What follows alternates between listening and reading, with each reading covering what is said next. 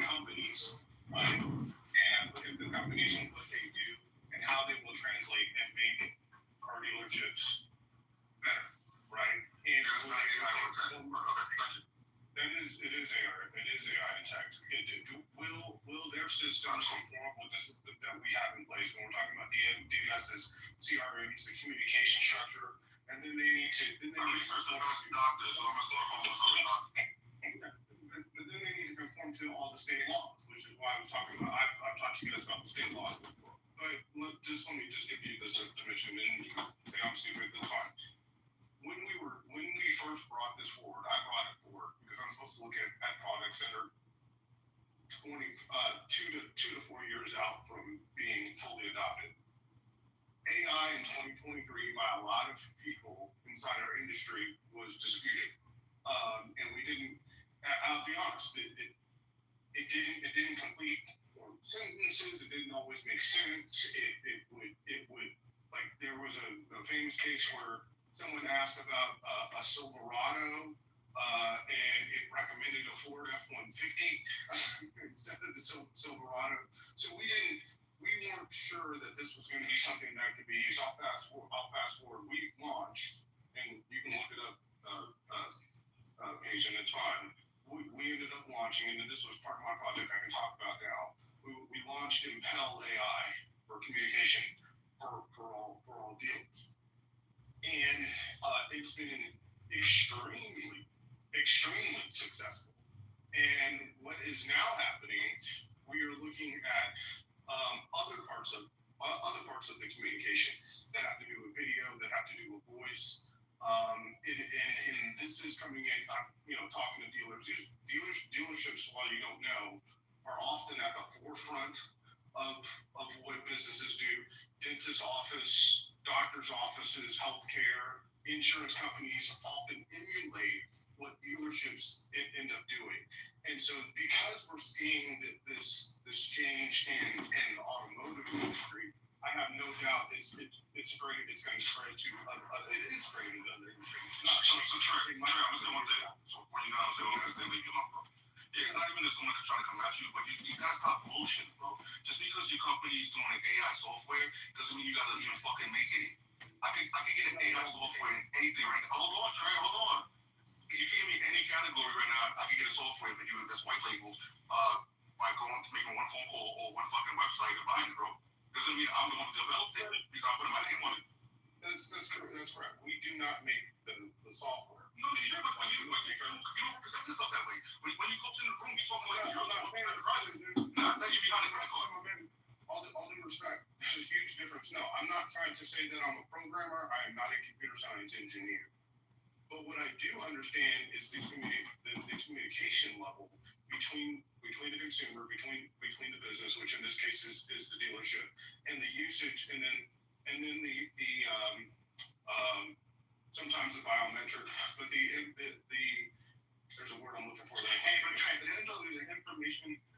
information that we can share about you, right? Your ID information, because it passes through multiple hands in third parties. So wait, just so we're not going too long into that, because I don't think people are really following. How does that translate into this is what people's campaigns are going to be about? How does this translate to?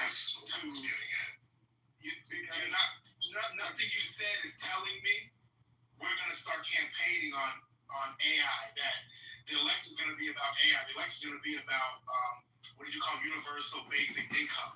Nothing you said. That was the point you were trying to prove. Gotcha.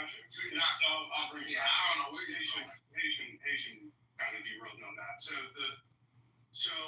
But what happens is what industries call replacement of compensation. This is actually like replacement of jobs, and because there is significant replacement of compensation, it may not be replacing people's jobs right now, but it lowers the need. Typically, it lowers the need for you to hire additional personnel, and this is why we're starting to see an uptick in especially recent college grads. Their unemployment rate is starting to rise, incongruent to what we've seen in the past. And so I just in working working with these things. I'm working with a video AI right now. The amount of people that are not needed that do graphics, that do video recording is going to be it is significant. It's not going to be, it is significant. And I don't see a system outside of, I will say this, outside of humanoid robots, which will take over, which will end up taking over everything. Outside of that industry, I don't see another industry that's going to replace what AI is going to be. Well, I don't see the correlation, honestly, between what can happen politically and how that aligns, or, this somehow drives commonality between people, because that's what the original question was. That's what the Dupree introduced. That's what we were talking about. So we were just trying to figure out how there was going to be a correlation between the two, and it really doesn't seem as if there's going to be any correlation. That's my take.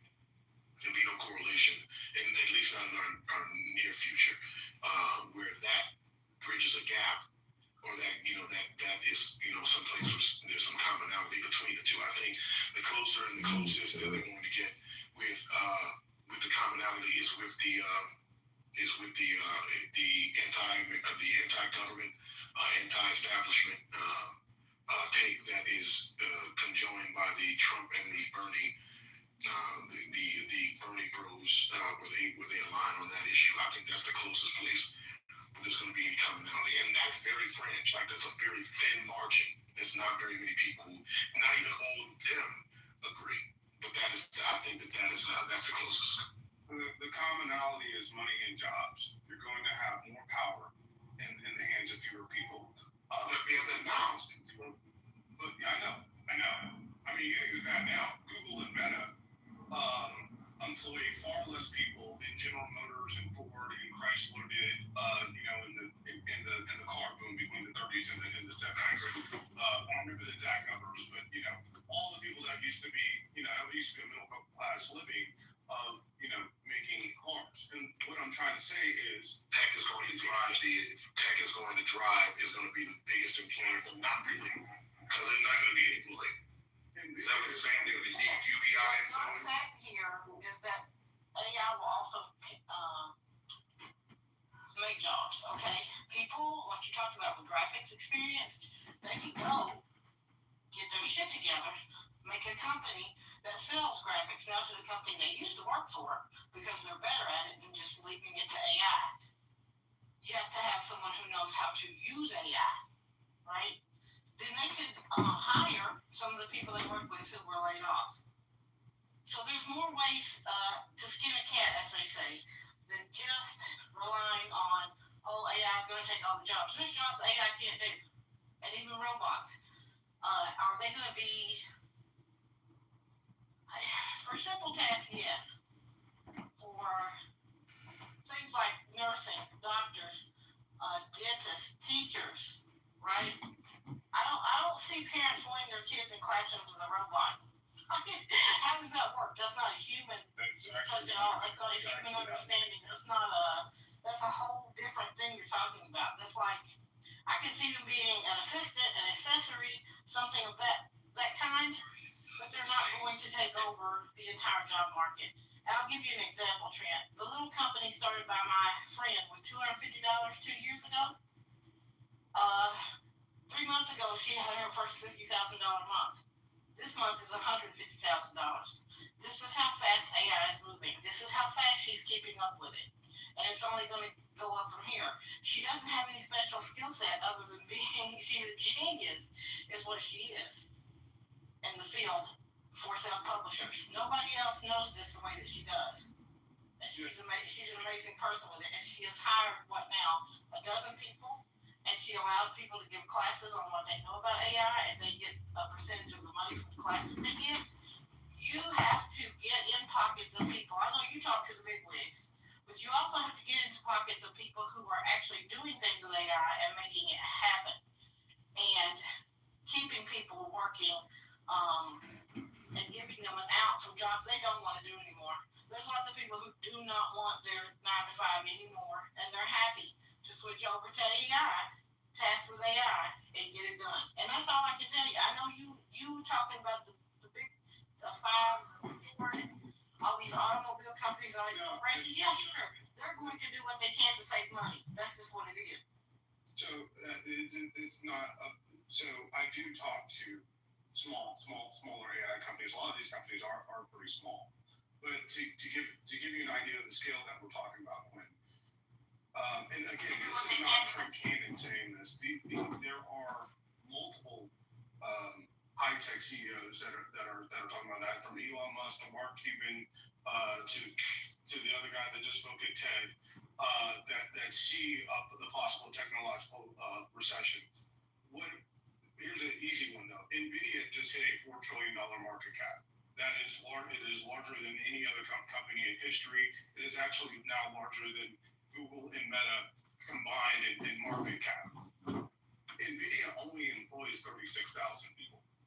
And so what you're going to see, again, is a concentration of wealth at the top. And I'm in complete agreement with you, April, is we're going to need to change our work hours from 40 hours a week, standard work hours down to 32 to 30 hours a week. We're going to need to make some changes in order to have a full employment.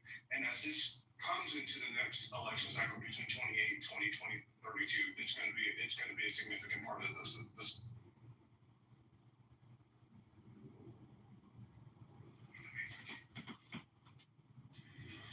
The black men speak now. Room is open. So we're going to transition over there.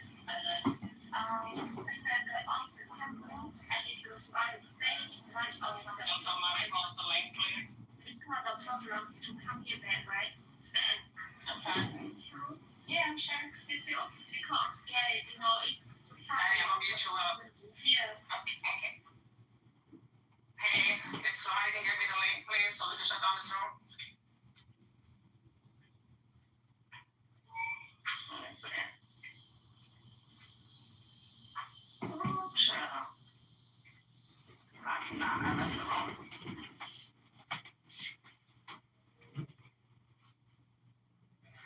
Let me see if he messaged me in my inbox. I'm sorry, y'all. Yeah, I don't see it.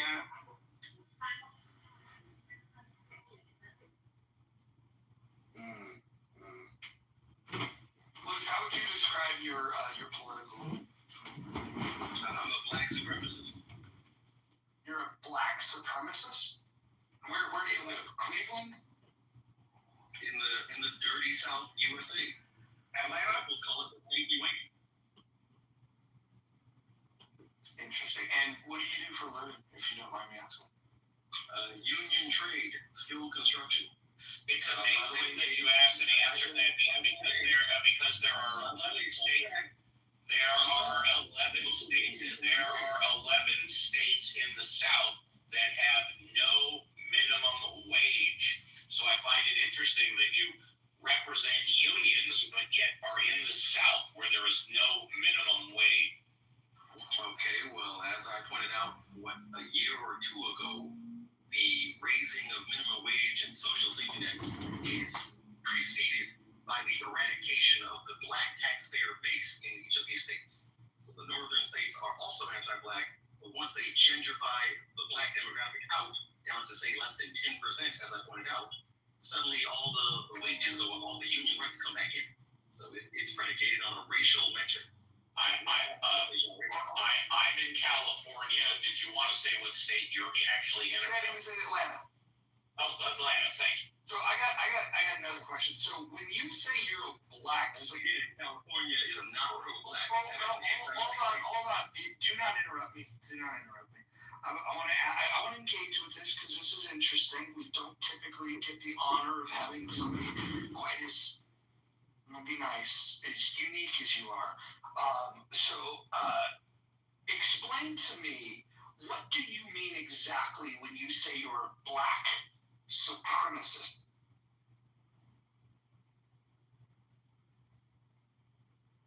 Oh, that's it. Okay, well, that means I look out for the safety, prosperity, and welfare of black children above all other priorities. That's it. So what's supreme about that? What is more important than that? Well, I would think that, taking care of, is something that is on your heart, then I like, the idea that, a race would be prioritized over, let's just say the need itself. I think that's a weird take. You're entitled to it. Everybody's entitled to their weird takes, but let me ask you this: if somebody was to say, "Hey, I want to prioritize the needs of white children over all else," how would you refer to that? A humanitarian. That would be a white supremacist. Even that's not being fully honest. White supremacy focuses on white males above every other member of their community. That's historically true for thousands of years. I would refer it as unconstitutional. That's how I would refer to it. Why would that be unconstitutional? Because you're developing a political premise over the color of someone's skin. So you don't think America needs stronger white people? Whenever you make a political policy or make a business decision based on the color of someone's skin, it's not only racist prejudice, but it's against the First Amendment. It's against the AC, your civil rights. You're violating someone's civil rights. So let me ask you this, Uncle Steve. Do you feel like tanning salon regulations is unconstitutional? It depends what those regulations are. Do they violate someone's civil rights? Absolutely. Explain how. Because you cannot go from one hue to another, okay, without the government's interference. So inherently, I feel like tanning salon regulations are unconstitutional. What does that have to do with the color of someone's skin? What do you mean? Tanning salons definitely have to do with the color of somebody's. Once again, I'm not aware that tanning salons refuse to admit or go after people based on the color of their skin. No, but the regulation as far as going from one skin tone to the other is heavily regulated by the government. And what is that regulation exactly?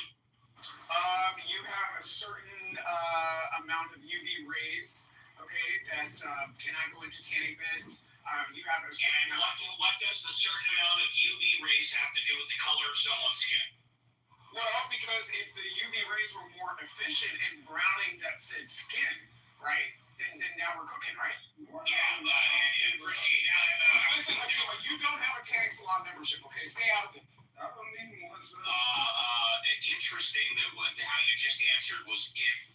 When we talk about whether or not someone's civil rights are violated, we generally don't say if this, then that. Fact of the matter is, there's nothing about tanning salons that discriminate against the color of someone's skin. We can agree to disagree, okay? Disagree.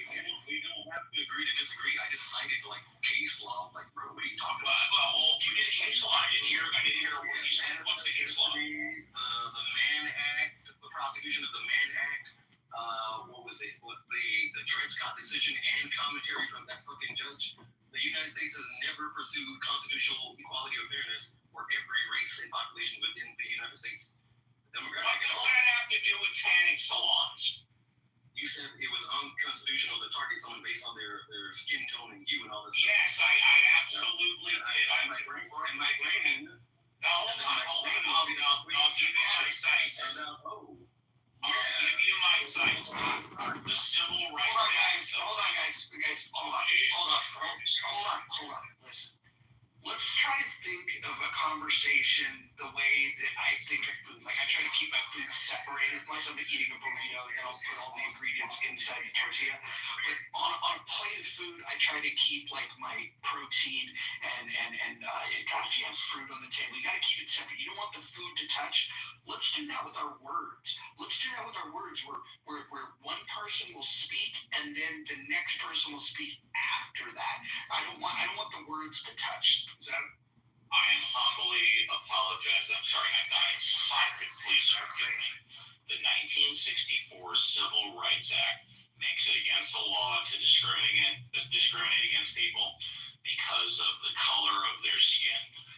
There's also the advanced Title VII, Title IX, which took place in the 70s immunities, which not only has been applied to AIDS, but it's been applied to whistleblower, color, someone's skin, race, religion, age, or race. It is against the law. In fact, we saw one of the most recent ones was the guy that didn't want to make the wedding cake, right, for the couple because they were bi or gay or lesbian or whatever. Which, by the way, should be their choice. I'm just telling you what the law is. Right. Well, here's the thing that's weird, right? It's like if I'm a fucking cake maker or whatever it is, like I shouldn't even have to give a reason. And this is the other thing. You'd stay out of trouble if you didn't give a reason. Like, let's say somebody came in and I was just like, fuck, he's wearing Pumas. I don't like Pumas. Fuck people who wear Pumas. I'm not making this motherfucker's cake. Like, I should be able to just be like, yeah, I'm not making this fucking cake. I don't want to. Like the fact that you should be forced into labor to do something against your will is fucking weird. It's also equally weird that somebody would not want to make a cake for somebody because of their sexuality. That's also bizarre. I don't understand that, but I think they should have the right to disagree. Yeah, and I'll just land it here. For someone to come in here, and I think I understood him correctly, to say that the Civil Rights Act does not apply to this, that, or the other, that's either plain ignorance or the dude is just trolling. Well, I'm going to say that based on what we've heard so far, ignorance is probably the leading one. I mean, I didn't even make that statement, so I don't know what he's arguing against. I just told him the United States has been unconstitutional for the entirety of its history. They have made public statements and legal statements of their unconstitutionality the whole time. Well, actually, this is the first time he said that. This is the first time he said that. That's why I went back to the Manifest Destiny. It started on Manifest Destiny. That's the 1800s. I brought up the how eugenics erased Black history. That's a documentary that's free to the public right now. It's 2 years old. The guy has 51,000 primary source documents proving the United States government and the white population of the United States crowdfunded modern Nazism as early as the 1820s. These people have never been constitutional, and we're going to have to rip that Band-Aid off and stop saying these stupid statements. All right.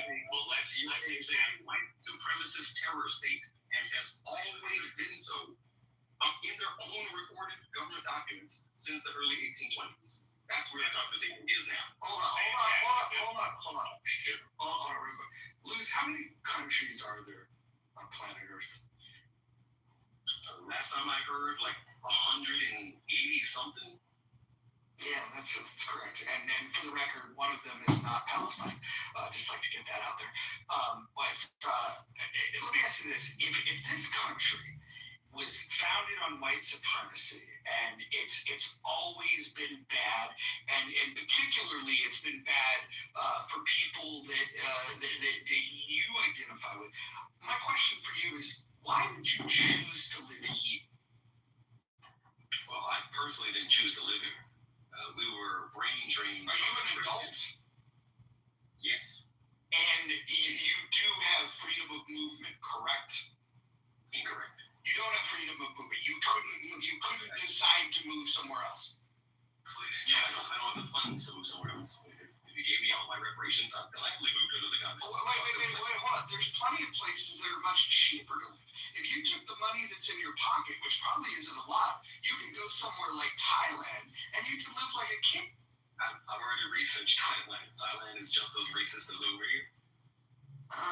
Interesting. So what you're saying is when you've done your research, you found that there's no perfect place. But what you've decided to do is live in the perfect place. So you've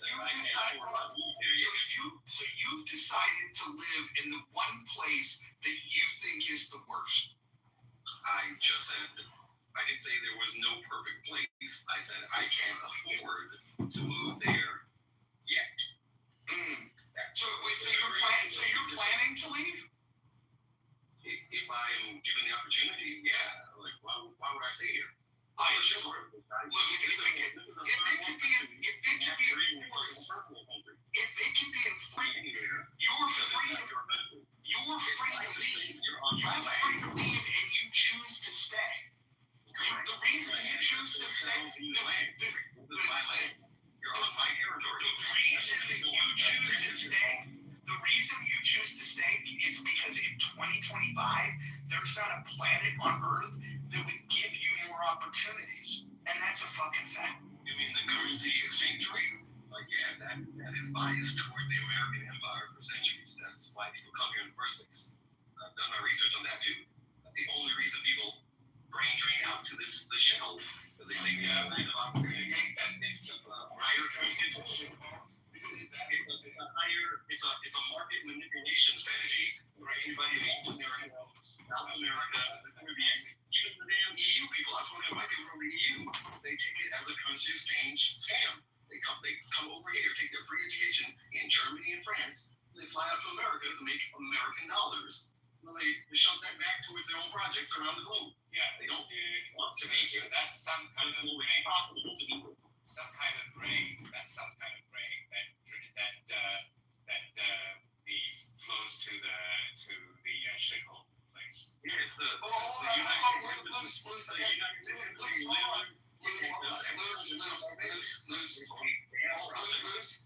on, a few questions. I want just to get to the bottom of this. So, first of all, I'm going to ask you a couple questions. Are you a heterosexual? Are you a heterosexual? I'm sorry, what does that have to do with... you'll know, because I'll have a follow-up question. I'm asking you, are you a heterosexual? I mean, I sexually identify as a lesbian, if that's what you're asking. You're a lesbian. Okay, so do you plan on having kids? Do you have a plan on having kids? Not in this economy. Like I said, it's pretty... Got it. Okay, no, this is fine. Because I would just say that if you believe that this country is as bad as it is, if you were to bring children into the world into a place that you believe is that bad, I would say that that's akin to child abuse. And so I'm glad. Maybe you should go get sterilized. Maybe you should get yourself fixed to make sure that you can never have kids, so you don't have to worry about bringing them into this big scary world that you live in. The country, by the way,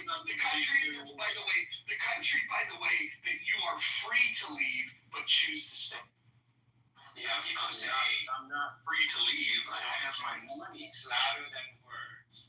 Action speaks louder than words. Yeah, and money talks louder than your opinion. Exactly.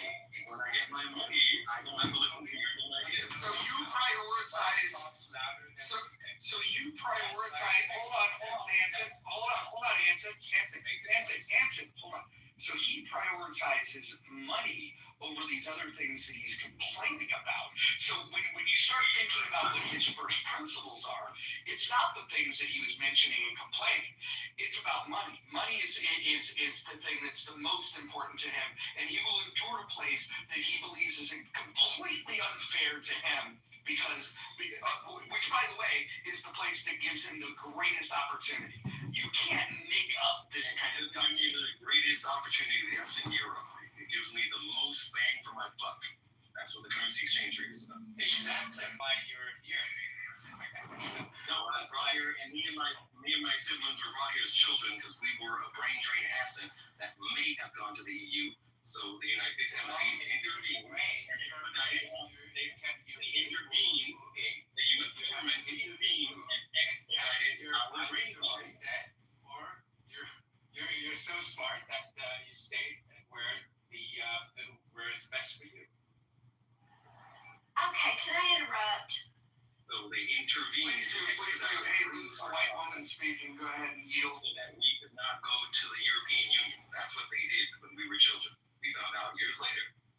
That's just called kidnapping nowadays. Okay. Some of the people that were involved in this conversation, I started looking stuff up. And when somebody makes a broad statement about the South, sometimes I look up the facts. There are states that apparently don't have a minimum wage, so they take the federal minimum wage, and they are not all Southern. Okay, let's make that clear. And then we were talking about terrible places where police don't want to go. There was an apartment complex in the community I live in that was so dangerous that if they went in to try to arrest someone, the people that lived in the apartment would start throwing bottles at the police. actually do anything. They had to call in the ATF from Dallas to actually make arrests. So, sometimes people make statements that may be true, but okay, based on what? We had a young policeman that wanted to be a really good guy, and the people took his gun away from him and killed him with it. Okay, I've made my point. Hello, Mojo, how are you today, honey? I'm wonderful, and I'm being entertained by a product of the junior college system. Loose, keep entertained.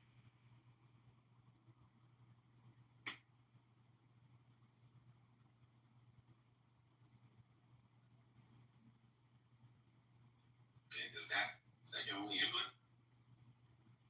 Yeah, no, you're fascinating in how ignorant you are, but continue.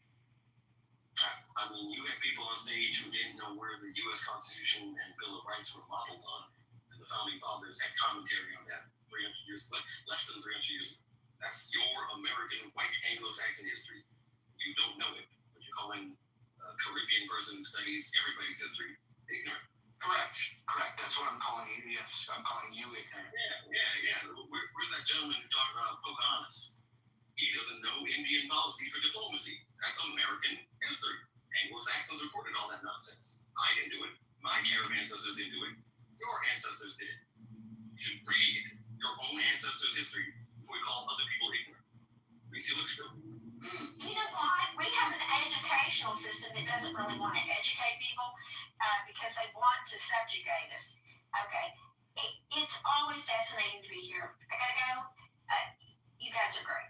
Yeah, read more, talk less. That's a basic mantra I'm gonna have to start repeating in more rooms and spaces. Read more. Yeah, speak less. That's very interesting that you would say that people should read more and talk less. So with all of your vast reading, you came to the conclusion that that race is the most important thing. So you're a self-identified black supremacist, and you live in a country that's never done any good in the world, and you refuse to leave because you're broke. This is your... Correct. Racial discrimination is a problem for black workers in the U.S. of A. because you have an apartheid state. You have racial discrimination on the job. Didn't you say that you were a union construction worker? Correct. And I didn't even land on that point. The union down here in the dirty South, the Stanky Wanky, is operated and headed by KKK membership. It is not some bastion of... Why didn't you join it? Why did you join it? It is another... Why did you join it? Why did you join it? To get my union benefits, multiple pensions, health coverage, all the stuff you can't find in the right-to-work environments of all these dirty South states because they're shitholes. So you work for the KKK. You're a man. Without union membership, you are just in another Asian sweatshop nation. That's it. There's no difference. You don't have any coverage. You don't have any social... Hold on. Let me talk to you. Hold on. Hey, pause. I want to talk to the most educated person on the stage, which is Hanson. Hanson, you know something about Asian countries, and I would imagine that you have some condemnation. You made a choice, a conscious decision to come to the U.S. Can you explain your position on why you think the U.S. is a great place? Well, because I think I have a good brain, and good brain people go to the place that's most favorable to them. And that's a simple choice. And I think Lou is simple. Like I said before, either he doesn't have a brain and stay in the shithole, or he's too smart and he wants to stay in the best place in the world. Yeah, pretty much. George, what do you want to add to this?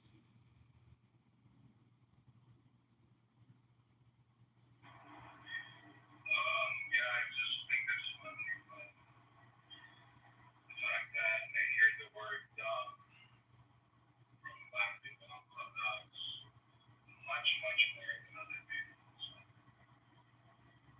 that was up to this man. Hopefully everything will be fine. Realizes that you're the most ignorant person in the room. Is this a frequent thing for you? Yes, site do racial audits for the last two and a half years. So I understand COINTELPRO. I understand the nuances, how moderation is pretty much assigned to dismiss whatever a black intelligent man corrects in the social narrative. That's why you don't bring up the Iroquois Confederacy. People like you are posted by the CIA, NSA, ATF, DEA, FBI, all these different police surveillance authorities. Hold on. What do I have to do with those organizations? Walk me through. You all are in lockstep with all these fascist surveillance state entities, pretending you are a free American white man. And so anytime you say something against the state, they can shut your channel down like that. Like any third world African dictatorship. It's identical symbols. Do you understand now? It's like nothing Luz, you clearly don't know who you're talking to. The idea that you think that I'm pro-surveillance state. In fact, while you fucking sit here in your hypocrisy, I actually go out and do things to fight against the systems that I dislike. What I would never do, if I were in your shoes, is go and work for the KKK. By the way, why anybody would go work for the KKK? That's crazy. That you talk about how the country is based on whites I've ever encountered on this app, and that's it.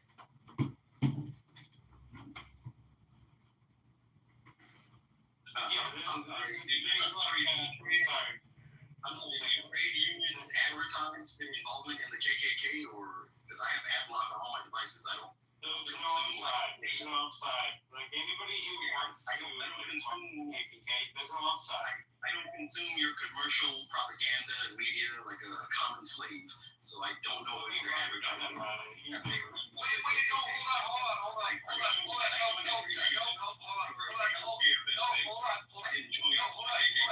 on. No, listen. You're the one that brought to the table that the union that you work for is ran by KKK members. You were the one that brought that point up. Hold on. Listen.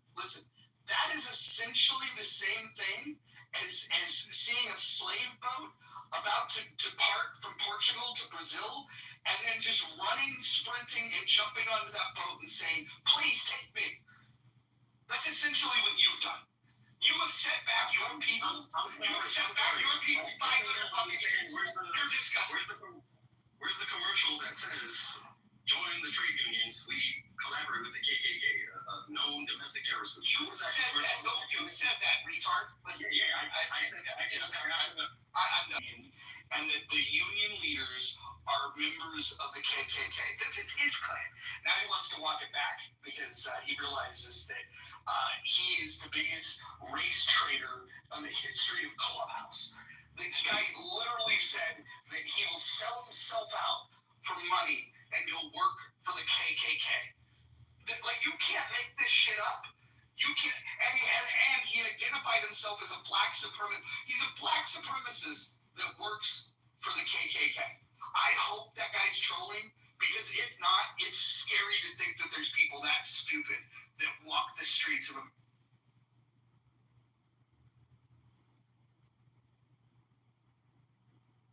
David, you been drinking today? No, I'm fine, but I'm listening. It's but that's actually, I want to hear his response with all due respect to him. Even though he sounds very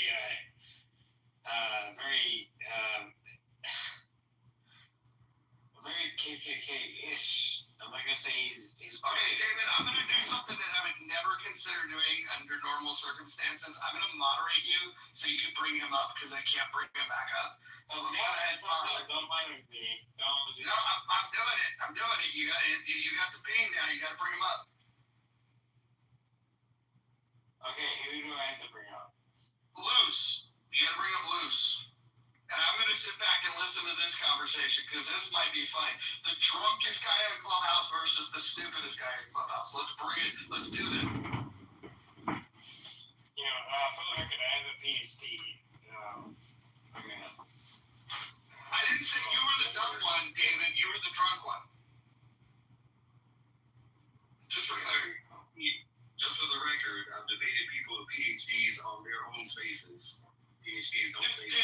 did you tell the people with PhDs that you work for the KKK and you're a black supremacist?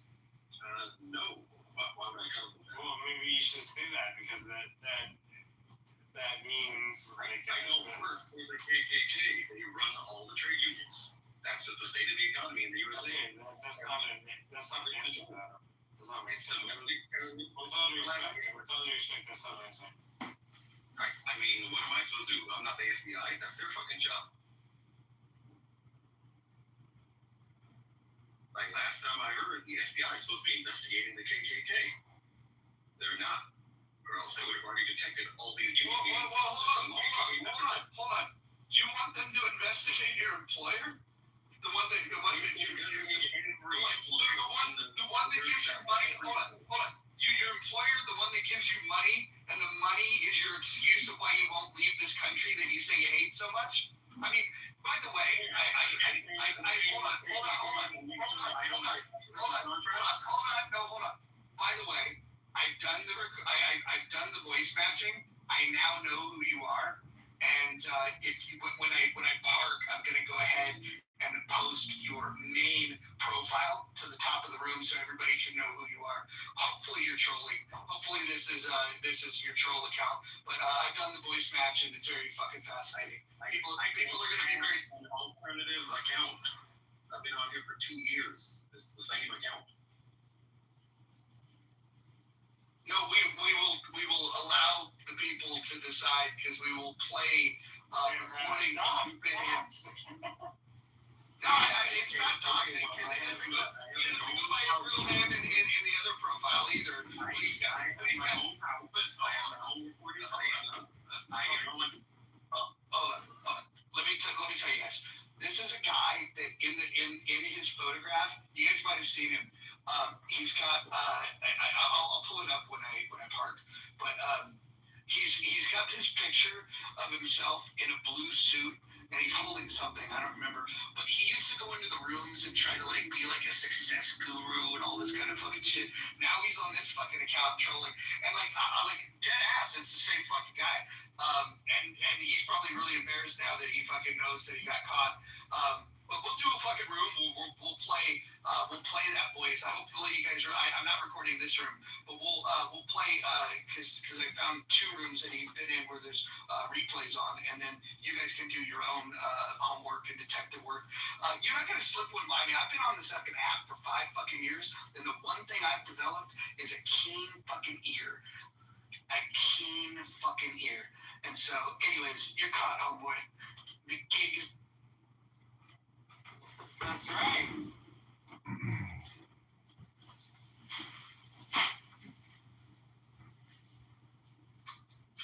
All right, Hanson.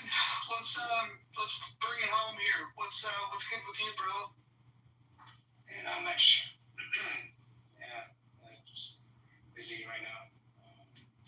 But I think overall, the country, at least they kind of reversed the calls. Which country?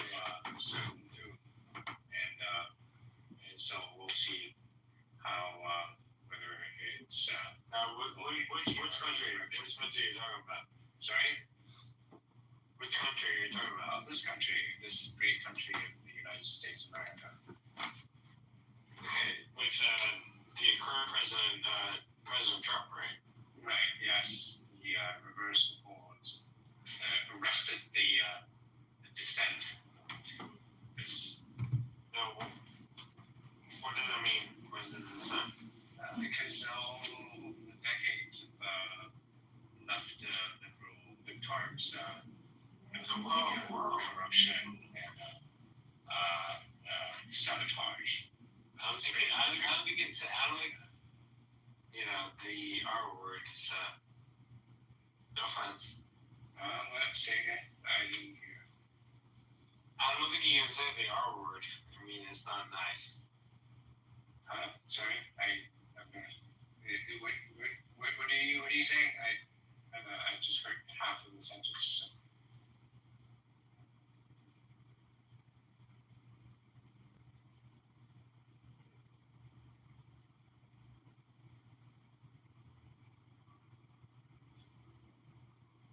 Otherwise, situational, and even Lou will leave.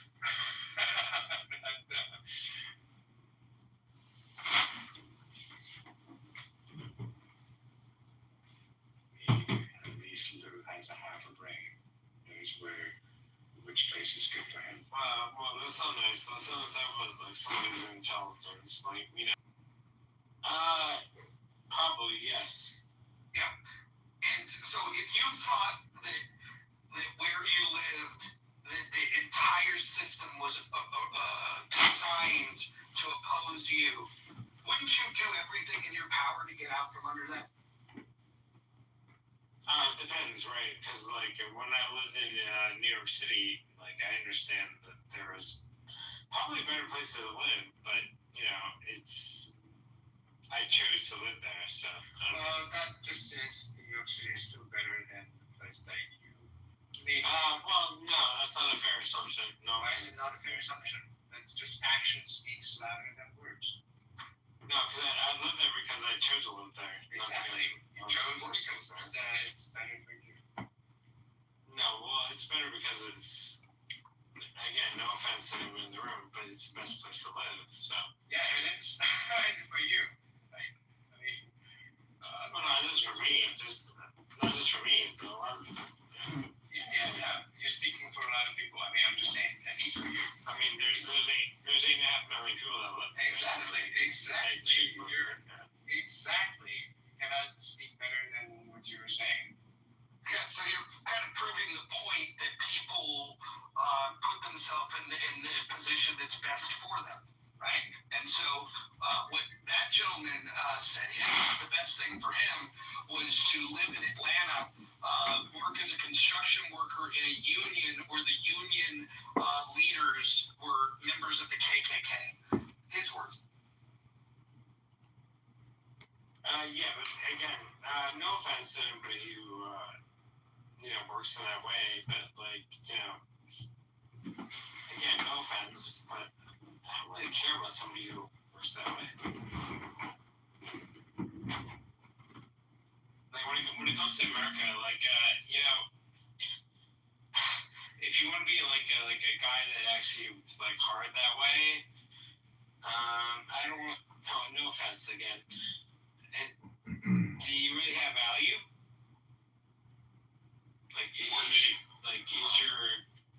What you're doing, does it actually have value? I don't think so. No offense. It has value when you I don't think they have value. Again, no offense at hard worker, but they don't really have value in the same way that who has no value. I mean, why are you speaking in half sentences? And giving up.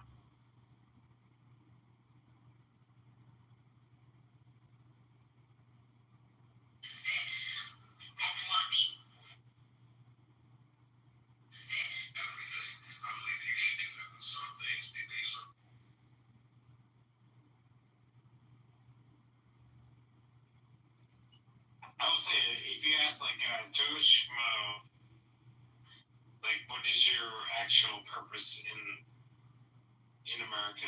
I would guarantee you, or I would venture to guess, they have no value. With all due respect. No value. They chose to. They don't have value because we ask them okay, so if you ask layperson. I mean, the thing is, well, what do they do? What do they do every single day? Ask them. Make a living. How's that not? No, I would say ask them. What do they do every single day that actually contributes to the American positive affirmation? Well, they probably don't have it. They don't have a good reason. Contribution to the society. No, I disagree. What's your value? How dare you? Why? I have 2 PhDs, How dare you? I mean, I'm not going to answer that question. Yeah, you have no value as well. No, first of all, I have 2 PhDs, so I'm very well established in what I do and what I have to. Just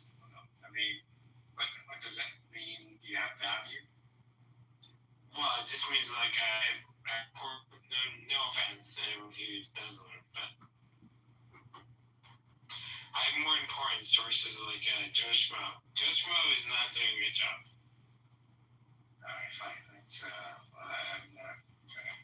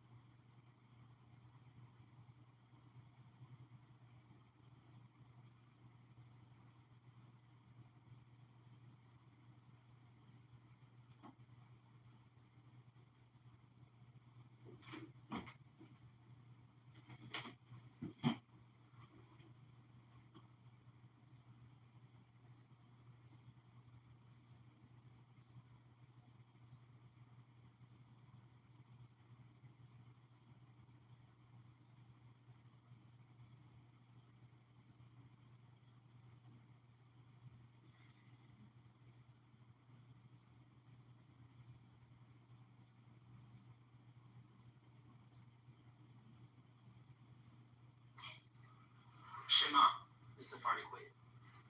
ואהבת את אדוני אלוהיך בכל לבבך ובכל נפשך ובכל מאודיך והיו הדברים האלה אשר אנוכי מצווך היום על לבביך ושיננתם לבניך ודיברתם בשבתך בביתך ובלעדיך בדרך ושוכבך במקומך וקשתם לראות על ידיך והיו לטוטפות בעיניך וכתבת על יסודך ובשעריך. Not sure as hard as you are, David. If you have an EBT card, today is the last day to apply for the SNP program, which offers full coverage. What's up, man? So, JP, like I was invited to, I would say, and just not together.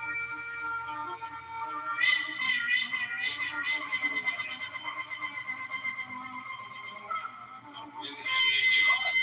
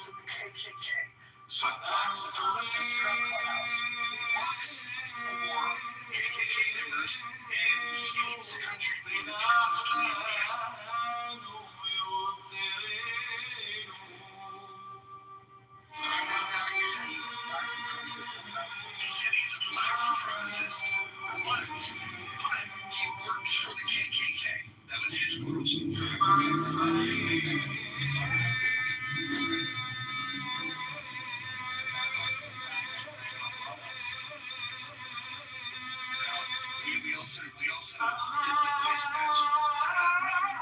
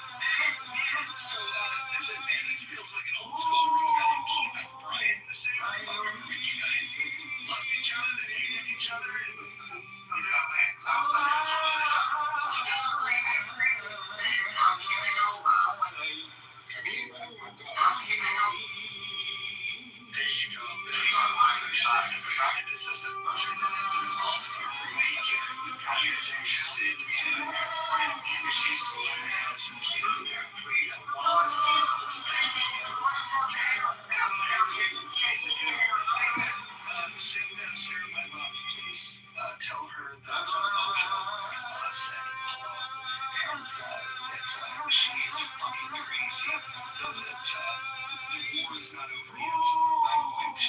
I'm going to keep telling her I'm planning to do many more rooms about her.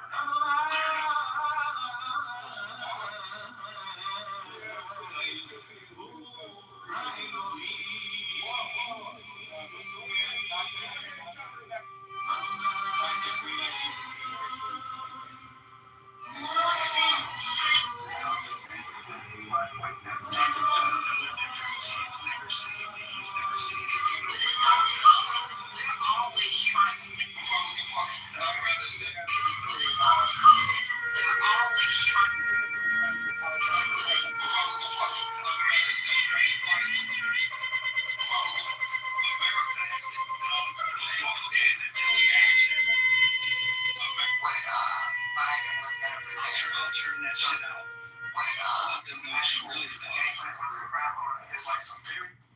I said, no, actual socialism. And a lot of people will take that. They said, oh, we're just socialism. 6 months. Real Monica's actually very intelligent. Monica's got the voice of an angel.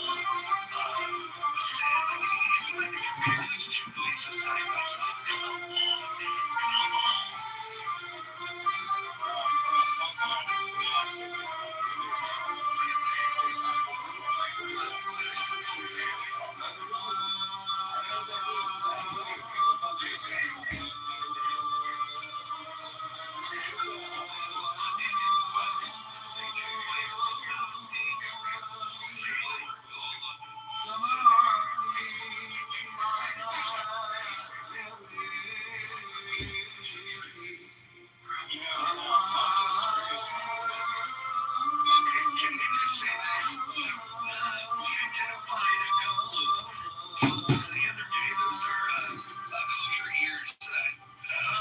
Shirley, but a gilf is a grandmother I'd like to fuck. But we have Shirley is the app's G-gilf, which is the great grandmother that I don't have to finish it, but yeah. And I'm not officially a great woman, but I could be. Look, you guys don't realize this stuff, man. Like there's not many women like Shirley. Like, she is aging like fine wine. The rest of you women, you get all wrinkly. You can see it in the neck. You can see it in the hands. Shirley is, not only is she classy, she's beautiful, and you know what? She's thoughtful. When she gets in these conversations, she hears people dropping nonsense. You know what she does? She goes and fact checks that shit. And then she comes back and said, you know, I heard what you said. I looked it up and you're full of shit. I love Shirley. Shirley's like, she's everything. Shirley is the only reason I come back to Club.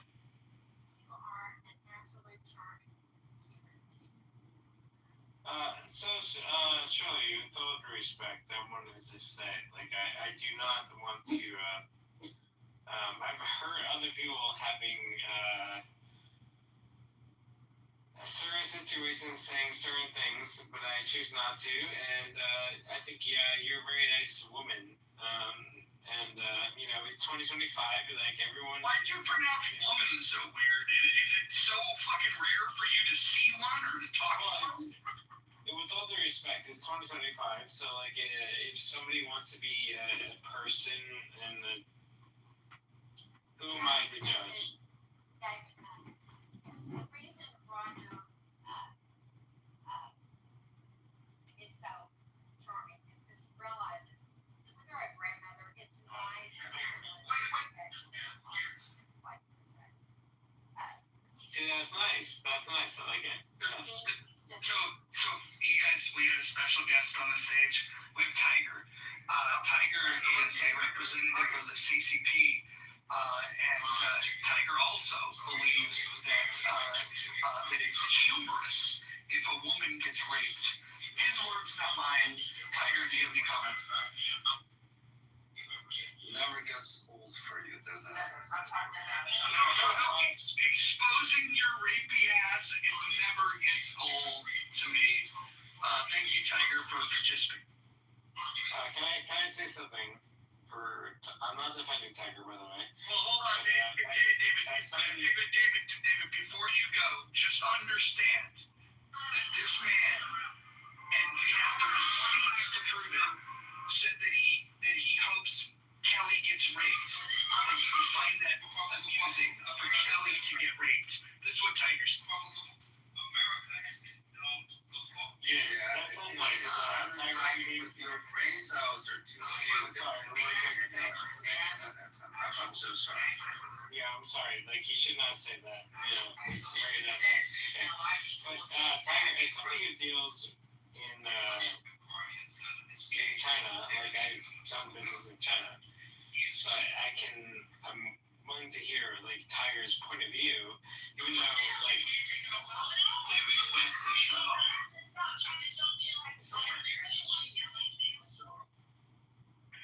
Tiger, what's your ethnic background?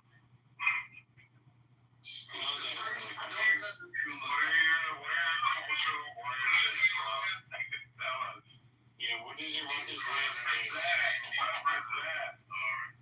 What's your ethnic background? Not stuff to talk about, but frankly, What ethnicity are you? serious. Huh? I feel like Are you gonna sidestep me like a little bitch? Whoa. crying bitches. Sometimes I'm not as interested. So, why do you Yeah, you guys? sassy little bitch. Shut the fuck up. You sassy little bitch. Okay, let's be nice, because, like, I understand, like, somebody just, I can't, No, bro. it's in China, but I get it, like, Hold on, everyone mute up. Everyone mute up. No, everybody mute up. That includes you.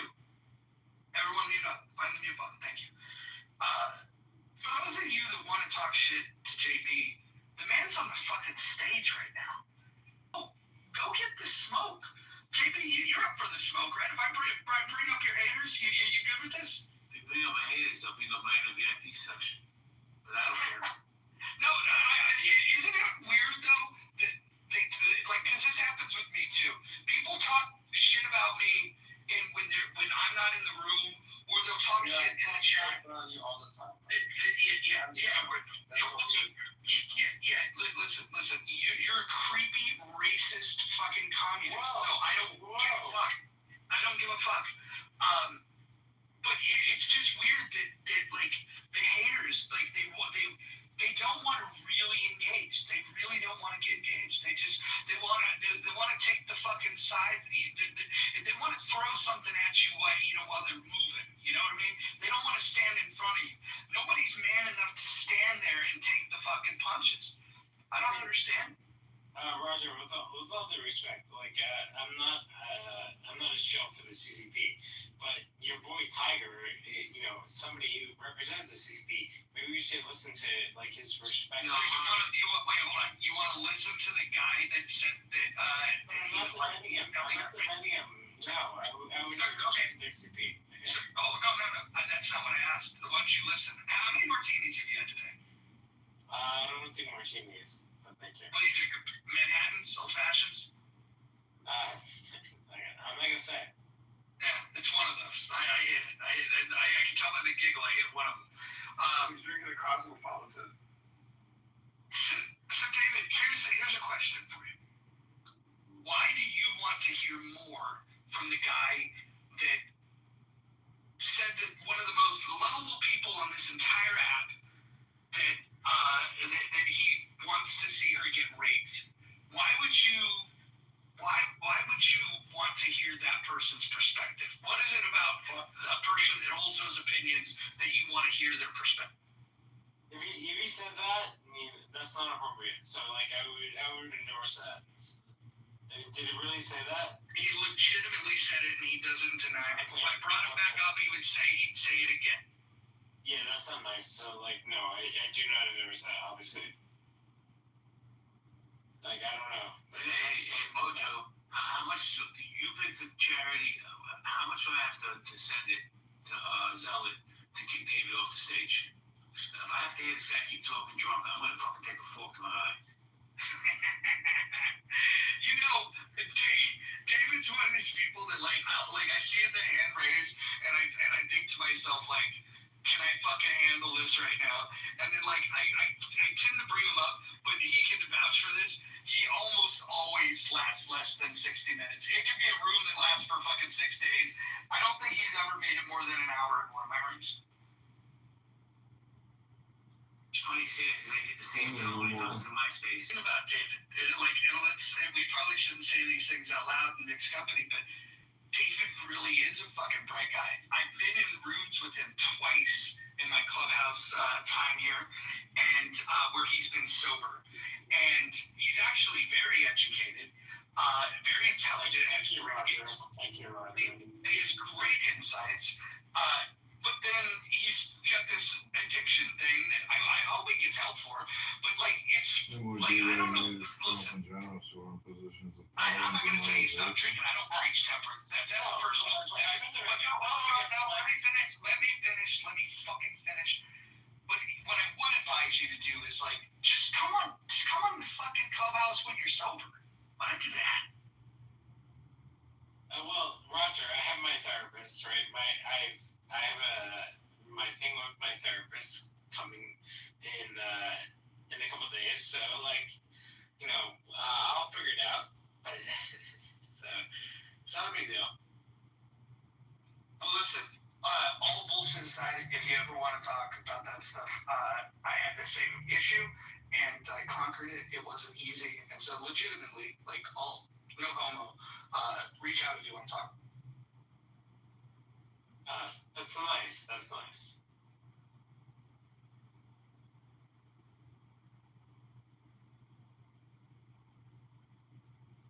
Oh man, where'd the fucking guy go that works for the KKK? How come he Instagram? I need him back. You talking about Cardano? No. There was a black supremacist that hates the United States since it's a slave colony, but he works for a union construction company, and the union leaders are members of the KKK. So a black supremacist he works for the KKK. It was fascinating. It was maybe one of the dumbest yet fascinating conversations in clubhouse history.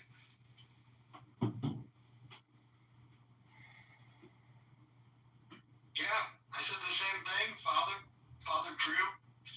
That's right. And I'm not exaggerating. They say, like, Hakima, am I exaggerating? That's what he said, right? No? Oh, yeah, I went down my phone. Yeah, like you said. Yeah. I mean, Hakima's got, I think, some legitimate gripes about the U.S., and I think Hakima doesn't get the credit that he deserves for being reasonable most of the time. Like, Hakima, I'm not going to pick on you here, but I will say, Clubhouse has this tendency where if you have a crash out, and you probably do it like once a week or so, people will then remember that, and or they'll, you know, like I like to remind you of, like, you're the same guy that believes in flat Earth. It's like we get the least charitable version of a person. But I think for most conversations, I think you're actually pretty reasonable. I just think that, like, packed into that are some of the most absurd thoughts I've ever heard in my fucking life. But like 95% of the time, I think you're reasonable.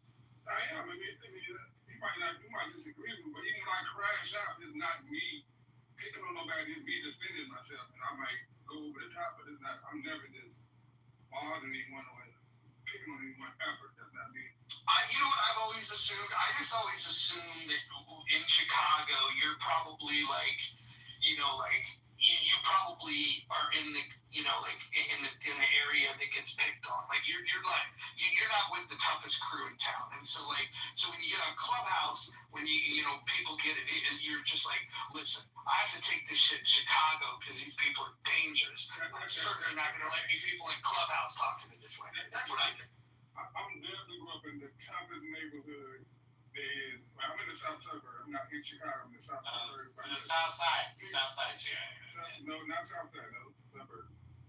There are suburbs that are 10 minutes from Chicago, but I definitely grew up in the toughest suburb in the in most respected and feared project There was. So. Nah, I don't know about that. I mean, I don't have to prove it to you. I don't give a fuck what you believe.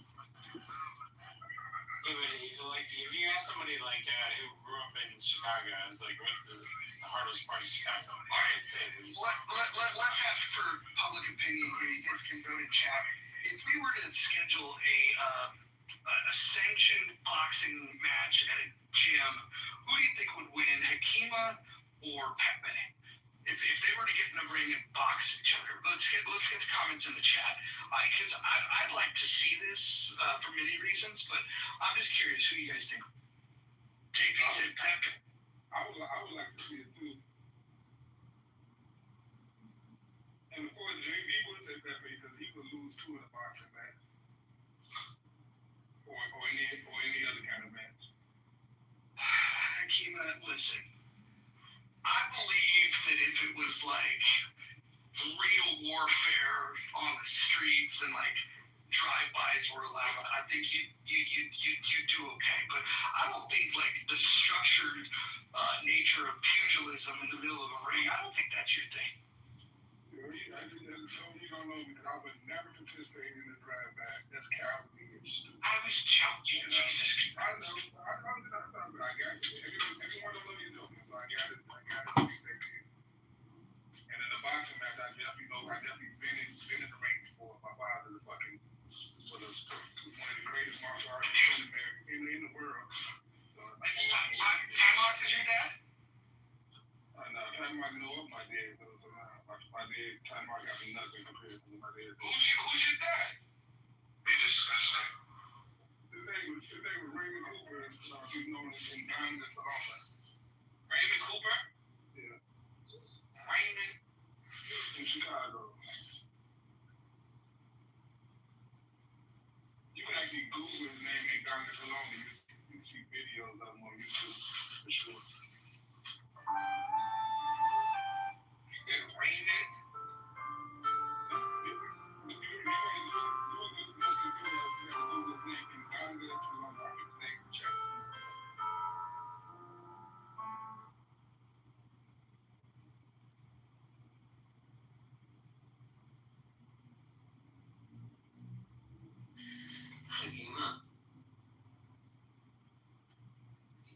Hakima. Yeah. You're not Hakima. What you say? Who is that? You are. What's up? You said you heard an Israeli scholar said it's a genocide in Gaza. Do you have the name of the Israeli scholar, please? I keep on seeing it today. I found it. His name start with an O. I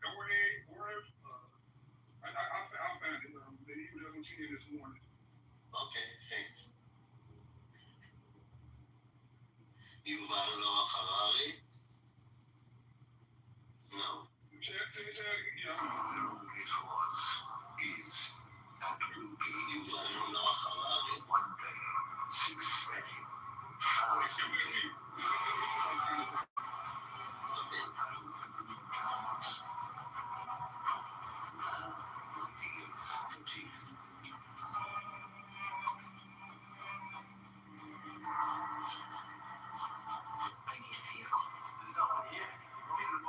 Me down. What are you gonna do? I've got a vehicle. Isn't she wonderful?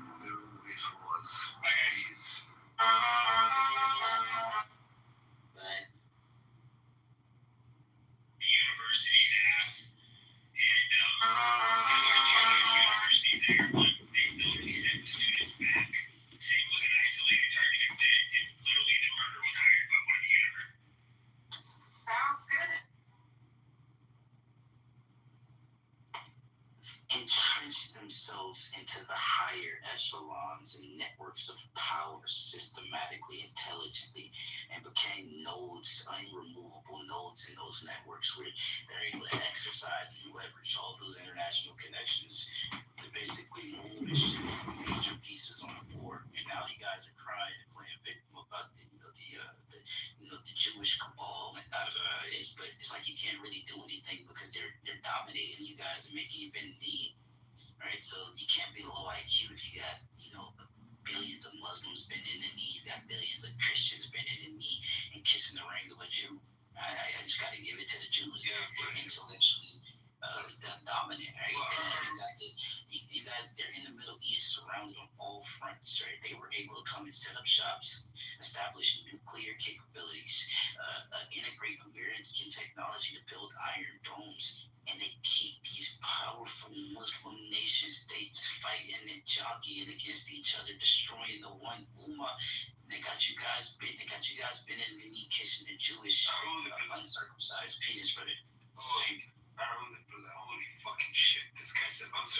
I have an uncircumcised stick to as well. Anyways, let me continue, brother.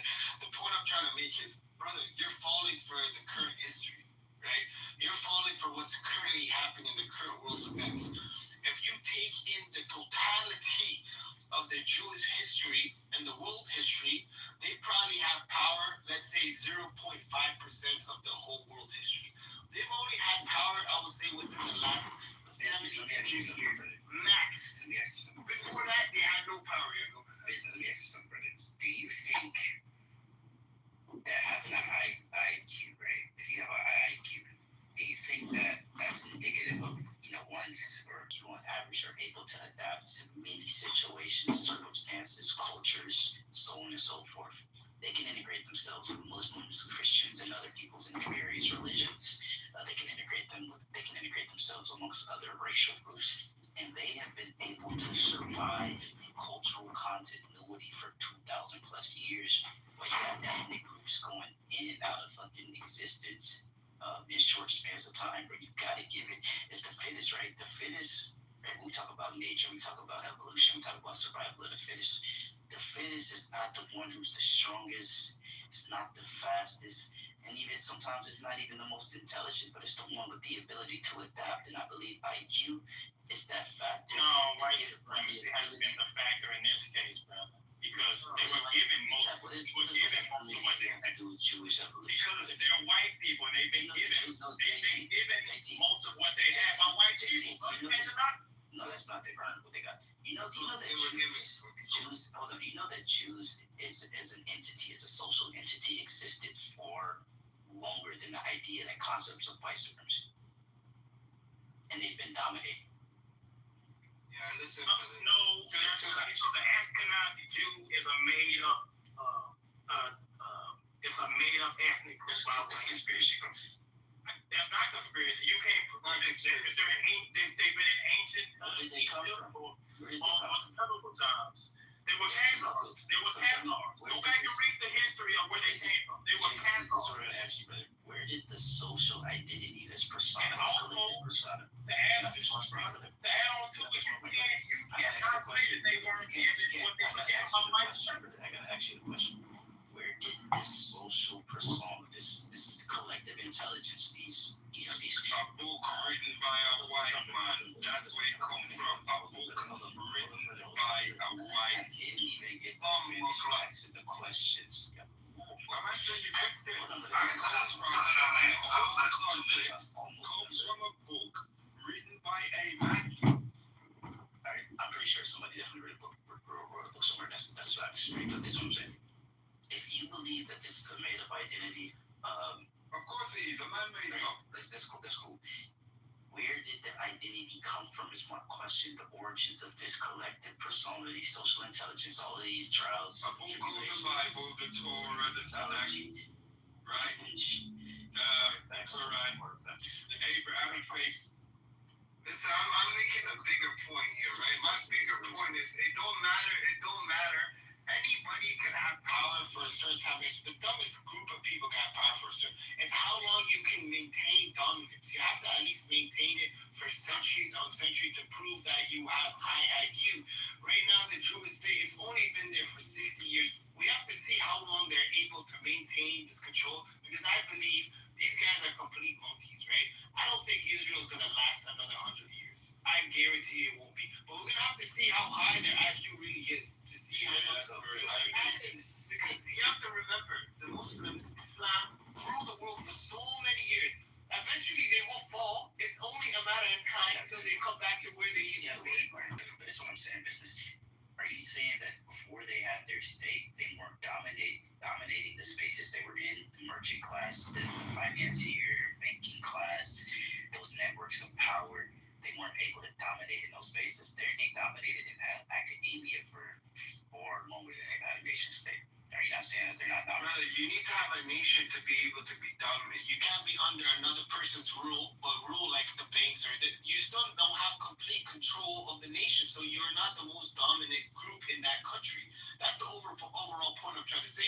Now they actually do have a state, so they are powerful. Let's see how long they're able to maintain it, right? And keep power before they have to be able to defend themselves, because it takes a lot of IQ to have your nation to defend it from a lot of invaders, which they have done so far. And we have to see how long they're able to keep power, and it has to be for multiple centuries in order for them to have IIQ. You can't be under another country's rule, but dominate so many I agree with everything you said, apart from when you said defending from invading nations. They are the invaders. True, good point. Let's be correct. Good point. Well, Yes, listen, when the Palestinians had the land, right, were they able to terraform the land and change, the desert into a little bit of forest and able to farm on it? They have the capacity to do that. Because the Jews, once they took custody of the land, they started actually terraforming, like changing the area. Dropping bombs on it and destroying the land. That's terraforming. Again, Armenians, we have to see how long they're able to continue to advance and to continue to push their country into to maintain it to be a first world nation. And we have to see how long, because as of right now, my prediction is they're not going to last another 15 years. Okay? So let's see. Yeah, I just want to say the Islamic Golden Age, they didn't even touch the western side of the hemisphere. It's arguable that the current state of Israel is more impactful than the Islamic Golden Age because it actually has global touch.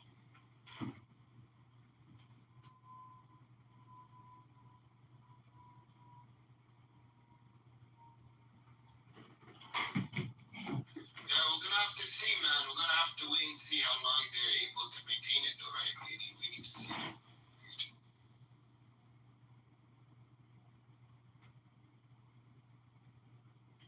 All I'm saying is, I, for one, am not impressed by a bunch of savages with a high IQ. I'm not impressed at all. That sounds like a loser mentality, man. See me, I'm just like high IQ, right? That's my benefit. I'm gonna simulate that method and tactic and strategy. That's called adaptation. That's called mimicry in nature. And I'm gonna innovate on top of it to even make it better, to make it my own. So where you guys from? I mean, where are you from?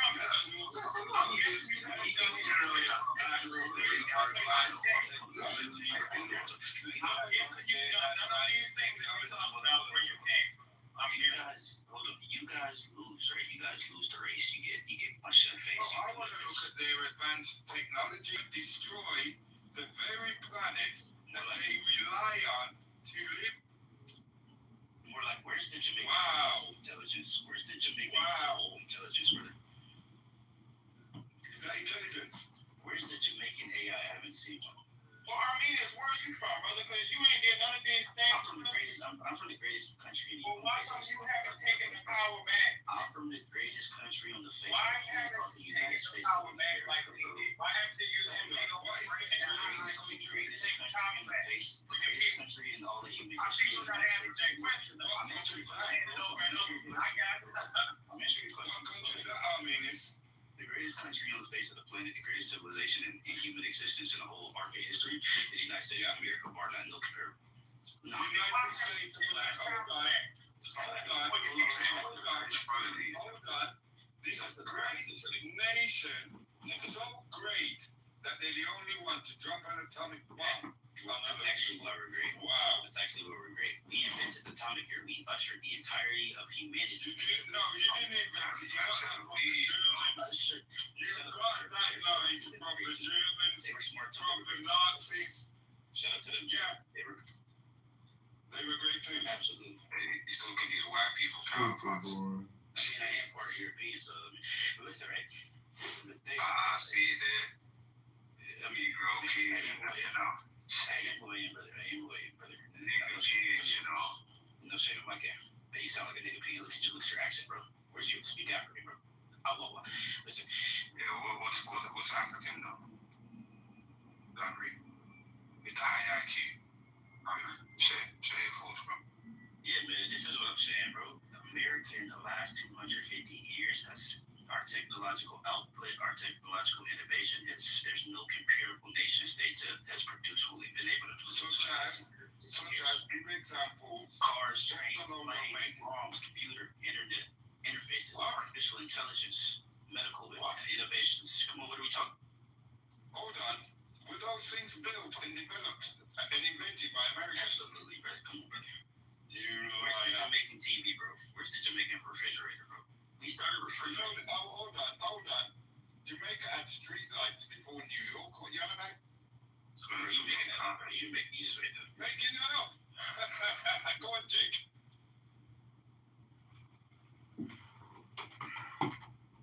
Hey, so you said you're part European. What do you mean? Like, are you saying like do some recent stuff? You said he called me European. I mean, I do have about 15% European ancestry, and I'm not ashamed of it. It's just in my blood. So sometimes if you think I'm How did you get there? European, through interracial relationships, brother. Right. No, my people weren't raped. That might be yours. I can't speak on your personal story. Yeah, my ancestors were raped. I can't speak on my personal story. Is not like that, brother. We actually had a relationship. Don't do more of that, man. Black nobility, bro. He's probably linked to the president, and that's his family. Obviously, cousin, and that's you know, like JT, you know what I'm saying? Yeah, he one of them blue blood. Black European, yes, absolutely. Bush, all of them, Clintons, all these cousins, and He ate the butter biscuits in the house. No, we didn't. I didn't eat it anymore. you see, my go to the White House, JT. My ancestors were actually free men of color. So I don't come from the stock. Yeah, I don't come from the stock of chains and ships and shit. He was one of the people involved in it, man. Trust me. So yeah, okay. Hey, do you know anything like do you say your European side is contributing to the?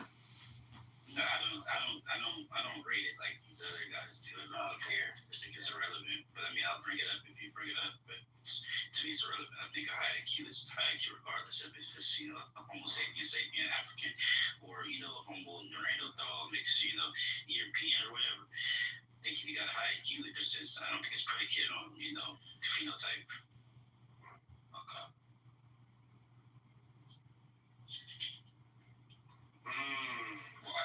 So if I was to say to you, Europeans clearly have the lowest IQ. Well, I mean, at one point, Europeans did have a recorded low IQ before the Industrial Revolution. Once they transformed to urban societies from agrarian societies, their IQ substantially rose. I agree with that.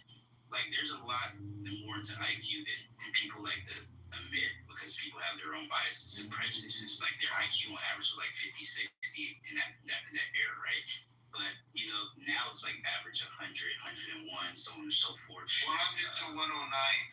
According to their methods, which they invented and they put in place. Yeah, but I mean, methodology.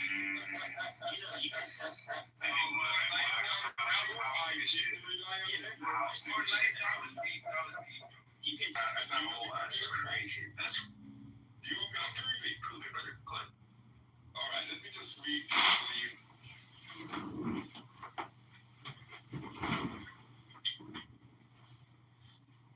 Right? We live in a world that was created and is maintained by the unified working of a multiplicity of agencies. We live in a world that is composed of a multiplicity of entities that are unified through a web of interdependence. The European could never see that. That's written by my ancestors. They see things separate one from another. So how can they have a high IQ when they cannot even see the true workings of the world in which they live? So I think one of the beautiful things about IQ is you're able to kind of compartmentalize and abstract, qualities or categories, right? And classify these things, organize these things, and then, using your abstract intelligence, you're able to. They have no abstract intelligence. I'm proving it to you. Synthesize and recombine some of these things that you compartmentalize and you partitioned off abstraction. You need to have partition to be able to abstract. Yeah. You need to be able to separate. In the infancy of his spiritual evolutionary career, man is unable to perceive the hidden forces and abstract principles that unify the working of the shaping forces of the world. So you're saying you don't think that is where the European is at. But you don't think the European has the ability to abstract the principles of nature, the forces of nature? No, he doesn't. Electromagnetic, right? He would not work against it if he did. So how do we have the He wouldn't even invent a motor car which damages the environment because he realized he's damaging himself. So how do he's behaving like a madman. How do we have quantum computing? And then he's got some of us following him. There you go. With the high IQ. High IQ. A high IQ that you invent things that is going to bring about your own demise. That's a high IQ. More like, there's some wow. There's some mathematicians, right, that were able to run calculations that were extremely accurate and predict aspects of nature that we hadn't seen empirically using just mental abstractions like of mathematics. Mathematics to the planet? I'm not sure, brother. Oh, it wasn't no white European which you're talking about. So if he's using mathematics, it's because he got it from us. But it ain't about but more like, brother, you and I know this both, right? It ain't about who did it first, it's about who did it right. Are we still using mathematics to the degree like the ancient Egyptians? Or? Yes, we are. But we're being subjugated and confused. And whatever we do, they take it and portray it as if it was their invention. Have you ever come across where they give you an answer, for example, as a like the answer might be about an actor that is not even part of your culture or your purview. That a lot of that stuff is on IQ. IQ is supposed to be how fast you can gather information and be accurate. That's the core of IQ. But if they're giving you things that you're unfamiliar with, what is an IQ? The SAT, is that not a form of an IQ test? The SAT, right? But if they give you something that they haven't, what was that? So I don't think the SAT is IQ test. You don't think it's a form of, I don't know what else to say about that. It's a case of your aptitude, but I think so. It's not? Okay. Well, it's similar. It's very, well, okay, IQ will give you information that's a social, so a part of it is social. The social norms. That's not the core of it, but a part of it is there. So if you're not familiar with that culture, it's impossible for you to score IQ.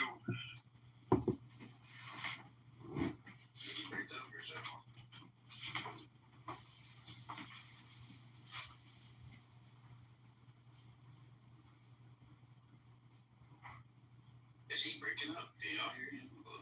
Y'all hear him? If you hear him, I hear him, so I don't know. yeah, he broke.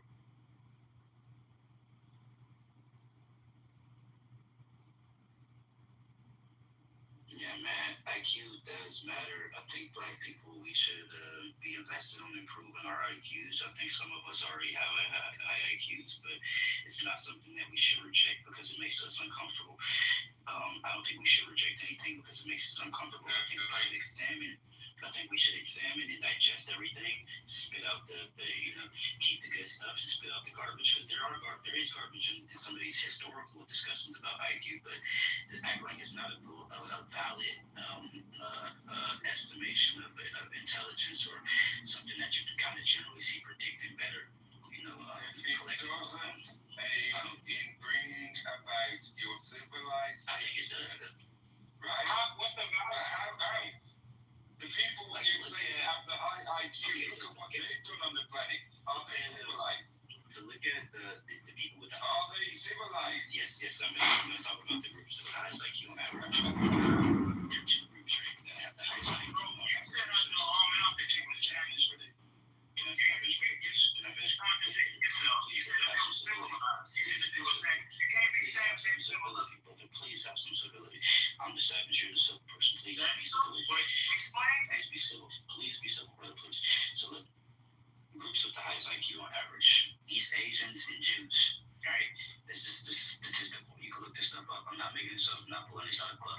facts. These are real facts, right? Jews have the highest IQ on average, and you look at what they've contributed collectively in regard to Nobel Peace Prizes, physics, chemistry, and other, STEM areas. That has contributed both to their society and to the wider human family. That's just a fact. They've been able to produce, like, literary Nobel laureates and Nobel Peace Prize winners. These Asians get their rewards in their schools, get their rewards in their establishments. Yes, but they brought it about and they awarded it to themselves. And you're saying why don't we have those? Why are we? Like in Jamaica, where's the Nobel Peace Prize winners in Jamaica? What the Jews have been given, and you will see that.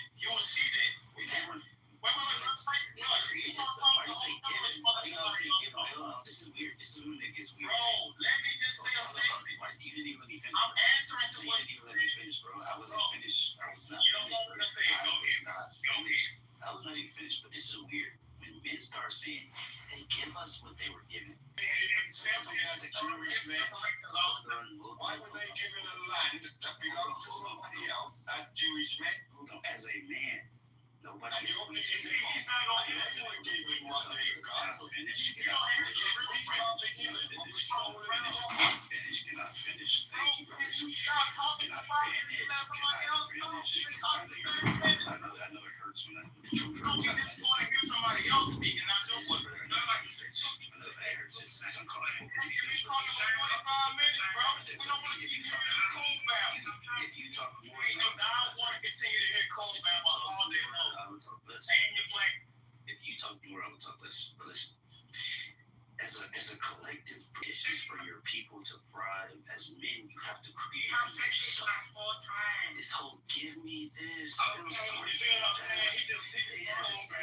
sounds like a victim.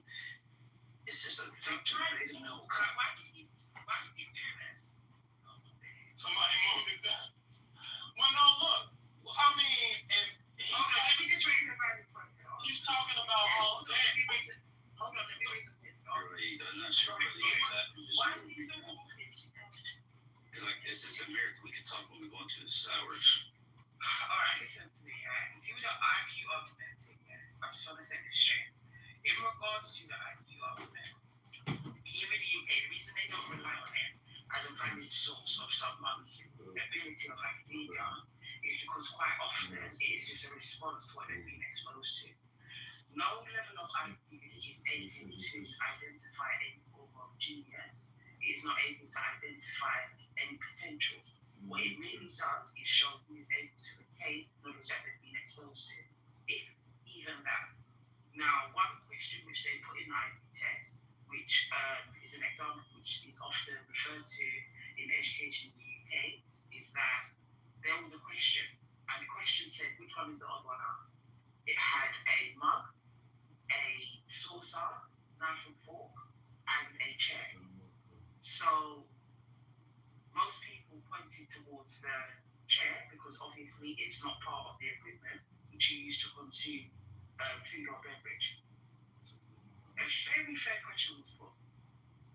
Who knows what saucer is? Do they show you know what saucer is? Because if you're living in inner city London, you've just about got enough space. If you're looking to swing a camp, nobody has cupboard size in inner city London where you to store saucers.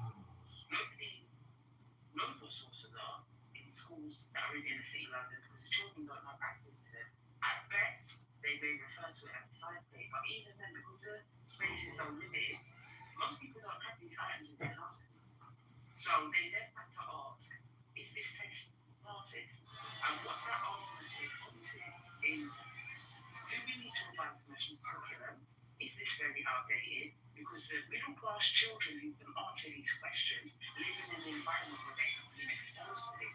So if you are rendering someone incapable of understanding something or incapable of having a certain level of academia based on their lack of knowledge that they have never been exposed to, very unfair test, incredibly unfair test. And that is what has led them to actually say, you know what, we're not going to go by IQ test. It's actually very unfair. When we look at what the IQ tests are made of, like what I said, it's the tests that go in place, let's put themselves against it and they label themselves as war. Very unfair. Literally like asking me to So that person seems rigged. 100%. You ask anybody who works in I work in education. You ask anybody that has studied education, and they will tell you that they have studied that. Yeah, I wrote a paper on that when I was studying. But it's something that you're exposed to very early on. Just like when they say, do you trust the government? When you're working in childcare, and they turn around and tell you about the chemicals that make all of the children disabled that the government gave out as warning after warning sickness drugs. These things are stuff you should believe. You should also have the ability to say, that doesn't sound right though. If I don't know what a saucer is, why are you marking it down on the question? I don't know what it is. If you'd called it a side plate, I might have known what it was. But guess what? If I live in inner city London, chances are I don't have saucers. Chances are I don't have side plates. Why? Because we are limited for space. Our kitchen doesn't have the capacity to store them. And even if we did have them, what would we use them for? In modern day English. We're not resting our cup of tea on it anymore. We don't live like that.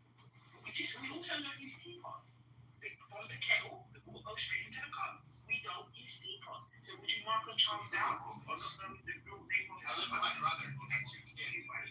But All he does is lay you on understand fucking ass. why an IQ test is no longer relevant and has actually been taken out of the running in terms of the tools that are used to be able to predict someone's level of potential.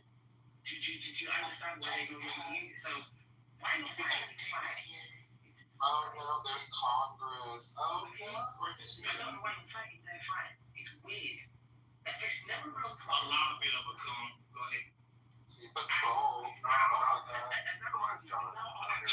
Hey, Roy Ross. Racism is classism. That's a debate you should be having. Because that's one of the things. Welcome, Congress. Maybe answer it. Do you want to answer the question? Yeah, I can. I think Christianity is exactly the same as all other religions for the most part. So I think if you just study all the major 4 or 5 world religions, you were do an extraction, you would the truth of what people put in the title because it's clickbait. It's reverse psychology. So congratulations. Right, exactly. I know. While I'm giving you my opinion, you may not like what I said because it upsets your frailties, but that's a you problem, not a me problem.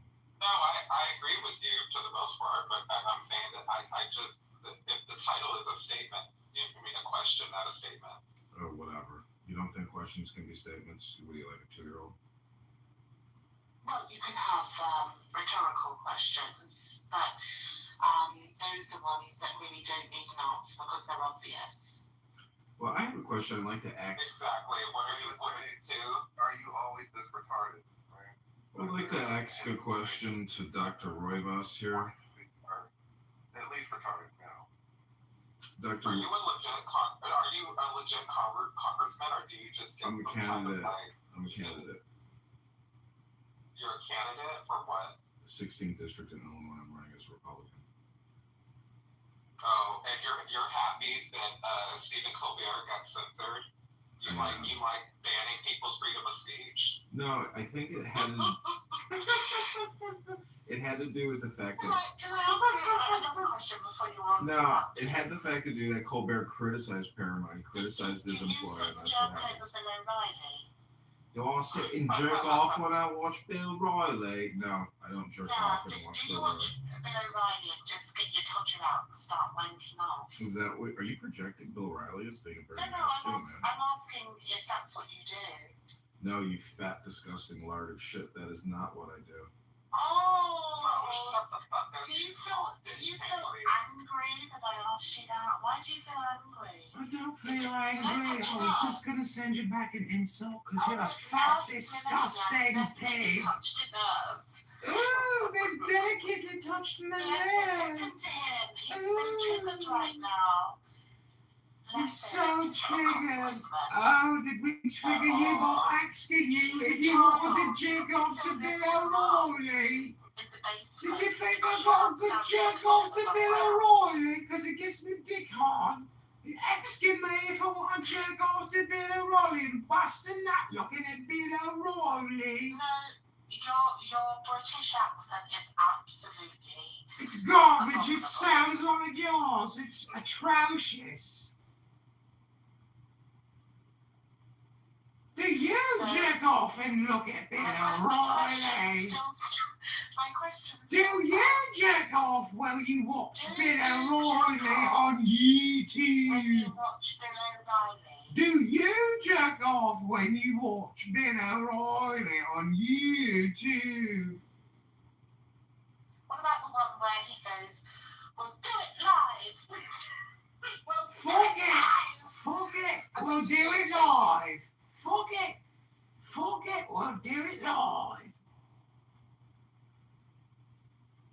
So, I want to ask you again, do you jerk off when you watch Bill O'Reilly on YouTube? He's getting triggered. He's getting triggered. It's not So I want to ask a question. Did anyone agree with my response to the title of the room? No? Cat got your tongue? Can't agree with somebody who reverse trolled you back?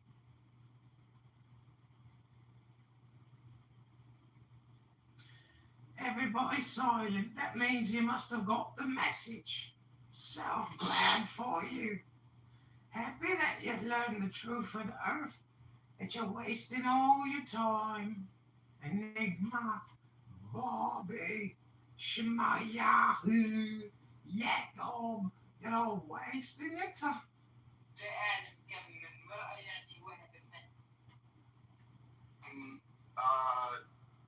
Rights pertaining to the priesthood, etc. The reason why I know this difference is because when you read Abraham, when you go into, I think, Genesis, quote me if I'm, You got all the pieces. You got everything. You got a Nobel Prize winner, a CEO. What more do you need? Well, it still doesn't work. So it's frustrating because of the timing part. But then when it becomes hot, you got to go. What's up, Congressman? Hey, good afternoon. This guy, Mindman, has been on the run lately. Yeah. Because of RFK. Yeah, man, Candace would be coming. That would probably be more speed. I'm so down in that shit too. We missed this one. That's all the Compass. No one missed it. I've been talking about Compass for 2 years. Stan, I talked to Stan about it offline. He said a bunch of stuff. Compass was his pick, but it went up and down, very volatile. All of these have been tough to ride. The thing is, the day me and you discussed it, which is when I heard about it for the first time, Monday, June 23rd, so it was like the day before that Sunday. It's trading at $2.35. The stock had cratered. That was an ideal entry point. That's well, again, because of the news. They were bitching about the result, but the result wasn't really that bad. It's up 83% in like 3 weeks. I'm looking at the PE of NVIDIA. It's 55 and a $4.2 trillion market cap. Yeah, this slow rider risk. Super high risk here, right? Crazy high You'll risk. continue to have this flat market with the small caps racing forward. Oh, really? There's to be made in NVIDIA and Apple. I don't understand Google well enough. A lot of people like it. I don't understand Facebook enough. A lot of people like it. Google is unbelievable. YouTube. Netflix, I understand. Netflix is solid, but it's also up there. Netflix is a big propaganda machine. Yeah. That's right. But it's they're getting that $7.99 or whatever the hell the rate is from everybody. And plus they have ads now. Like that shit sucks. Like, Why did you do that? Maybe you would have to cancel though. It hasn't sucked enough for you to cancel. That's why Crunchyroll is better. I don't understand. To be honest, I don't watch TV. I don't watch TV at all. I watch an occasional movie. That's about it. Policy. Me too. Yeah, and once you use this app, you realize just how absolutely insane it is to sit there in front of a television and like not be able to interact. It's crazy.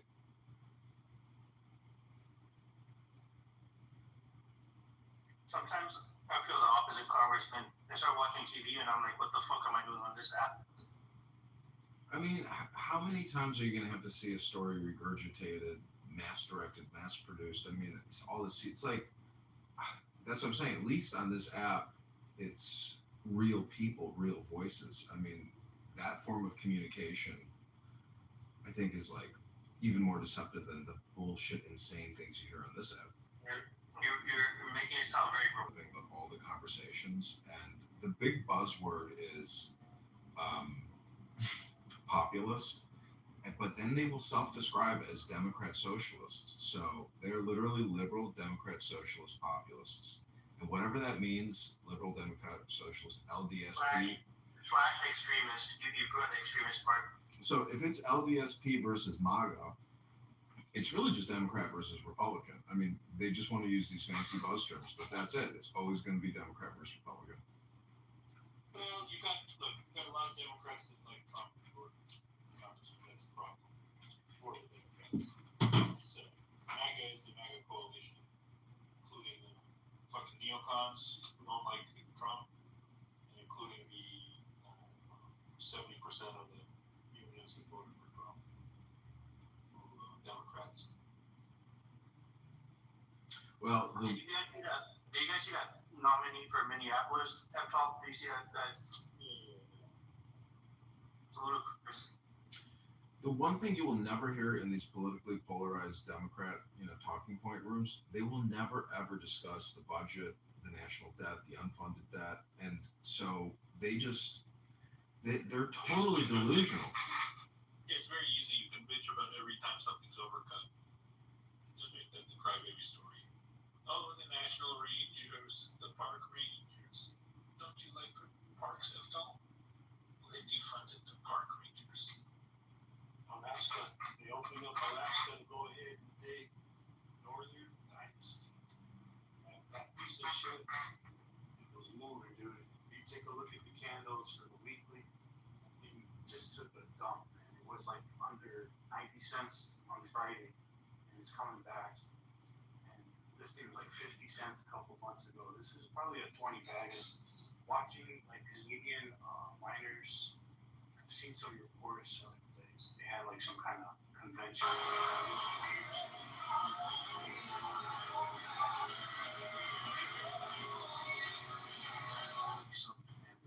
They're rich into stuff on there. Pebble Rock or something like that, Pebble Creek. It's loaded with silver, gold, etc., etc. This is like one of those Hail Mary for your for a big nice one. I'm looking at it. The drop is unknown news, and then it sounds like some insider selling. People freaked out. Last 5 years, well, about 50, all of a sudden, pushing more than 2 bucks. I think it's gamble, some kind of street. Yeah. Biggest news is, Trump is, coming EPA and won't get out of the way if these guys do what they do.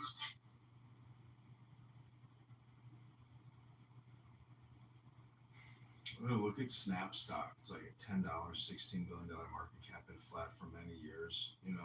Like, where's there's no growth in a lot of these companies. I mean, how does NVIDIA propel the growth? Everyone has a cell phone which is totally maxed out. Like, our cell phones can't get any better.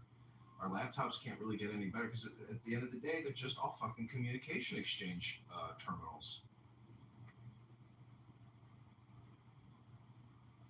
Quantum solution fixes this. Well, what does that mean? Quantum solutions. Like, what does that mean? All anything through the air, any transaction communication should have like a quantum layer on top of it to protect and secure it. That's like something a fat Democrat says. We're going to build a massive quantum computer complex and create the next generation of jobs. It's like, really? And you're going to use taxpayer funding to do it all. And, it's like, I don't believe any of this stuff anymore. It's all just about like creating fake money to do, these big projects and programs, which end up generally just being fucking scams. And, look at all the railroad bullshit in California. We got a lot of railroad bullshit here in Chicago. And 55% of our property taxes are going to teachers and to the facilities that babysit. The energy is there, though, Congressman. Now's the time to pick winners. And I think the thesis is that we're going to go into a lot of people asking for the crash just to get in, basically. Everyone wants to get in. Sorry. Can I say something? Let me just finish real quick. I don't ask 500 if you're here. Look at Atai Pharmaceuticals, AT, Alpha Tom, Alpha Indigo. This has ayahuasca of the nose, okay, is the product that people are reacting to. It solved untreatable depression in some really tough patients on the recent study. And so they're going to be giving you your ayahuasca adjusted. It's adjusted. It doesn't quick trip. One-time dose, in and out of the office. This is the future. What is that, ATAI? It's called what? Atai Life Sciences? ATAI. It's like Atari without the R. ATAI, Atai Life Sciences. It's got a $685 million market cap. It's huge.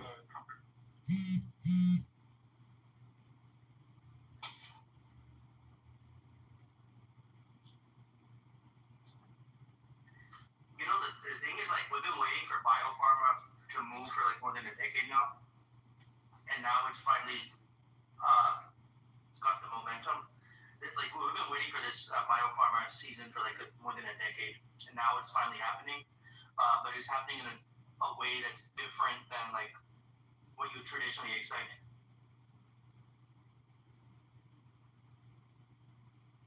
So the MDMA, ayahuasca, all the alt medicines.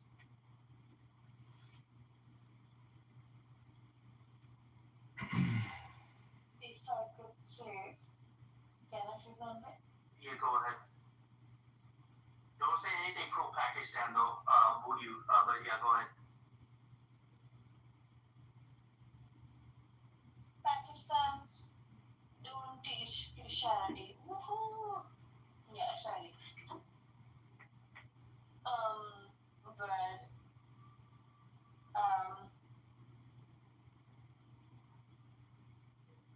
yeah, come on. The Trump administration already tried to put the amendments in the school, which is actually against the Constitution, because the Constitution was trying to be against, and the Constitution trying to be not trying to be against the religion, but however, the Constitution trying to be against both the con. Mr. Spool, I would say this is a nice place you have here, ma'am. What a place you have here. This is beautiful. I would like to say thank you, girl.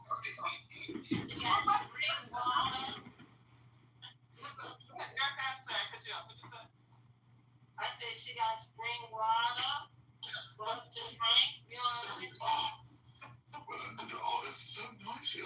The ambiance is absolutely fantastic. I know. Have you had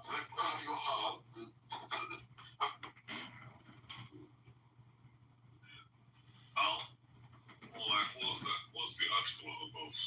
Were you guys talking about that before?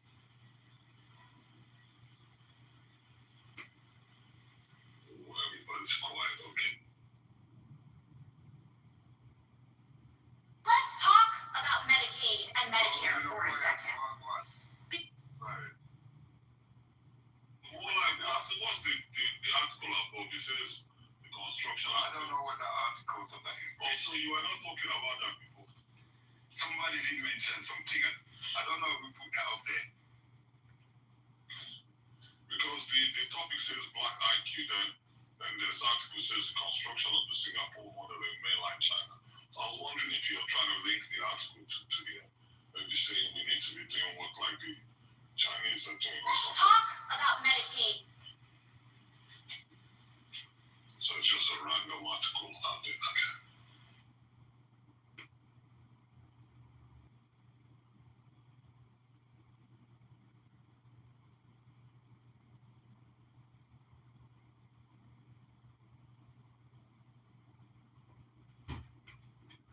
Sorry, colleague, me not ignore you, but somebody just come at the door, so I'm busy right now. No worries, it's all good. I'm just saying it's quiet. I was wondering if, Al, do you want to say something? Anybody in the group want to come up? Let's have some conversation going or something. It's really quiet.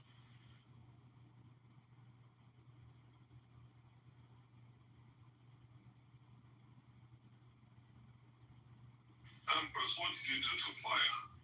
You hijacked her account. Where's Fire?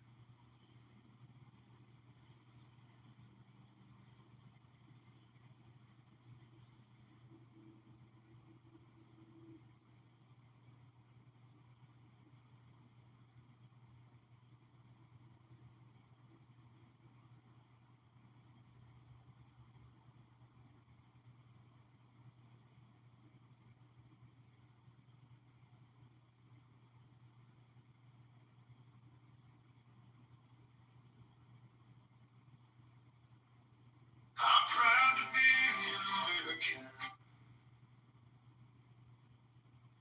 Hold on, let me talk to you. Hold on.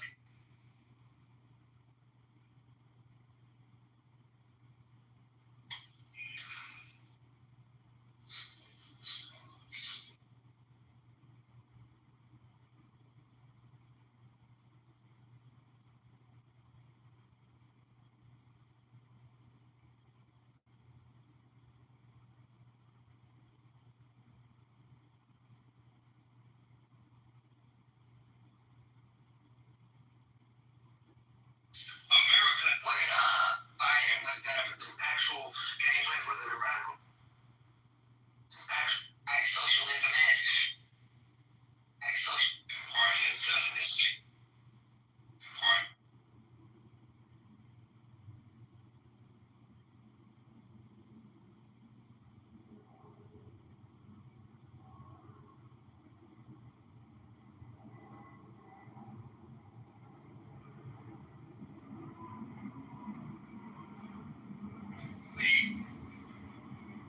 We headed to in Spain. We literally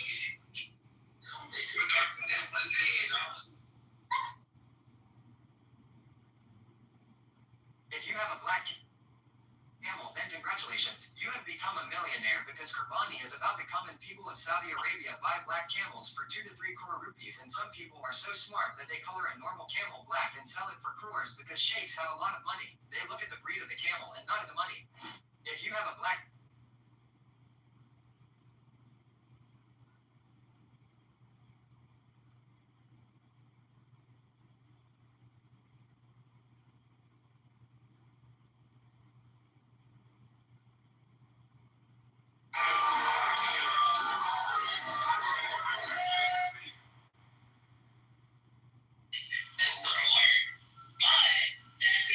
Good night, sweet dreams, sweet dreams.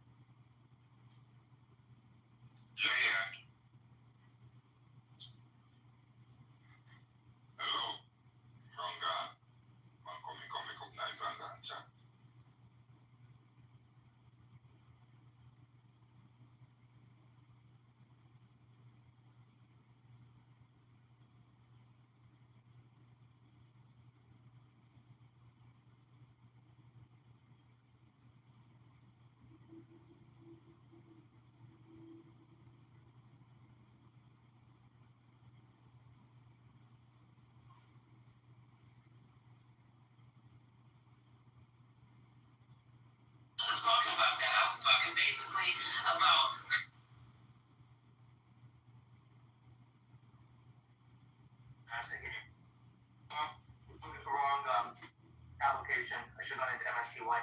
Yeah, I'm telling you exactly how to do it. I mean, this is not financial advice before I get banned. But MSTY, like you put $1,000, $2,000, doesn't matter. Put something small, and then in less than a year, it's gonna replenish itself. Anyways, it's gonna more than double. So then you take out your initial payment, and then you just reinvest your dividends, dude. That's all you do. In less than a year, and then you just take out whatever you put initially, and then it's just your dividends that keep growing themselves like crazy. It's like What's the yield on that? whoa! Like 200. Can I count? 140, 200%, somewhere between that. Oh, really? I thought it was like, I think it's 10% a month, so like 120, and they pay out monthly, right? So it's like 10. Sure, but like when we're talking annual. But you're right, it's about, depends, it keeps varying. Last time it was what, like 7%? But now shit is much more volatile, so it's gonna be more. But yeah, overall, I believe, if I'm not mistaken, between 140 to 210%. So let's assume it's 140%. That's still insane, isn't it? That's wild. No, I'm stunned. I put money that you're willing to lose, right? It doesn't matter. Small amount. And then just keep reinvesting your dividends. Bro, we're all Jews in here.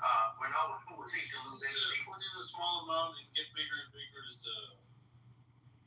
$1,000, okay? In less than a year, it will double if you keep reinvesting your dividends. 100% in 1 year. That's great ROI. So you take out whatever you put. Let's say you put 10K. Then 1 year after, all you have to do is just hang on tight for 1 year, and then you take out 10K. Wow, it's a little bit like gambling. Hey, it's not fun. these things usually go down rapidly. So Yeah, they do. Yeah, they do. But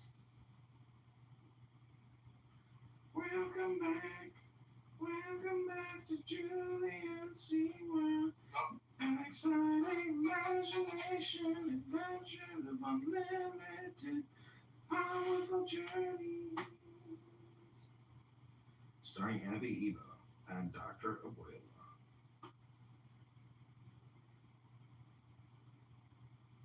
Oh, thank you.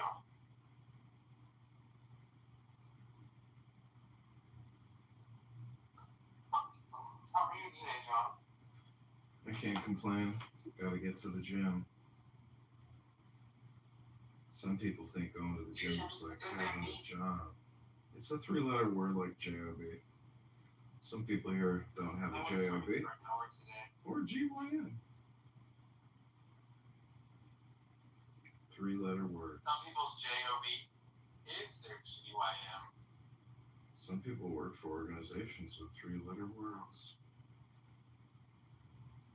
Like Julian's Magical C Word, JMS. Do you know what a LDSP is?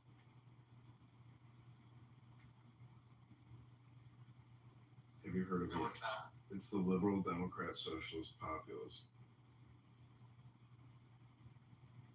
We were just talking about how the traffic and people driving make me want to have some sort of national socialism. Why the fuck do I need to go? If you want to go 10 miles under the speed limit, fine. Get in the cubby behind that person that wants to go 20 under, while the person that wants to go the speed limit comes around you, then you get back in that lane and get in front of the person that's going too slow for you. No one wants to do that. Oh, no one wants to make sure they know where they're going first before they get on the road. Or everybody wants to play in the road. Holy Christ. I want to play at my destination, not in the road.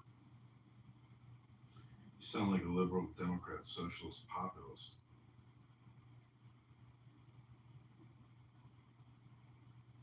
I'm crying. Liberal Democrat socialist populist. Run for Congress. Let John run for Congress. Maybe I should run for Congress. Yeah. Florida. You probably will. You cannot something more than what is it? Ron DeSantis? The one you're Yeah, you should. It would have to be Republican. Everybody is Republican. Yeah. I mean, my mayor is a Democrat. Everyone becomes Democrat at It's not Florida. Milton,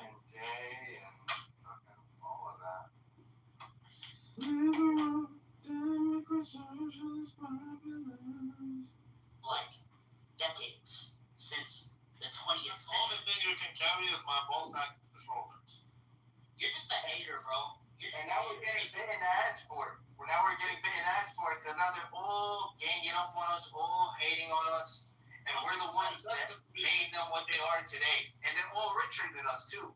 This is why, bro, you got to put yourself first, man. And the Egyptians didn't do that, and now the Egyptians are becoming niggers.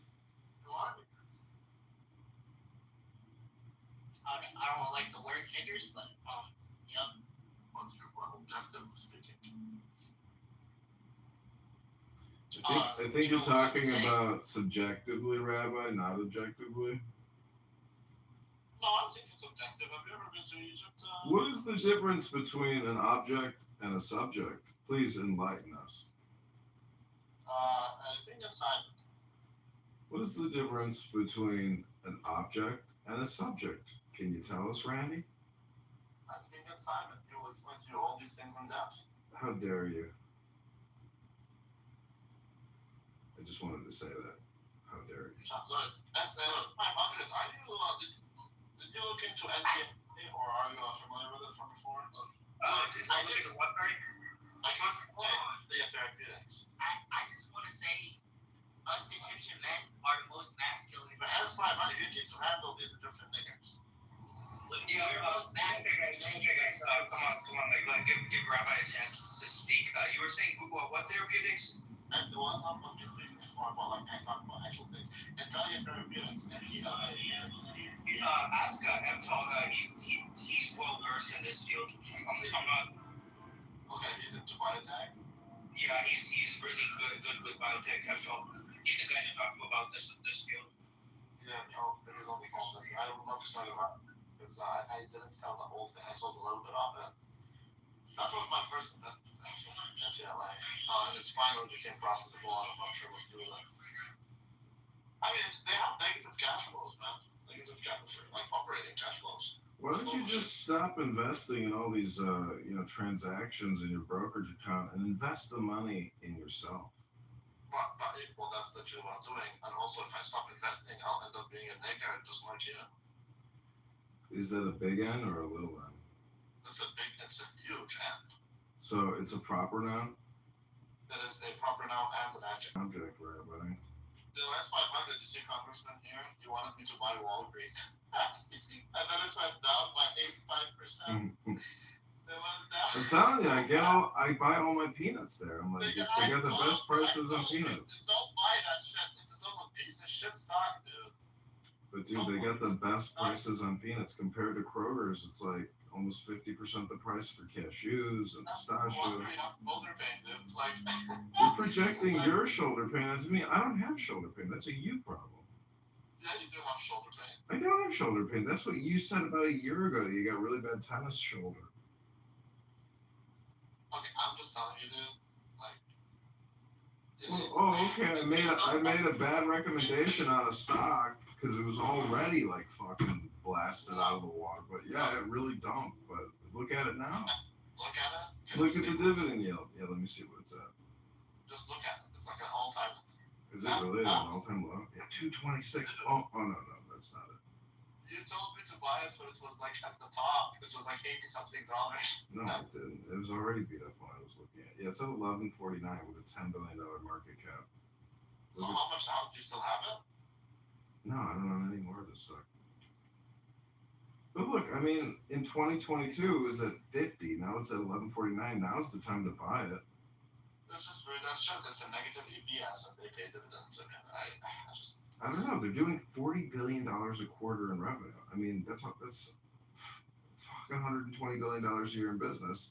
They got a 35% EPS beat recently. It's not the worst stock in the world. This is why Evital is saying that these smaller cap stocks are gonna lead the bull market. So.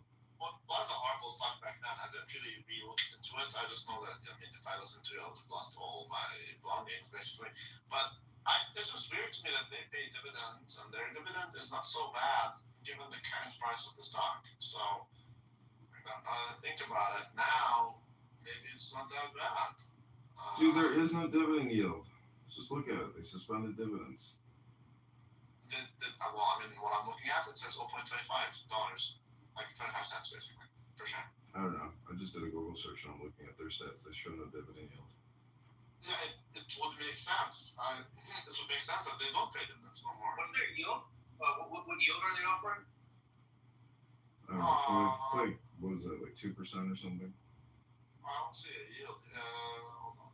Yeah, I didn't see a yield either. The zero, but the dividend is $0.25, so that's weird. But okay. Dude, the Yeah, stores. that's not relevant. That part's not relevant. Anyway, yeah, good one. I like this. What? Do you like I like this type of discussion. This is the most useful type of discussion on this app, is doing financial analysis, stock analysis. I mean, Just get some money because cutting those pockets. Oh, after that, you're back. So, S500 here told me that you're the biotech guy. Is that true, or is? No, I'm not the biotech guy. I'm a doctor. I've been watching it for a while. He's being humble, Rabbi. He's being humble about it. I'm no expert, but I keep an eye on the breaking news. Why not? So, One thing, I'll be right back, Rabbi. Nursing home. Okay. I know I've sold from before. Yeah, you should don't listen to him. This guy, like, ask him that company you just told me. He will have some commentary on it. I mean, I'm just looking at it. It seems maybe this is out there. I don't know what to believe anymore. Here it says it's a 2% yield. That's November 2024 though. That's the last reading I have. So I'm not so sure. WPA. It's I know for a fact it's a piece of shit company. Let's check their financials.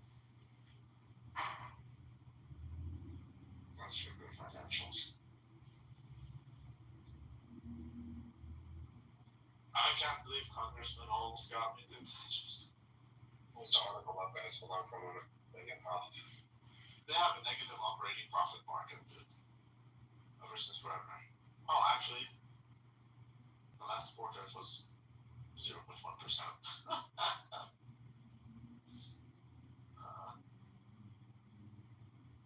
Okay, so they have, ever since 2023, they have a negative operating profit margin. That's horrible. And the negative net profit margin also. But the gross profit margin is positive.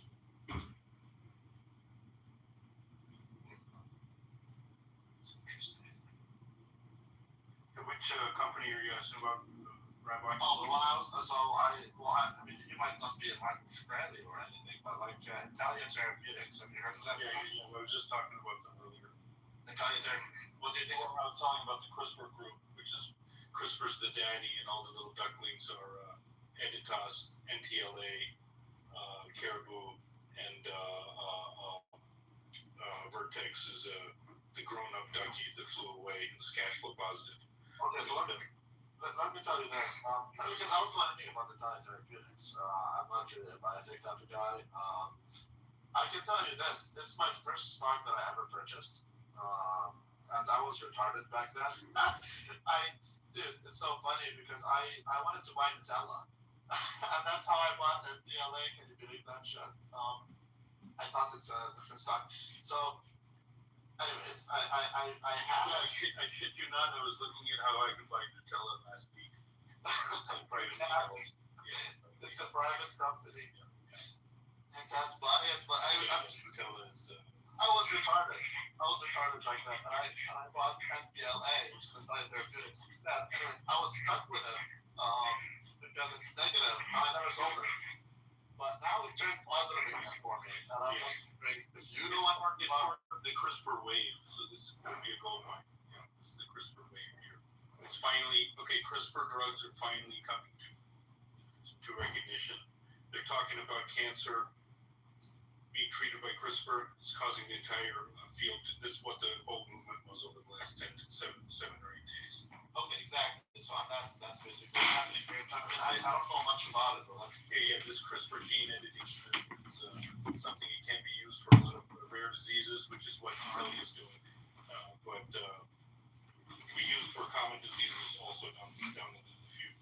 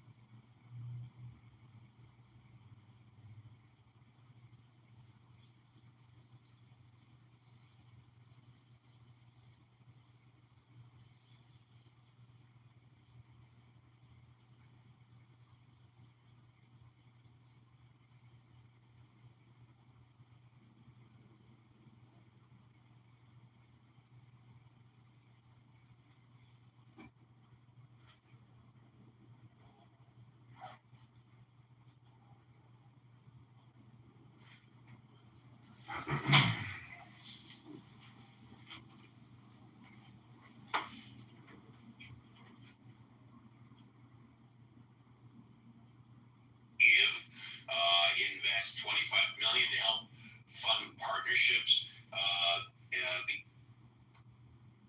Well, where am I supposed to meet him, bro?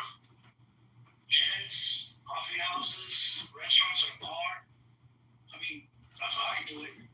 It's pretty easy. It's simple.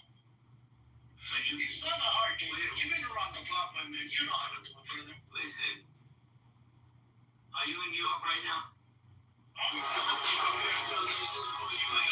You already know how New York girls are different than anywhere else in this country. I will tell you this, JB. The man that goes up to a nice young woman, beautiful woman to say hello, if that man looks like shit, she ain't gonna get it that time of day. But if you look good, you smell good, you walk straight, and you say a proper hello, she'll give you an ear and listen, brother. You know that. Well, I tell you right now, bro, I always look good. I always dress well. I definitely smell good. You know, but I'm also selective for who I let into my circle and the criteria I want in the next relationship. Like, I have no problems carrying the relationship. I'm talking about money-wise. I'll support my girl. But I expect... See, here's the thing, Chorizo, that I've seen in this world. Two things I've seen. Women have no problems approaching men now, which I'm not complaining about. Ladies, you want to approach me? Knock on the door. But another thing I noticed is women, at least the women that I've run into, they're so jaded and cynical that they carry that into their next relationship. I just want a reciprocal relationship. You don't have to top my effort, but at least match my effort. Does anybody disagree with that? I completely agree. I agree too. You just want someone who's going to bring peace, add peace to your life.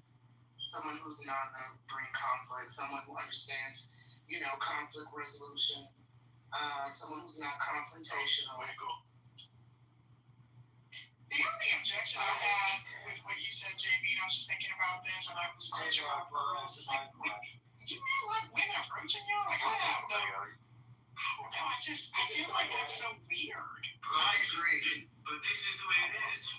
Women, listen, I swear to you on everything I love. I went to get a haircut. The barber asked me out for coffee. And I liked her. I thought she was cute. I thought she was married. That's why I never asked her out. She asked me out.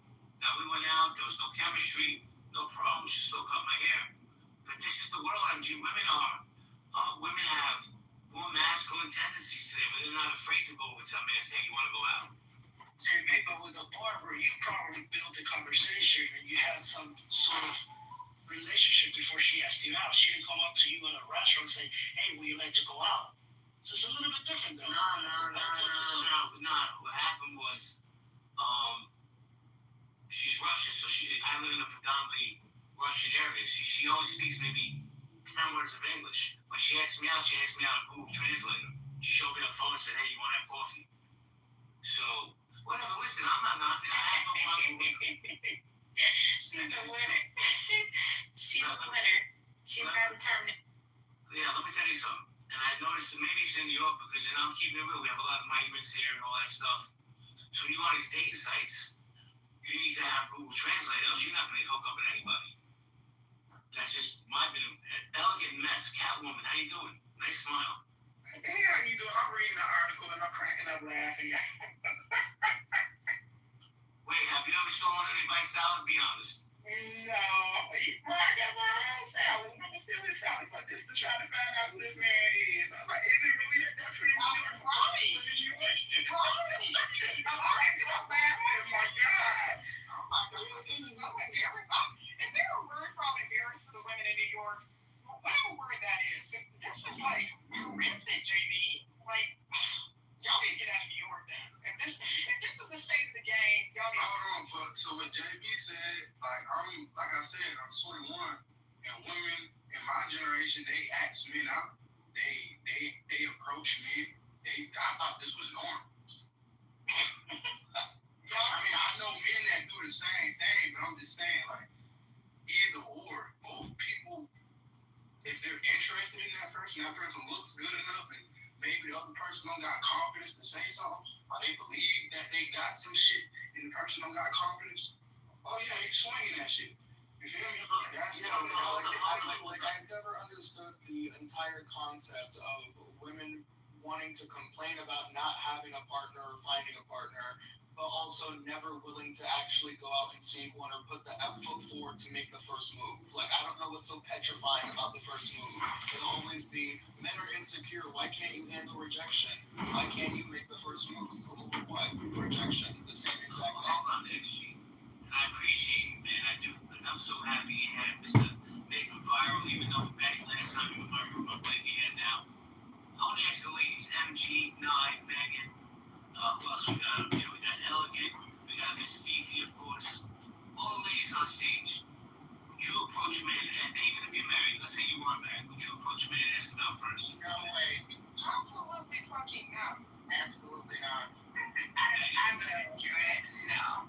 I'd be flirtatious. I would eye contact, smile, flirtatious, but I am not approaching a man and I'm not asking him. I used to probably try the handkerchief and see where it takes me, but I would never ask him. You know what? I'm gonna eye contact person, and if it's there, usually there I'll have to do too, No, I wouldn't approach him. But I'll let him know I'm interested, if that makes any sense. Absolutely. I love this conversation. I have a guys. Let me do a quick reset. Then we're going to go around and do it again. Nothing based on women more masculine today or men just more soft. Guys, down in the VIP section, Joe B, Jennifer, Matt Cool's in the house, Leanne, Jim, Alex. Guys, if you have a pink ticket, cash it in. Please join the house. We have great times. Elegant, please cash in your pink ticket. I appreciate it. MC, please cash in your ticket. Today's raffle prize. Did you get to see a real picture of El Chorizo? As scary as that sounds. You know what I mean? Hey, just to check in, you know what I'm talking about, brother? And everybody on the stage? I think one of the major problems with men these days to illegally kids or young adults is goddamn pornography, brother. That's a big problem. I agree. But that's a conversation for a different El Chorizo. Kenny, how you doing,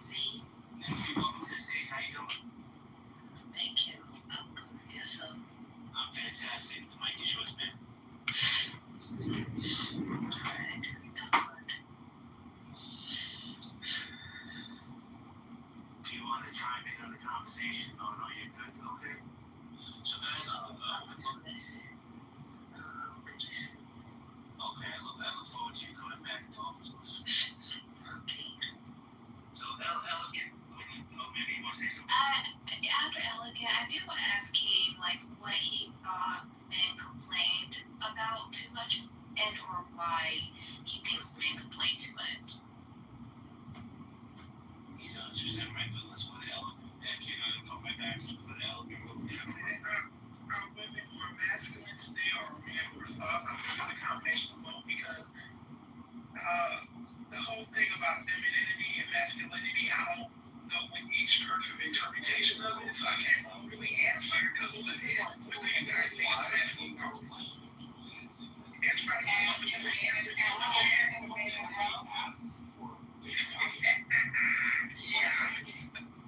I think a lot of these men think a masculine woman is somebody they can't control, somebody that has their own mind, has their own money. Alright, everybody. Welcome back to Julian SeaWorld. This is a meditation universe. We are all taking the deepest breath of the day. We're letting it go and we're saying, I am a flower. Say it with me now, everybody. I am a flower. I am a flower. I am a flower. Now take the second deepest breath of the day. Hold it for 10 seconds. Let it go and say, I'm fresh. That's your room refresh, everybody. I am fresh. Say it out loud with me right now. I am fresh. I am fresh. Edmund, are you douching? What's happening? Are these affirmations that you use while douching? Like, what's going on? We know you're trying to save the white race as best you can, Dr. Adams, and we're very thankful to you. I am fresh. I'm a fresh little bottom. That's what I'm with them. I showed my nutsack while I'm doing yoga and recording on Clubhouse. Don't you have to get back to work, Adams?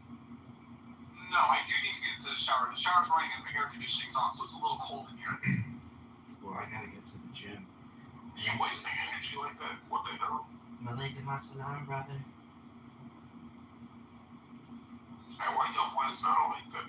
Malika Masalam, brother. Come on, you gotta say it back. Go ahead. Alright, I guess you're not a true Muslim. And you disgraced the Prophet Muhammad by not giving me back my call. I'm not Muslim, though. I'm not Muslim. Well, then why did you come in here and say Malaka Masalamo? You listen to Queen Ernie. Because it's cool to say it. No, I'm not talking to be cool. You listen to Queen Ernie. Edmund, shut up! No, Dr. Adams, stop loudmouthing me. I'm not a big wetback. Oh, that's Ed. Who's still fucked up? He's still fucking with you. He's still making you double think, like, why am I on this app wasting all my time? Oh, shit, that's Abby. What's up, Abby? Oh, shit, look, it's Abby. She's back, too. She took the sobriety. She's back. Grocery store closed down on her. You know, my community. Welcome back to Julian's Magical Sea World. A place of fantastic voyages and unlimited adventures in Clownhouse World of Julian's making. Welcome back to Julian's Fantastic Sea World.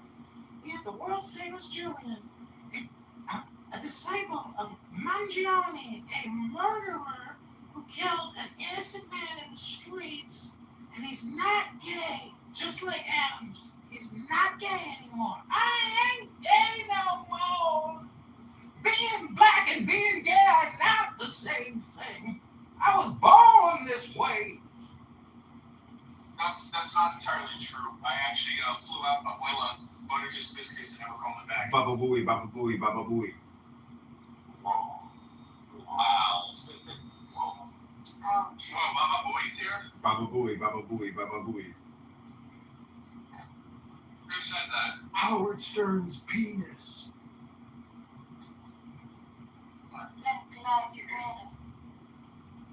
Dr. Adams, do you know what an LD SP is? Isn't this a Mormon thing? No, it's the Liberal Democrat Socialist Populist. LDSP. That's the opposite of MAGA.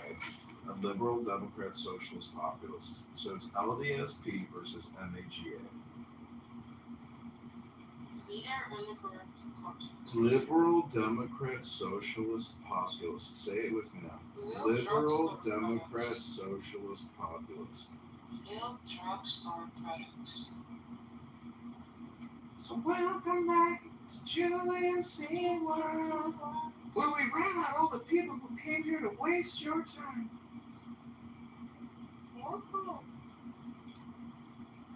Welcome back.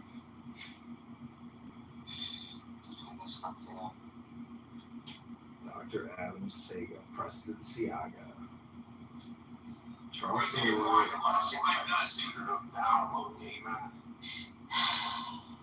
This big fat lesbian at the bar last night, she was like, "Are you gay?" And I was like, "No." And she was like, "Oh, I'm so sorry. Were you upset by that?" I was Why like, is everybody asking that question, John?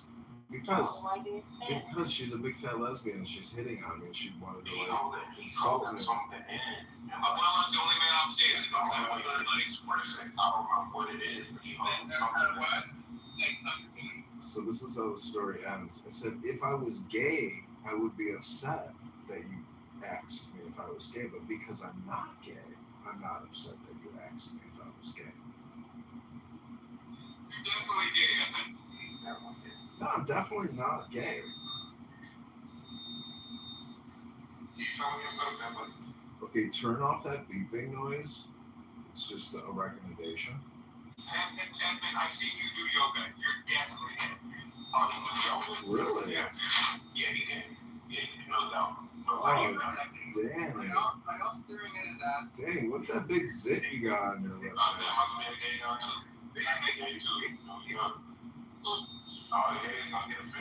Danny, that PTR takes the win for the cake. What's up with that big zit? What a big zit. Oh my god, the crew is here. I can vouch for that. Ryan definitely motivated by that set. Listen, if Adams leaves, I'm leaving. Just FYI, Adams. You're the star power in the show. That's a great picture, Danny. Danny, what's up with that zit? Is that technically a herpes sore, or is that just a zit? That do look like herpes, though. It's from a baby. No. Okay, so this is the after she sucked two guys off in the woods. This is the after picture. Oh shit, that's not even Danny. My bad, son. He fucked. That's what you should do. You need a baby juice on your lip. If you leave baby juice on your lip, you're going to get one. Yeah, that's not what it is. They literally made like a 30-minute picture, like a before and after. She looked fine before, and then she went in the woods. It's too bad. So welcome back to Julian's Magical Sea World, where I will now be reading to you poetry and probably ruining the room for many of you. Okay, Alpha, pick a number 1 through 80. Pick a number, Alpha, 1 through 80. I'm going to take care of the baby, Ryan. No problem. Oh, thank God, because we're hungry. What is your magic number pick, Alpha? It's your turn. 17. I think we did 17 yesterday, didn't we? I wasn't here. Abby picked 17. No, we did number 3, we did number 4, we did number 13, Abby, we did number 14. It's Alpha's turn. Alpha, it's your turn. What's your number? 1 through 80. What's the 13? What's your number? Pick a number. 1 through 80. Okay, 3. Have you done 3 yet? Yes, 3 already been there, yeah. Yeah, we already did 3. So it's 1 through 18, you say? 80.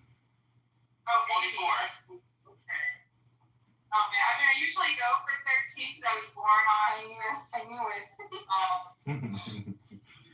I literally said she's going to go for 13. Okay, you want to Yeah. hear 13? Well, yeah, I was born on the 13th, so that's just like, that's my number. Okay, this is what it says. This is what it says. Welcome disgrace as a pleasant surprise. Prize calamities as your own body. Why should we welcome disgrace as a pleasant surprise? Because a lowly state is a boon. Getting it is a pleasant surprise, and so is losing it. That is why we should welcome disgrace as a pleasant surprise. Why should we prize calamities as our own body? Because our body is the very source of our calamities. If we have no body, what calamities can we have? Hence, only he who is willing to give his body for the sake of the world is fit to be entrusted with the world. Only he who can do it with love is worthy being the steward of the world. Welcome back to Julian's Magical Sea World.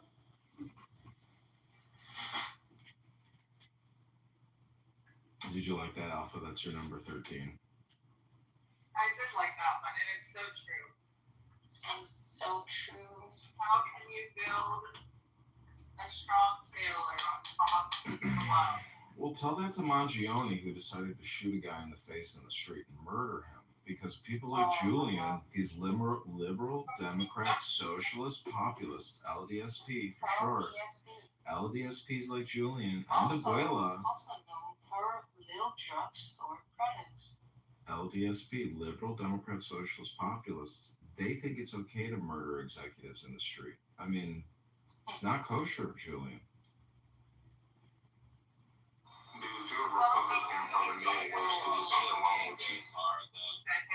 Assalamu alaikum, brother. Disciple of Wa alaikum assalam, brother. I'll make you a whatever I do, Abby. I'm just putting up a scene because people like to talk behind our backs.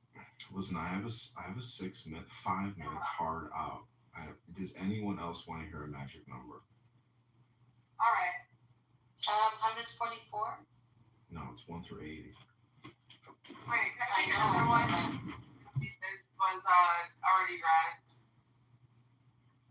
May I please pick 33? 33. That's the number of 33. Okay, this is a short one. Here we go. Somebody do that scary emoji effect. He who knows men is clever. He who knows himself has insight. He who conquers men has force. He who conquers himself is truly strong. He who knows when he has got enough is rich.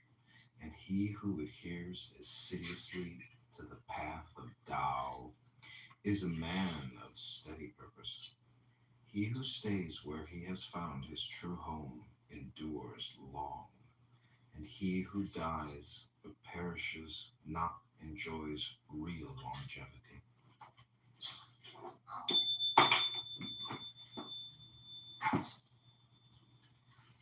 Welcome back to Julian's Magical Sea World, where everyone is a merman or a merwoman. Julian supports murdering people, and Abuela supports I don't know, Abuela, what do you support? You heard what I support. What did you say you wanted to do in government? You were upset about people passing you in the left lane?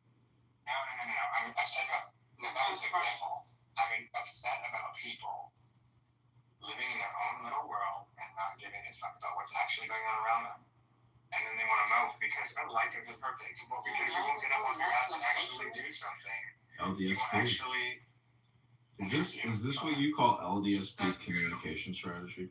Wait, is Ryan become a national socialist? And that's LDSP, Liberal Democrat Socialist Populist.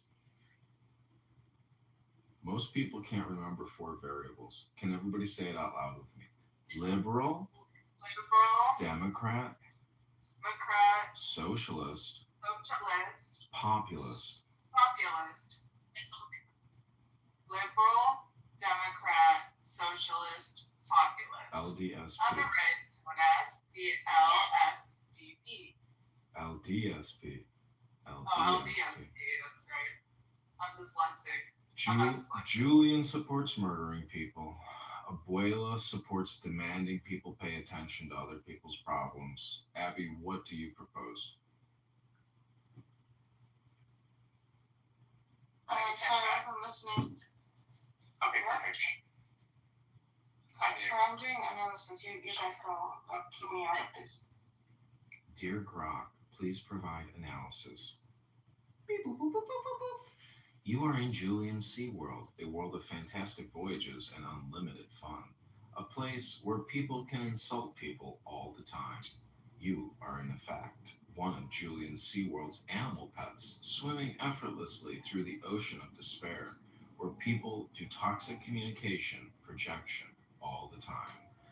Welcome back to Julian SeaWorld, episode number 675. Can I do another magic number? Yeah, go ahead. Can I do 27? Okay, this one is an essential tenet of the Tao. Good walking leaves no track behind it. Good speech leaves no mark to be picked at. Good calculation makes no use of counting slips. Good shutting makes no use of bolt and bar, and yet nobody can undo it. Good tying makes no use of rope and knot, and yet nobody can untie it. Hence the sage of Clubhouse. Clownhouse is always good at saving men, and therefore nobody is abandoned. Always good at saving things, and therefore nothing is wasted. This is called following the guidance of the inner light. Hence, good men are teachers of bad men, while bad men are the charge of good men. Not to revere one's teacher, not to cherish one's charge, is to be on the wrong road, however intelligent one may be. This is an essential tenet of the Tao. How do you know what your charge is?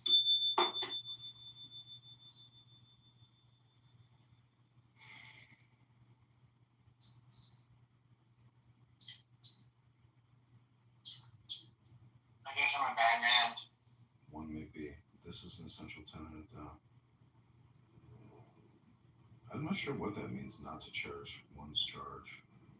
Not to cherish one's charge. Not to cherish one's charge. I think the charge is like your task or your position or something to that extent. Yeah, but how do you find out what your charge is? Because I don't want to be into business that's not mine. I'm kind of picking up. Oh, sorry, go ahead. It's the second sentence is, while bad men are the charge of good men, and then it says not to cherish one's charge. So it's like reversing out of the bad man responsibility for a good man. That's fantastic. I'm just laying in bed naked listening to you guys. Thank you for sharing that. We're happy that we could know that you're naked. That really does something for me. Do you have shit? That wasn't for you. That was for Edmund and Ryan. Do you have shit stains Well, on we're your all shirt? in here. Do You you? like voiceover guys? Who? You sound like voiceover guy. You know what's great about voiceover guys? People thought that I am him or he is me, but the thing is, he doesn't do voiceover. He's just an obnoxious, hypersonic, person on the set, but he doesn't do any actual voiceover work. I get naked with voiceover guy. He's basically my publicist because I do the work and he just does the, yelling, basically.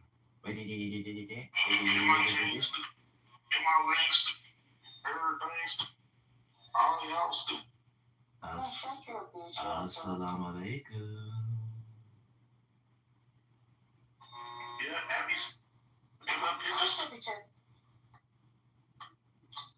Wow, club was boring today, man. Dr. Adams, what do you think about a phrenology of the nostrils? Oh, what? What does that mean? I mean, I know what phrenology is, but what are the different shapes and what do they mean? You've got the bell pepper variety, sometimes supersized. And there is a difference between a red pepper and a yellow pepper and a green pepper. Do you know what the primary difference is?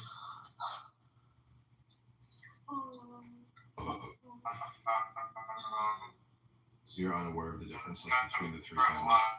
You don't know the difference between the three family of peppers, do you? Dr. Adams can help explain this. Dr. Adams, go ahead. You're in the matrix about it. Dr. Adams, go ahead. Tell everybody the difference between the three primary peppers.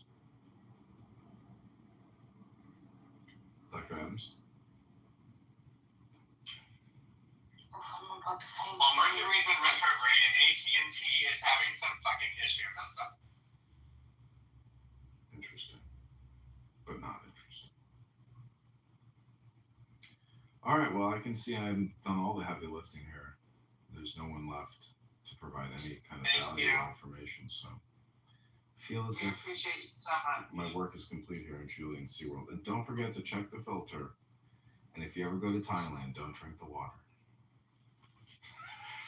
Because your piece is in it. The ones the fishes didn't clean up. No, you see, when the fish ate my poop, they pooped out my poop. And my poop became the fish poop, and the fish poop became the water poop. Thus, always be, eventually over enough time, that water poop will go to every major,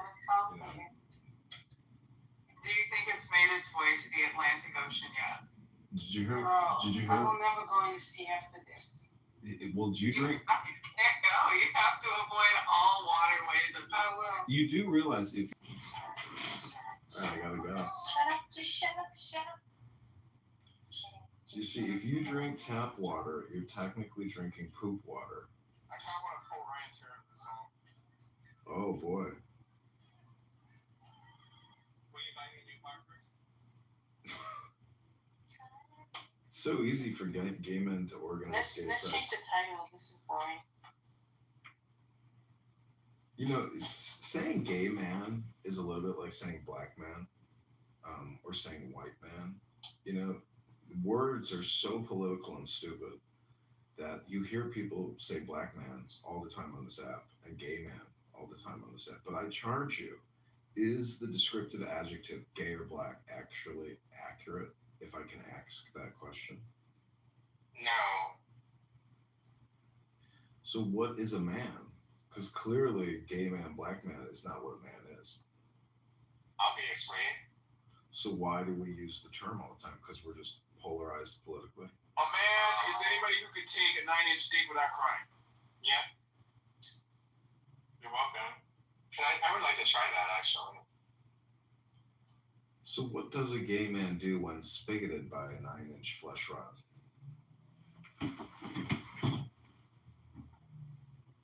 They usually...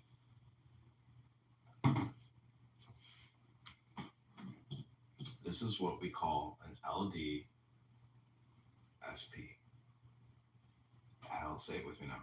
Liberal, Democrat, Socialist, Populist. LDSP. Liberal, Democrat, Socialist, Populist. Liberal, Democrat, Socialist, Populist. Abuela. Liberal, Democrat, Socialist, Populist. Yeah. Here.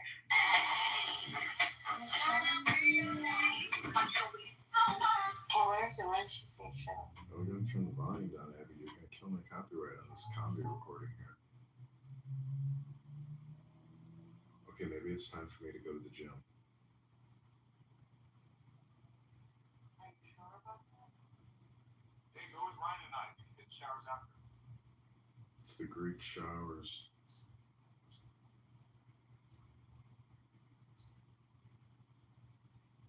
I hate using the shower at the gym.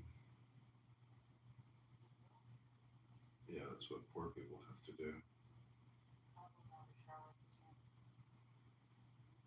My mom only showers at the gym. She spent all this money remodeling bathrooms, but she never even uses it. She just showers at the gym. Yeah, she's the cheapest woman who has ever been born. She's very frugal. The water company comes over, gas company comes over. They're like, "How do you spend so little?" She's like, "I never use it." Doesn't use any utilities. They're just like, "Are you stealing utilities?" She's like, "No, I conserve utilities." And she's the Goyim one, right? Yeah. I can see why that's her. You're like a frugal woman. His Jewish heart sang with glee. Gloom, John. Girl did something. What did you do? You fucked your analysis up? Yes. I knew you were Let me try. getting it. What did I click on PR? Adams. It's going straight to So I'd like you all to check out my latest work of recording Clown House because I know you're all super fans. Check out this YouTube channel. Let's say Bismillah. Go through my shorts because and actually listen to what the LDSP is. Hi, Anon number 2. This is the LDSP videos that I shot this morning. Please check them out. And you'll be amazed. You'll be like, this really is what an LDSP is. Because they literally define themselves as Democrat Socialists over and over and over again. The Witcher.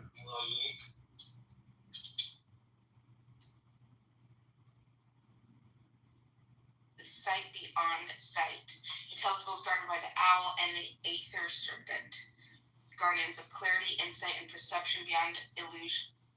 Do not seek to conquer the world. They seek to understand it fully, and in that they gain power no sword could conquer. Your downside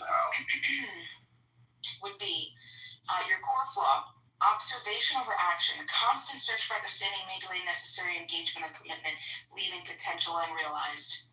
Your psychological vulnerability is endless questioning can spiral into existential paralysis, the sense that no answer is satisfying, and that meaning itself may be unreachable. Very cool. That's Dragon Ball Z shit. That's crazy. That's cool. Alright, so Edmund's here. I had a directive to remove him from rooms because he's recording rooms, but then also Edmund! Give him a chance to play the game. What do you guys think? Yes. Oh, Edmund, would you play? Let's play. I'm going to ask you your own customized question, and then according to your very specific answer, we're going to give you a guardian beast and a mythical creature. Are you ready? Yeah, go ahead. Okay. Here is your question. Oh, okay. This is perfect for him. Okay, you can destroy one system, governmental, cultural, or economic, in hopes of building something better. Which one and why? I just can't answer that question because it's a trick question. Because no matter which one I choose, it impacts all the others. I mean, I guess I would go with economic then, because the Constitution and the banking industrial complex and the government industrial complex, it's just borrowing and spending. So if we're at 35 trillion of funded debt and 100 trillion of unfunded debt, we would have to change the economic system in this country, meaning that we would no longer be able to have deficits, and we'd have to essentially dissolve the Federal Reserve, pay off the debts, and then suffer the consequences of an inflated currency if we were to destroy the economic system. So I think if we were to destroy the economic system, that would have the biggest impact on government and culture. I am complete.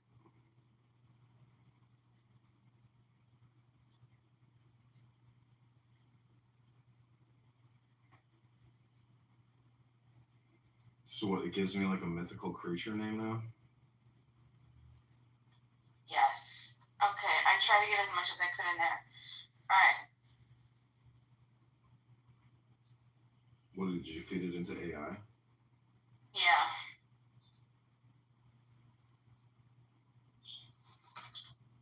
But yes, Monica, you are accurate. I have been recording a lot of content because of the anonymous capability on here now, which gives me a lot of unobstructed content, meaning I don't have to have burner accounts. It's like, it saves me so much time and energy. But I will say the politically correct room, I've essentially, they call everything MAGA. So I don't know if you know what an LDSP is, but that's a liberal, Democrat, socialist, populist, and populists. And I don't even think they know what the word populist means, but liberal, Democrat, socialist, populists is really what a Democrat is. Wow, okay, so this is what you got. Your real-world guardian is the chimpanzee, highly intelligent, strategic, and socially complex, able to lead revolutions within its group and disrupt hierarchies when needed. Edmund's response shows an ability to see the trap in the question and analyze the interdependence of systems.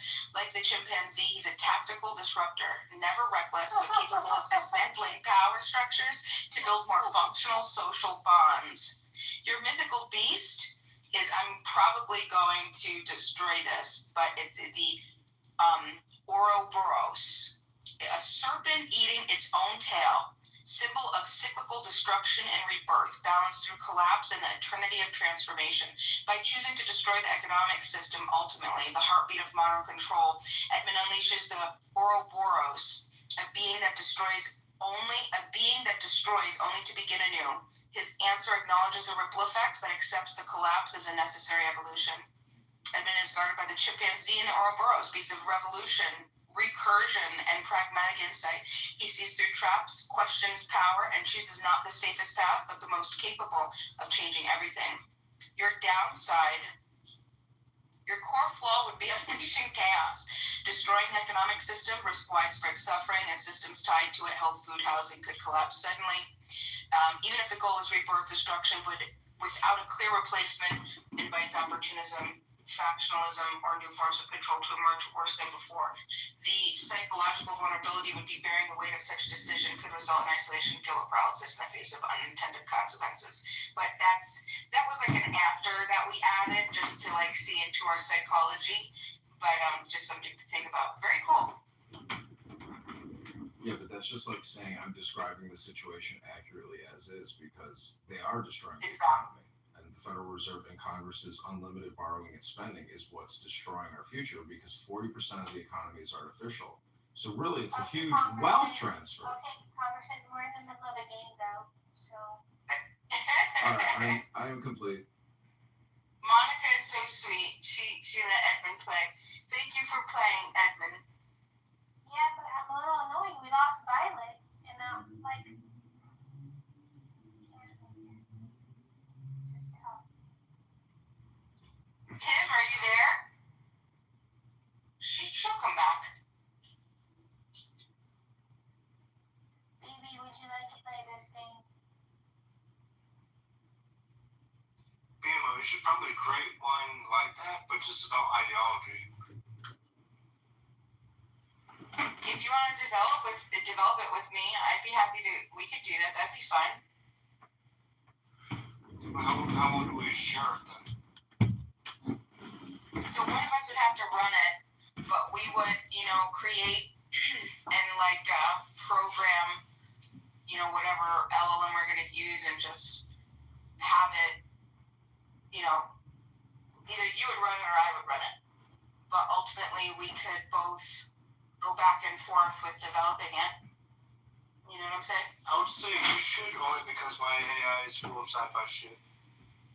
Sci-fi, really? That's what do you mean, like with sci-fi stuff? I mean, look at my PTR. You can see how sci-fi it is. Years with him, that it would shock me, but okay. we aren't filling a gaping hole. If that makes sense. It doesn't complete you. Because you are you. He is himself. Together, make a fantastic couple. But you're still responsible for your own. You're still responsible for your own happiness, man. Like, You know what? Here, I'll lay here. I'll show. I've been married once before. Like my wife currently will say, we just talked about this 3 days ago. If I hadn't been married before, I don't know how this marriage would have been. She had no happiness, right? The point is that, my late great mother I lost in October. I remember when my first marriage was going through some problems. My wife at the time said, Mom, I'm not happy. And my mom said, Mindy, I've been married to Charles Ray for 50 years. Let me tell you something. Sometimes you just got to get happy. I think what Mrs. Stewart might be describing too is more when you are whole people and come together. When you look for someone to fix you, I agree with her 100%. Biblically speaking, if you believe Scripture, there is a sense of oneness that comes in marriage. Genesis 2:24, I believe, is the verse, and it talks about becoming one flesh, and that are two whole people, but it's sort of like a puzzle where you complement and fit each other. And that's a very different thing than looking for someone to be your daddy or your wife to be your mommy. You're two whole people, but you're working in unison as sort of one flesh as God intended. I love that. stage, Ash Rowan. Hi, Ash Rowan. Hey, how are you? I'm fantastic. And yourself? Not bad. You want to chime in on the conversation, ma'am? Sure. I just think it's a bit of a semantic argument saying so-and-so completes me. It's a figure of speech, right? Yeah, but I mean, I hear what you're saying, but to some people, yes. I would argue my debate would be it's the way it lands. And it's so important when it comes to communication in marriage, the way it lands on people. But you're right, it isn't semantics, but with some women and some men in the dating world, I would say, okay, if I was dating and some girl that I was on a second date with said, I'm looking for someone to complete me, I would say, what does that mean to you? And then I would shut up and listen. And y'all's answers y'all give today, in my opinion, are fantastic. It's when someone says, oh, I'm looking for someone to make me happy. I'm looking for someone to do, no, I'm not here to fucking make you happy. I want you to add to mine. I want you to be. And let's say, now later, and guess what? I'm not happy. Am I happy right now? No. Am I sad? No. I'm content. My goal in life is to be content with times of happiness. I'll say this to a certain extent. I've been married to the same guy 21 years, right? I've known him 22 years. Now I'll say this. I feel like he completed me because I'm an adventurous person and I'll do stuff in isolation. But because I was on my own, I never did things with other people because I felt like I needed to keep an eye on those people to make sure they're not doing anything crazy or whatever. And when I met my husband, it was like a completion because now I had him to go on vacation with, and I don't have to worry about whether you got weed in your bag when we go into Italy, or I don't have to worry about you acting stupid we're at the grocery store or whatever. So for me, it was a completion because it allowed me to be my full self. Where when I was on my own, I was always, just looking at people cockeyed. No.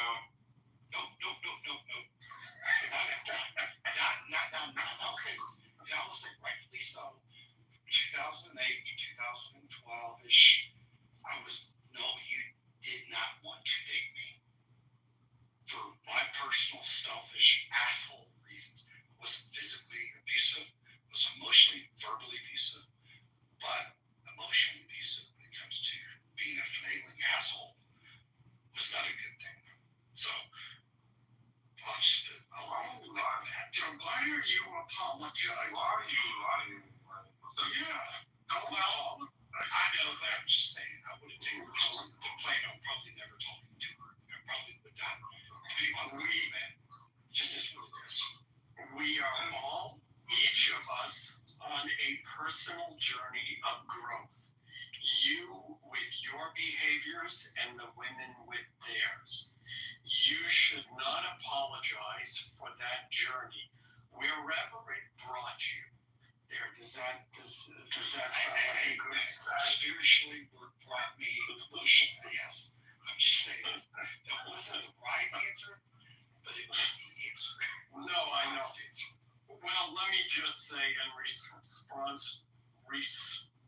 responding to Brooklyn, one of the biggest lies that women were told is that marriage is a prison, when in fact marriage makes you more free. And you just expressed that, I think, if I understood you correctly. If you're still there. Alan, that is such a true statement. That was beautifully said. There is nothing more free than being in a marriage, especially when your marriage was built on truth to begin with, right? When you know who you're marrying, what you're getting into, you've never felt more safe to be you, right? Because most people put on this facade while they're dating, or if they fake who they are while they're in their relationship. Because you see those TV shows of like, who the hell did I marry, right? But if you're true to yourself, the person you're marrying to,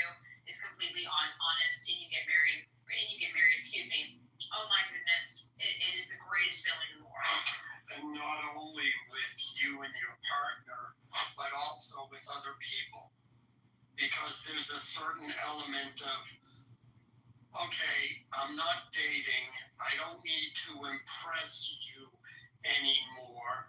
I don't need to put on airs because I think you might do this or that or X or Y for me. I mean, there's still part of that, to be sure. But I think there's an element of, okay, I'm married now. I have this status. Leave me the fuck alone, and I'm going to do whatever the fuck I want. I mean, I remember one of my good friends and his wife, who I had met in college, saying that exact same thing.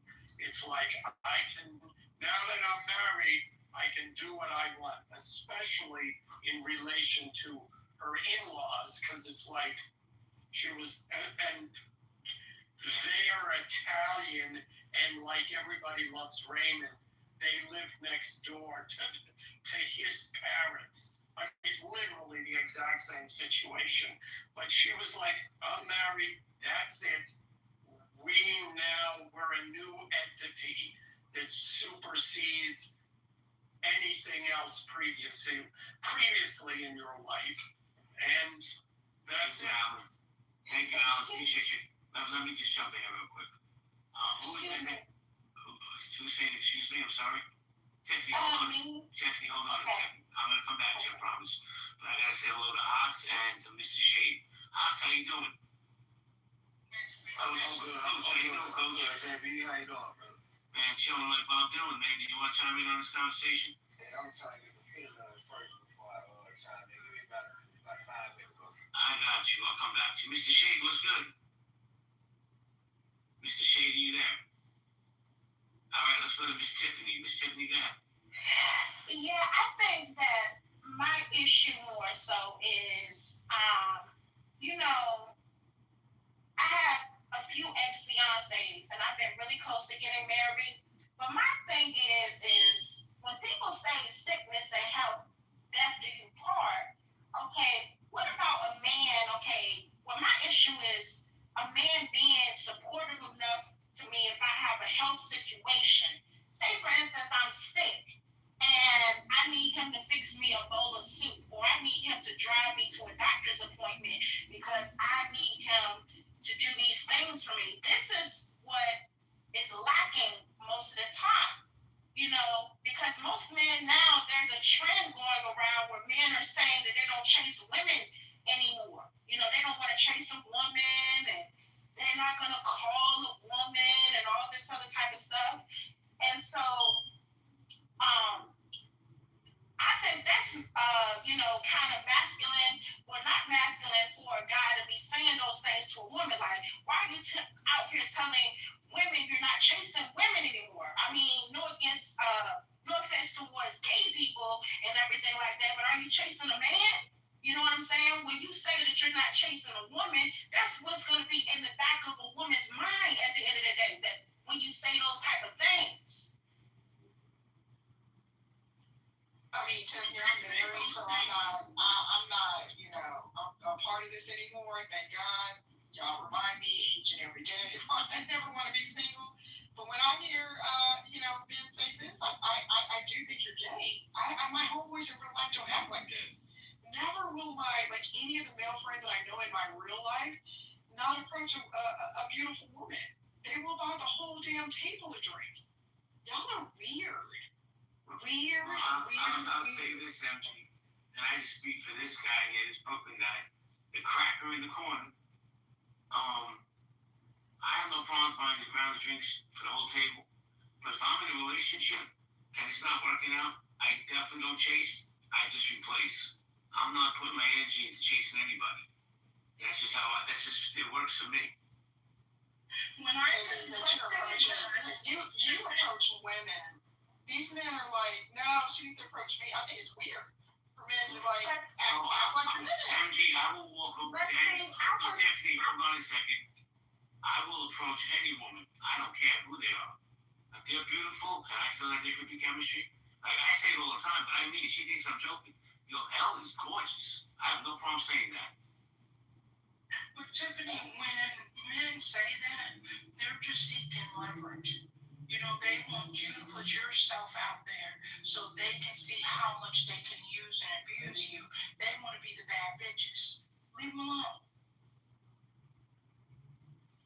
I used to approach women all the time, but then What about men taking care of their woman and men and women taking care of their man? Like, say for instance, I told her once, I told her twice. We have a one-way policy, stop interrupting. She doesn't stop. I get it, she's new, but she's gonna have to learn. Mr. Allen, go ahead. Yeah, it might have been a bad joke. I said I used to approach women all the time, but then the old age home told me.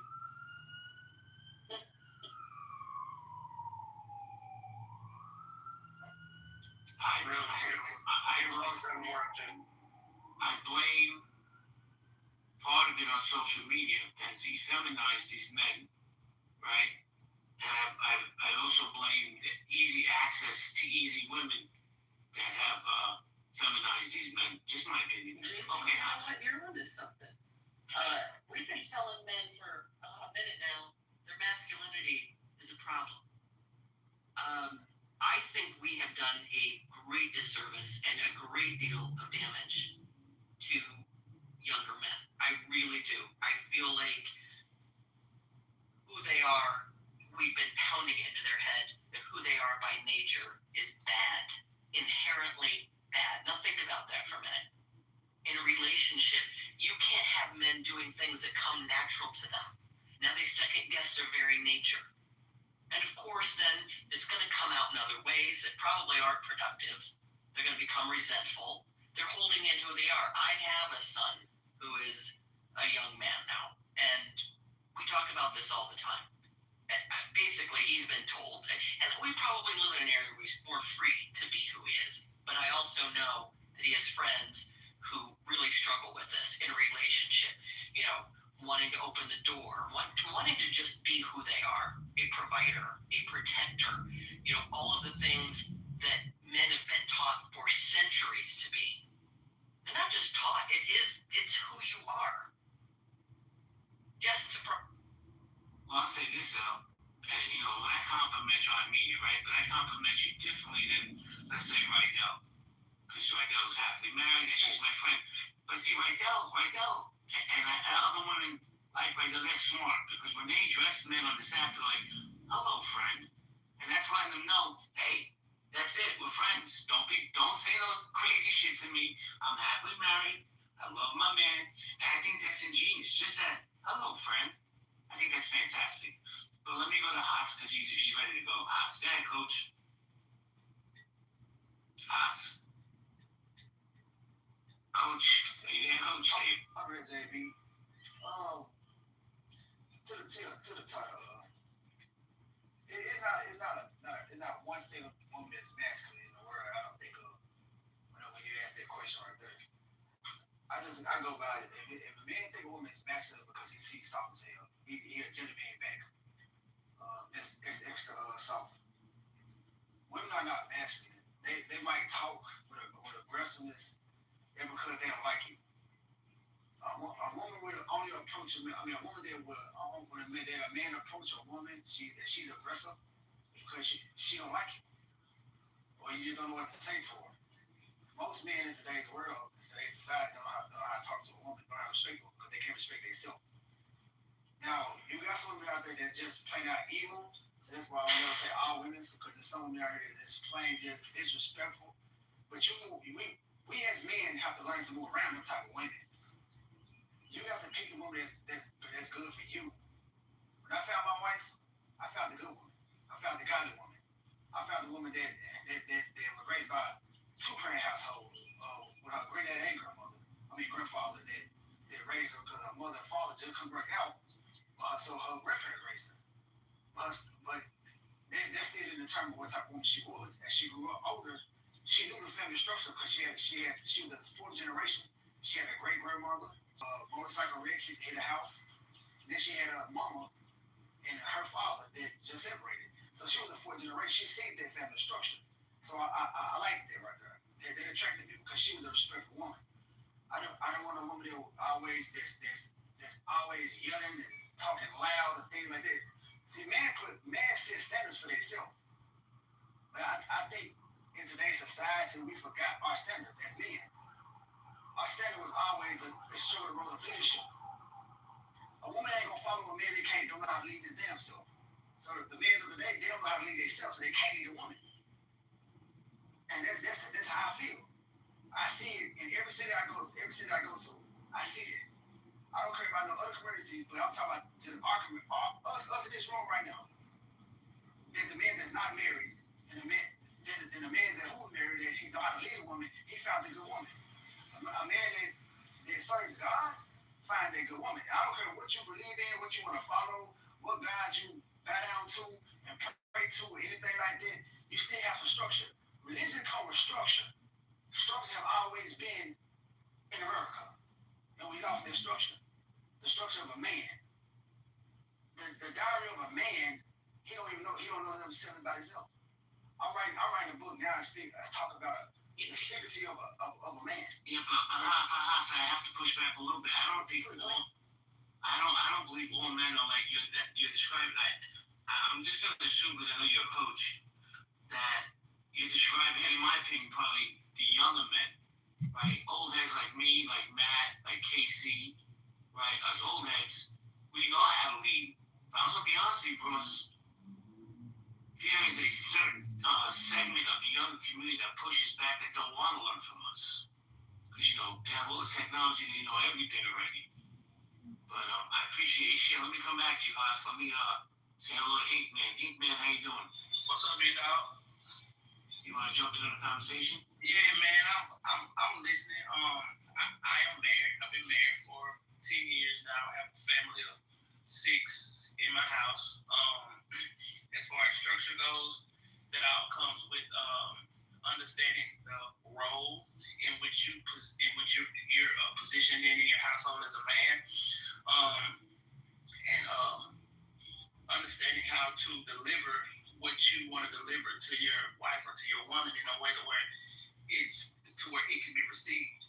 And I think a lot of the times with a lack of emotional management is where things go wrong. And that's on the woman's side and the man's side. I think the thing that I hear most of when I hear women complaining is about men, and men saying what other men don't do is, if any of you guys have sons, one day your son is going to be that person that a woman's blaming everything on. It's going to be your son one day.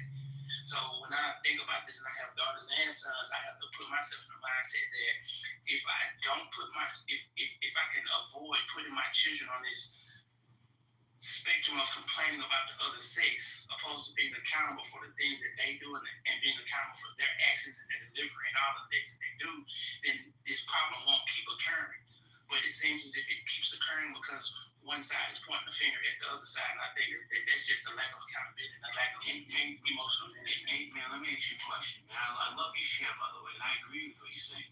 Alan, I got you, Alan. Hey, man, did you say you had 6 children? Yeah. 2 of them in college and 4 are still in the house right now. That's amazing. I just gotta say, bro, I think all my kids are not grown up in this day and age of technology. Do you feel like technology hinders your ability to raise your children because they already have an output that they don't have to go to you for? I think repetition is the father of learning. So I think looking online and watching it, hearing what other people are saying, being in a house with a parent that's active every single day. These things that I do, because I have twins as well. I have some twin 4-year-olds, and I repeat things to them. I repeat things to my older children over and over and over, so it sinks in. So that when somebody does bring the country, they already understand that ain't what Daddy told me. They never say this, and they know that I never tell them anything that's going to harm them. So when they hear the opposite, then now the questions happen, and I tell them to question everything. I don't give a fuck who's telling you. Even question me sometimes if things aren't clear. Man, I see you just joined the app. Please join this house. I love your share. I love your energy. And I love your vision for your children. That's amazing.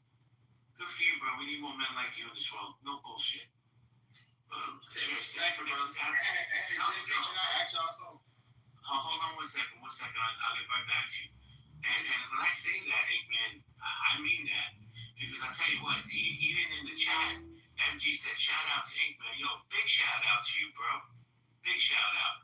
But before I go to you, Mr. Make 'em Viral, I gotta say a little to the Teapot. Hello, Teapot. Hello, JB. Teapot, I gotta tell you something. What's going on? I don't even know why this happens when you come into my spaces. But to me, you are the epitome of femininity. And I love that about you. Now, don't get it twisted, people, because she'll bang with you. But she's not only smart and gorgeous, she's strong. I just wanted to say that, Liz. Well, thank you, JB. I appreciate that. I appreciate you. So Liz, let me ask you, are women more masculine today or men just softer? If we're all the same as we ever were. The same thing that people are complaining about today was complained about in the 80s. It's complained about in the 60s. The difference between now and then is the internet makes it that the person in New York is heard by the person in China. Thank you, Liz. Mr. Make 'em Viral, you had a question for Ink Man? Now I have a question for a lot of the people inside the room, because like I said, I am probably the youngest person in here, 21 years old, 2004. That's my year I was born. I keep hearing like I'm gonna call them little slick shots and attacks at the younger generation for said things, and it's like, as a young man, honestly speaking, the stuff that y'all keep trying to like throw in our boats, we don't complain about these things. These are not talking points for us. We do not care about half of this stuff for real. Like, so, like, why do y'all keep trying to like focus on the younger people when this is not even our problems? Anybody want to take that?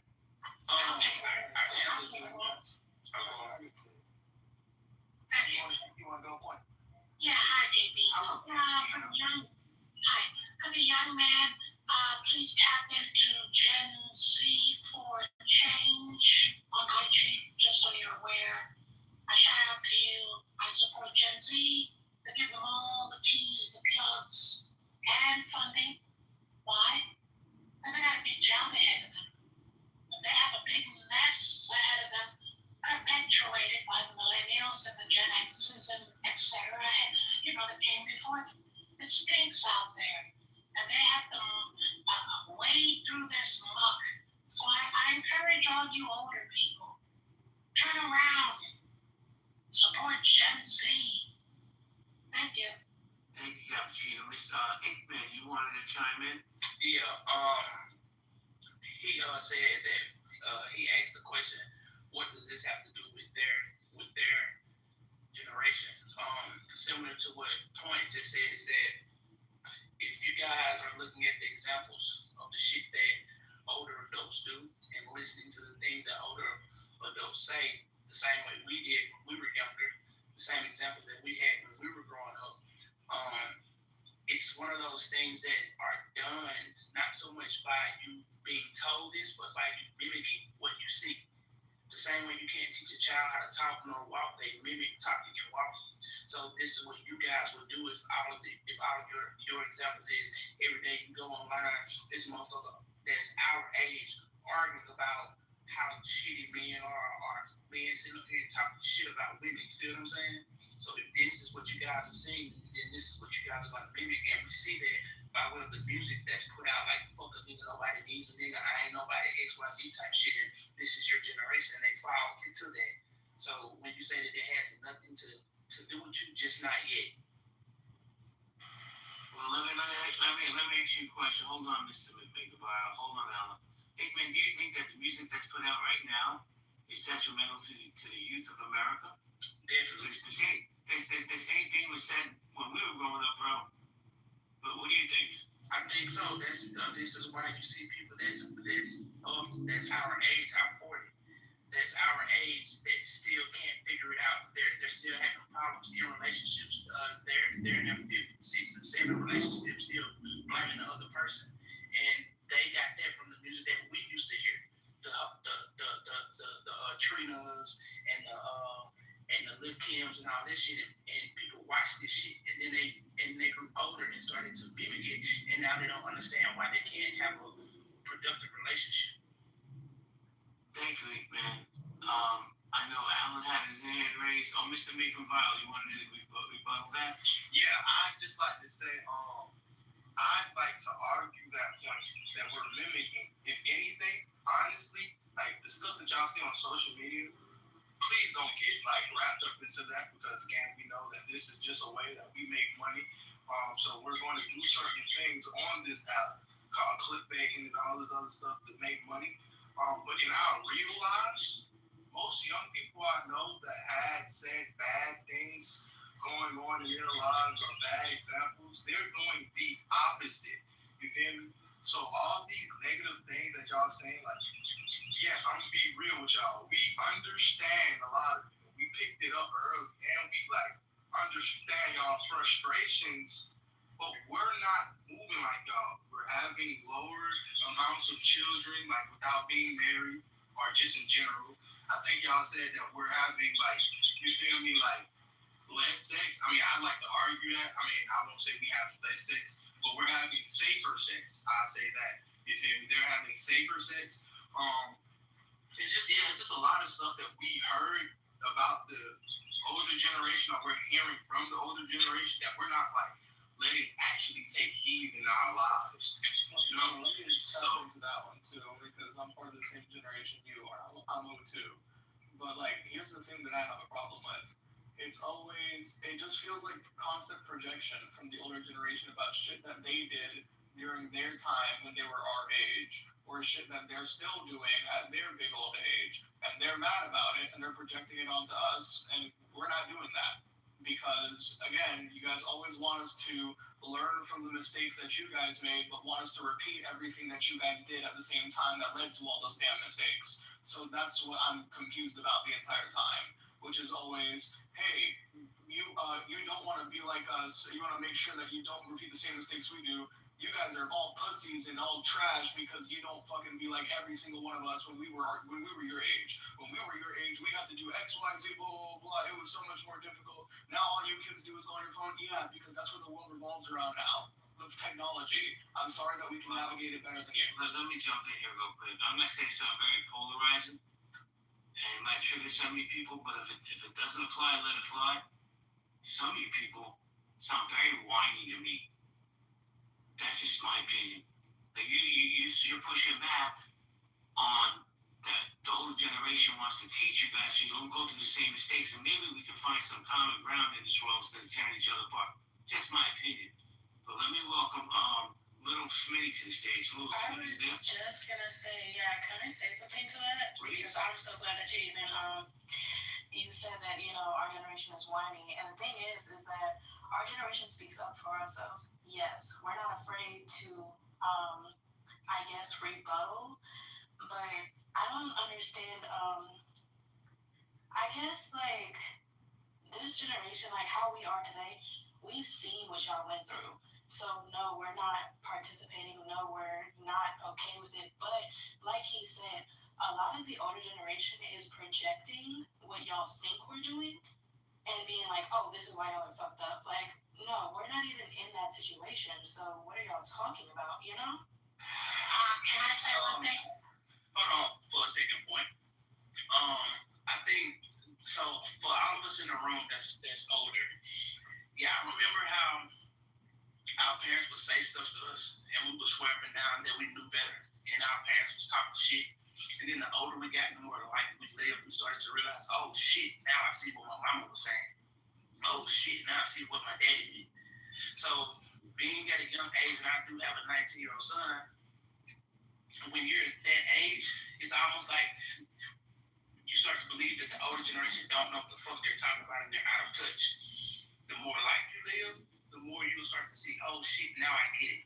But you're not going to get it right now. It's always going to be a rebuttal against or a defense of someone telling you something because you haven't lived enough yet. No, the problem isn't that. The problem is that when you tell us to keep living it, or you'll get it when you're older, et cetera, and all the other stuff that you'll say along those lines, it just doesn't make sense because you're saying you want us to learn from your mistakes. So you want us to learn from A.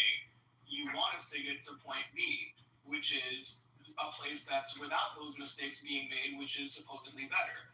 And you want us to get through there using the method of doing exactly everything you did, including A, to get to B somehow. It doesn't make sense. You're saying to, okay, I need you to be exactly like how we are, but at the same time, we don't make the mistakes that we did. No, Don't make the mistakes that we did. Let me answer this. No, we don't want. It's not a matter of trying to keep you from making our mistakes. We want you to Hold on, guys, hold on. Cappuccino, let Alan land his plane. Thank you, get Alan.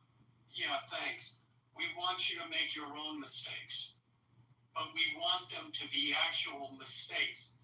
Let me ask you a question. What feels better in your hand? Holding your phone, looking at a titty, or holding a titty in your hand? Which one feels better? Holding one in my hand, no shit, sure. Okay, yeah. Going on your phone keeps you from getting more titties. Whoa! What a fucking concept! Social interaction. Like, oh my fucking god. Hold on, everybody hold on. Thank you. Ellie, you start jumping on? Hold on, Alan, hold on. Can I say something to Alan's point? In a second. Well, yeah, and I was going to say, guys, we have a one-mic policy in here, and if I'm honest speaking, please just mute up. Ladies, my lady mods, Charlie's Angels, I gotta get going in 5 minutes. If you want to keep the room open, you're welcome to. You're strong enough to run this room, trust me. Alan, did you land your plane? Well, not really. I was just going to say, I saw Eagle Hawk said something about how you can get in trouble if you compliment a woman these days. I may not know much, but I knew that if you were in my day when I was single, I know if you were complimenting a woman, you were never going to get her. That's what I knew. Well, I'll tell you what, Alan. Because now you're just kissing her ass. Well, and Alan, she knows you're trying to get her. Nowadays, you gotta be careful complimenting women. Not me, I don't give a fuck. Yeah, I know. That's what I'm saying. Somebody was complaining that you couldn't now.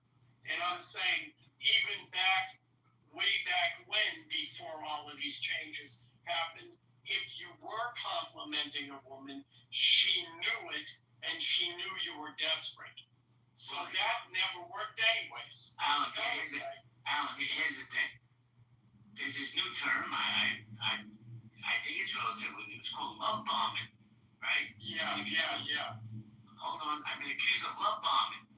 There's a girl that goes on this app, and if I said to her one time, hey, nice PTR, and it, excuse me. To be honest, I didn't even find her attractive. I was just trying to be polite and nice. She went into like 20 rooms and said I was love bombing her. Okay? This is the world we live in. But let me go to Little Smitty, because Little Smitty's been patiently waiting. Then I'm going to go to Dr. Adams, who's not going to talk about fat backs or anything like that. But notice how that was a woman from your generation, not mine. I was just about to say I didn't say that. That's she. Hold on. You're assuming that she. You don't know that. I'm sorry, Lou. Go ahead. No, you're just fine. So I was kind of saying more so to Alan's point, like that's kind of like exactly what we were saying. That sounds exactly like projection. That is a general issue. That is more so like something that needs to be talked about within the community in general. But to sit here and be like, oh, well, you know, the younger generation this and the younger generation that, that doesn't apply, you know what I'm saying? But because y'all are seeing it in a newer day and age, because social media is more existent, yes, you're going to see it more often, but that does not mean that it's something that the younger generation is doing, because like, I forget who said it, but like he said earlier, we've literally seen what y'all have gone through, hence why our statistics are completely different than what y'all were dealing with 20, 25 years ago. We are learning from what y'all did, and we are choosing to do differently. But because there's certain groups of people that are choosing to, you know, move in a light of, oh, feminism or this or that, y'all are trying to say that it's the younger generation, when at the end of the day, it's 30, 40-year-old women or 30, 40-year-old men. Those are who y'all are having issues with, not our generation. Well, if I could respond quickly, I forget what year it is, like 2035.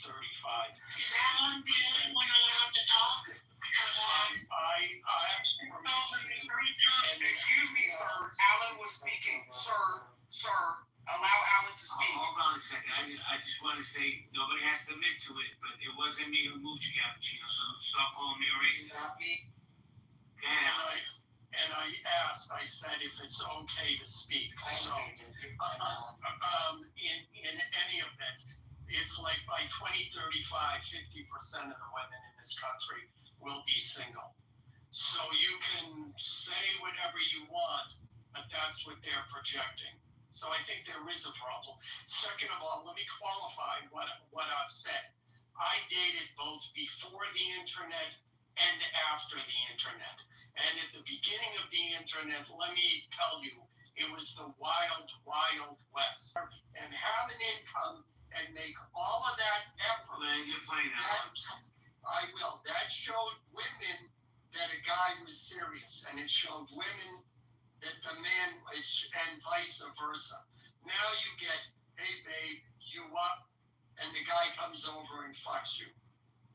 You don't know where he's at. You're losing all of that information. Okay, wait. First of all, thank you. Actually, hold on a second, please. So, I'm going to go to Dr. Adams because I'm interested in what he has to say because I know you hear me, Adams. I'm sorry, I was in the Matrix. Okay, so now you're not in the Matrix. No fat backs, no slanderous statements. We're having a good conversation in here. Please continue the trend. The mic is yours. Absolutely. So, I'm going to say the quiet part out loud. Part of the reason why a lot of these women are single is because their aspirations in dating are outside of their class and their aesthetic worthiness. I think that that's very much so a conversation that needs to be had. You have a lot of women that sit around, and Weight Watch out, but nobody wants to be married to a fat, bald-headed, loud-ass person with a house full of pets and a bag full of snacks. Thank you for that insightful share. Curtis, how you doing, Curtis? Curtis, are you there? All right, we're going to go popcorn style, guys. Ladies, I'm going to be leaving in a few minutes. It's time. The old people just don't know. The old people. The young people just don't get it. They're stupid. One at a time, please. And then I had kids and went, God, maybe they knew some stuff. That is actually, it just happens. I'm sorry, but it just happens. We do this, and then you look at your parents, you go, they don't know shit. And then they look at you and you don't know shit. And then there's a meeting of the minds later in life. It's, you know what? You'll make it. You'll all make it. Yes, the reason we say hold on. I'm going to say this, then I'm going to beat off. I promise, actually.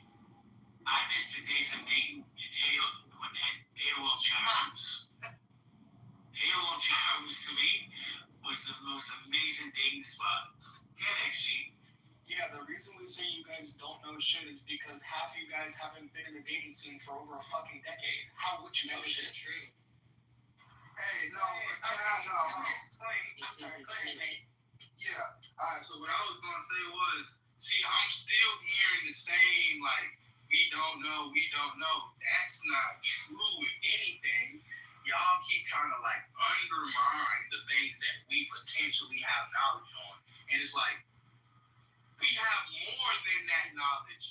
Honestly speaking, this is not just crazy to me. This is insane, actually.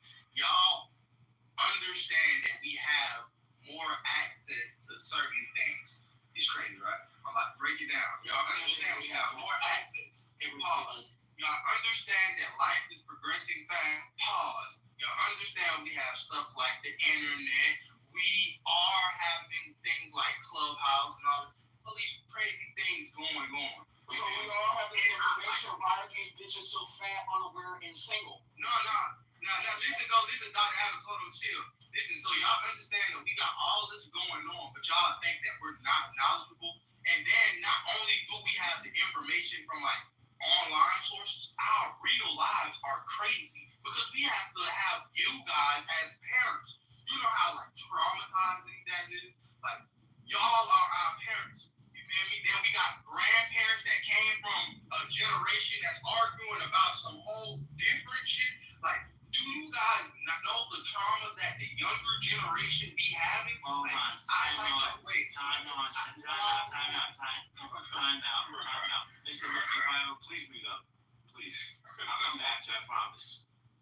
But this sense of entitlement that your generation has. So, like, okay, so first of all, can I say something to that point? No, hold on. Let me finish. Let me get over that. Okay, because I was gonna speak after him, so I just wanted to speak on her point, but like that was just a crazy statement for you to make.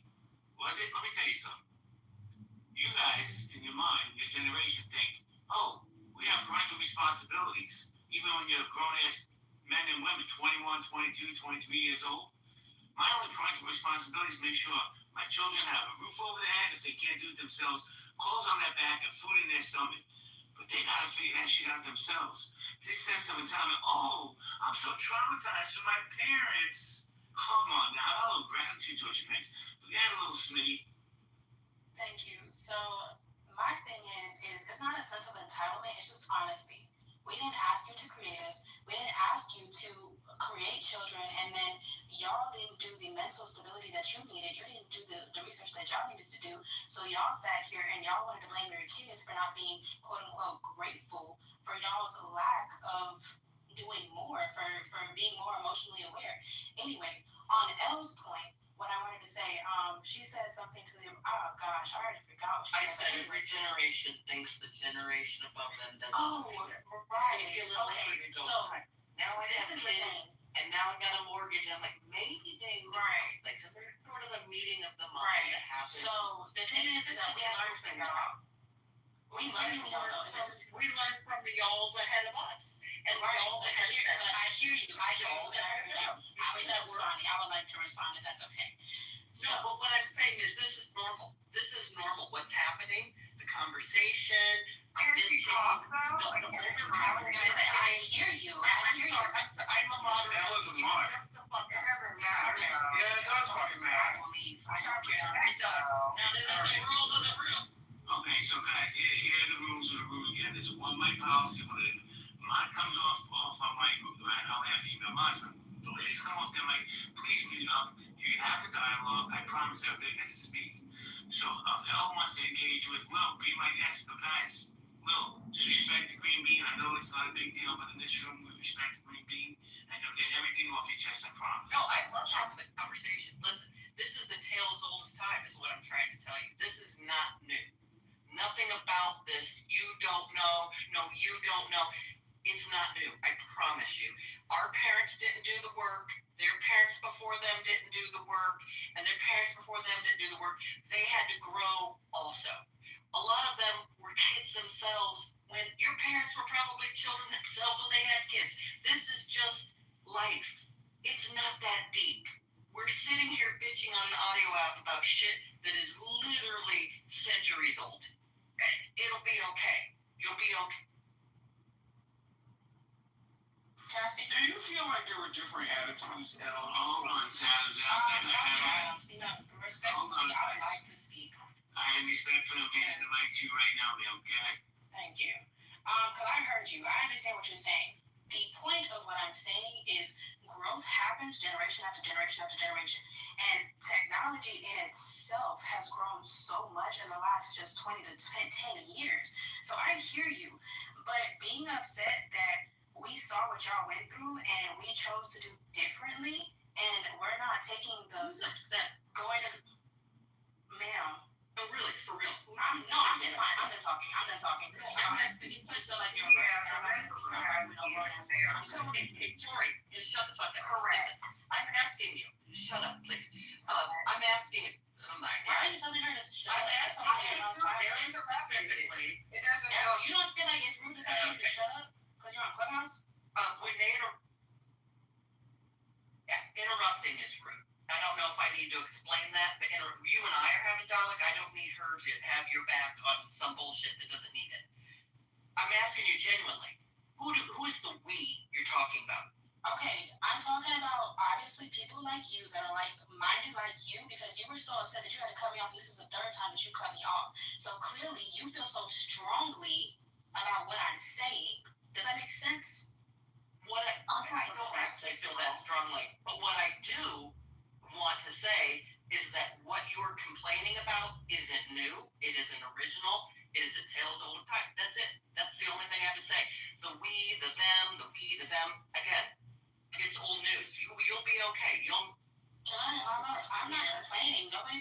like, this is a conversation. You made a point. So I'm explaining to you why our generation feels differently.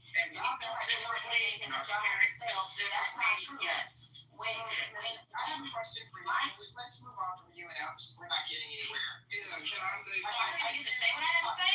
I think I'm wrong. You guys are not going to agree. She sees it one way, you see it another. But you keep saying something that's really interesting to me. You keep saying you're referencing what you guys went through. What did we went through? Like, I'm confused. What is she talking about? That's what I'm trying to get to. I don't know. What trauma have we went through? Like, I can't. We're some of the most privileged black people that have ever walked the face of the earth. Honestly, so it's crazy. I can't tell you guys from. Y'all look like sex workers on the cool. Like, I look at your IGs, I can't tell if you're a prostitute or if you're in school. Like, it's just the lines are so blurred. You look like whores. Most of y'all. So I don't know what you're talking about. Like, I'm just confused. So that's what I wanted to say. Well, I think it's interesting because older women also look like hoes. Right? Keep trying to keep up with younger women, shopping on Fashion Nova, getting BBLs at the age of 36, dying on tables because your blood pressure is high. You weren't equipped to get. I just think that it's always an old and young thing. I'm married. I'm thinking to her point about younger women looking like hoes. Troy,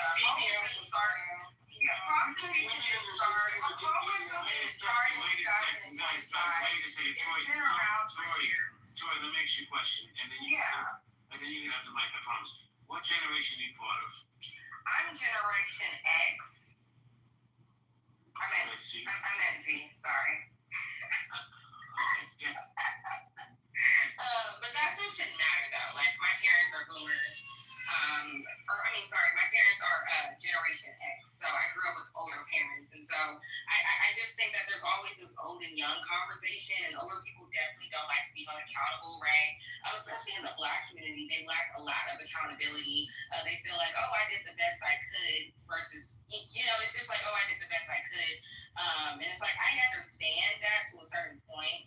But I think there should have been some therapy happening before people just had kids, because a lot of us are living through now your traumas that you failed to deal with. I understand putting a roof on a child's head. I have a child of my own, right, and feeding them. Are you married? Yeah, I'm a married woman. Is there anything else you want to know about me? I'm just checking. Okay, yeah, November 5th, 2020. Yeah, November 5th, 2020. Just making sure that I'm not 30 years, but your other counterparts are these statistics now. I just was trying to say, I didn't really mean to start all this, but I was trying to say, I don't like the younger people, when we have these conversations about certain things, because I honestly argue that the younger people are doing better than their older peers, if not already, on the road to doing better. In a lot of ways, I have my child. I don't have certain arguments and narratives that y'all have. Certain problems are not my problems. You feel me? Me and my wife, like I said, I'm 21. She's 24. We're already middle class. You feel me? Our actual incomes placed together. It's a whole bunch of different things that I'd like to say that I believe a lot of the younger generations are doing better than the older people. So respectfully, if y'all want to have these conversations, it's cool, but don't place us inside the middle of it to take away from the accountability for y'all doing it. If y'all feel a certain way about certain stuff, then that's y'all. You don't always got to resort back to okay, well, this is going on. I feel like it's the younger generation that's doing, because the dating, what triggered this is I heard the situations about dating and all this other stuff, and we're not just dating online. We're dating in real times. Men, younger men are not scared to approach women. We're approaching multiple women all the time. Well, you shouldn't be approaching anybody because you're married. But hold on, I need to hear my voice. I need to jump in for 2 seconds. L, Vero, Liz, MG, I got a booty. You guys want to keep it open? I am getting ready to go back out fishing, so I'm going to be done for the evening. But Liz, you have a good night, JB. I have nothing to say to these young people who know everything. Good luck. Holler at me when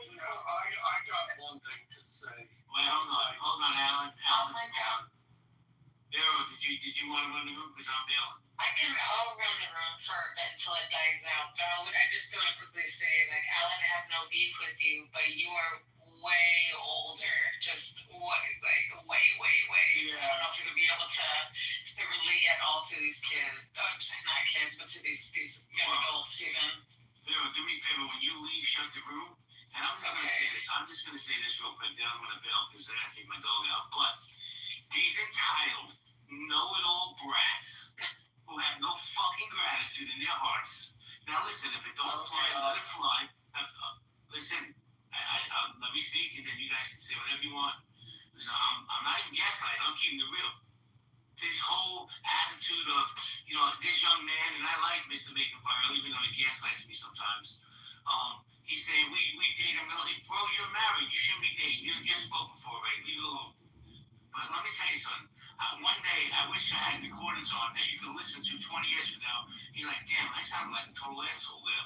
Or, yeah, they're still fucking stupid. Okay. Thank you, MG. Next sheet. All right, I'm out of here, guys. Enjoy the conversation. Stay safe. Be well. And be nice to each other. And yeah, everybody in this room is invited to mine and Elle's wedding. Goodbye. Hold on. It's always the young generation knows it all. But any disagreement with the older generation that's not adhering to your viewpoint is all of a sudden entitlement. Thank you. Yeah. I just wanted to say, well, I guess JD already left, but what you were saying, I'm trying to say about the relationships. No, I'm just saying that if y'all have problems inside y'all relationships, make it work between y'all and y'all work it out. Y'all talk about why you guys are having these problems. Don't throw the young generation inside there as like collateral for you guys to finally agree that like on some shit and y'all blame it on us. Like we don't have shit to do with y'all relationship. Thank you for the advice. I appreciate it. You are the blame. Jump in. No, hold on, listen. Oh, is that your sorry? Yeah, it's me. Yeah, I haven't spoken yet, so I just want to chime in and say, there is some validity to what you're saying, Mr. Make and that way it's short, but I will say there's a little validity to it because I do remember recently reading an article in the New York Times. I'm a millennial. I'm 38 years old right now. I am married, no children. And I recently read an article about more women in their 40s are having kids more than kids in high school having kids, which I was like, wow, fuck yeah, I love this. This is fabulous.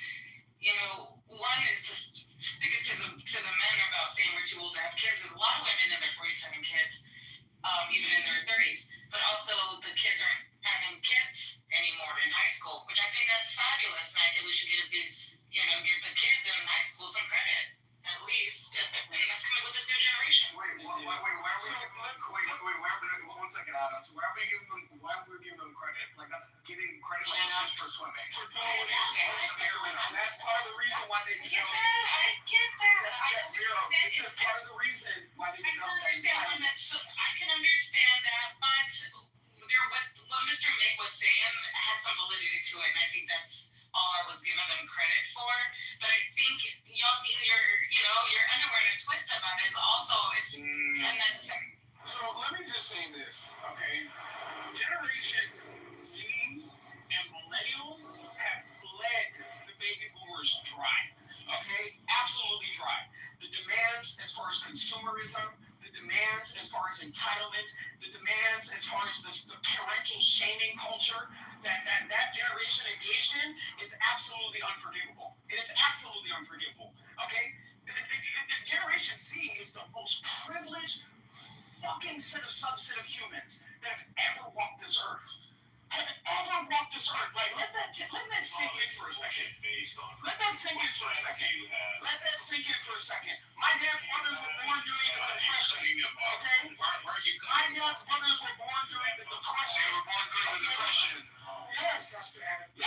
Hold on. I just wanted to say, having raised people in this generation, I'm going to say this generation actually has been through some shit. If you want to really break it down, they have been through some shit. What? And in their formative years. So I don't want to, like COVID actually fucked up some kids. I watched my own kids persevere through some serious bullshit. And, it's not World War II. But I'm going to say, in my growing up years, we lived in a relatively peaceful time in the world. It wasn't the bloodlines, Alan. Life was different. I didn't have to contend with the shit that even my children, I looked at what my kids had to deal with. I never, bullying online, COVID, all this, I never had to deal with any of that. Every move I made being filmed by somebody, I never lived through that. I had an innocent childhood. I didn't have to worry about a camera being in my face, no matter what I did. Yeah. It is not, there is some stress that comes with this. But that being said, I also feel like my kids through that are more resilient. I think they're more resilient. Now, if I wanted to pick on a generation, I'd probably pick it on the millennials a little bit. I'm just saying. But we all have our shit. I think each generation we can look at, and we all have our shit. That has been my point. We all have things. We can look at boomers. We can lay some things at the feet of boomers. But we all have it. Gail just talked about how she felt about her personal situation. What the gentleman was talking about was nationwide. So there was no evidence, but if you just want to interrupt just to force people to agree with you, then that's how we'll do it. Did you actually have to have a conversation with your great-grandparents? She said, well, I got No. I wanted to answer the question. There is an environmental difference. brought forth any evidence. There is an environmental difference of somebody that did not actually hear firsthand because you all shut the fuck up. And this is part of the entitlement from your generation. The same guy keeps interrupting everybody and won't let anybody speak other than him. I got some facts that I can bring to the room. It's very simple. Are you healthy, relatively speaking? Are you over the age of 21? Can you move your feet and your arms? And do you have eyesight? Congratulations. You're now an adult. Your parents have done their job. Whatever accountability you think they should or should not have taken, they raised you to adulthood. You are legally, morally, and developmentally now an adult human. You get to make your own mistakes. You get to make your own decisions. And the fact is, thank you for stating the obvious. Yes, whatever your parents did or did not do, they're done. You can't hold them accountable. Move on. For anything. I'm agreeing with you in saying that. They need to move on. Yeah, all right. The young guy here has said he's going to go for himself. Here's the problem. A lot of the all you're going to do is you still not done? Why don't you take some notes and why don't you listen? We got more than Why don't you listen to what this man is giving? Hello, what's going on here? What's going on? Alan doesn't want us to have the conversation. That's the point. Just let Ellen finish, and then we'll move forward. Let's finish. Everybody, this is a long-winded way of saying don't have I understand. Yeah, Just let Alan finish and get off his chest, and then we'll move forward. Thank you. Honestly. By the way, I'm going through this with my own Pharaoh, so I'm in the middle of this. Now, if you would like some advice on how to manage your adulthood, fine. Then leave us alone, because guess what? We had a conversation with you. Yeah. Well, there you go. We don't have to have conversations. We're the adults. We're done talking. Good luck. Have a good life. Okay, so yeah. It sounds like you're projecting whatever issues you're having in your life onto. First of all, some of you young 20-something-year-olds are still taking money from your parents. Okay, some of us older people on the stage are supporting their parents. Okay, so when you can leverage even know how old I am. So you Let's go. Okay, everybody. We're going to keep this like a nice, smooth, running conversation. I would like to finish what I was saying. Mr. May, we're going to go ahead. Hi, everybody. We're going to go ahead and let Lil finish what she was saying.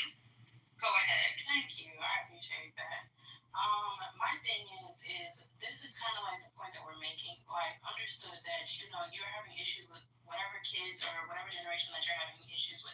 However, the way that you feel is not the way that everybody feels. Mind you, I was raised by my grandparents, and then later on had my parents in my life. So I know that for a fact that just because I reached the age of 21 does not mean that I cannot go to them and ask them for advice or ask them for help. However, what I'm not going to sit here and do is going to excuse the failures that they had, and not because, that they didn't try, but they're human beings. They have failures as individuals growing up. So now that we know more, we're not going to sit here and act like a lot of people are, or not even a lot of people, especially our younger people, are not in therapy because of the lots that they had to grow up with. So let's not sit here and be like, oh, well, young people are entitled to this and this and da, because y'all literally traumatized a whole generation. And then now it's, oh, fuck us because because we're like, no, like, that's not a problem. Here we go with this bullshit. That's aside. Please, my dad was getting beat with a fucking switch. Okay, and you think the alien laws will support that shit in 2025? And I'm telling fucking how.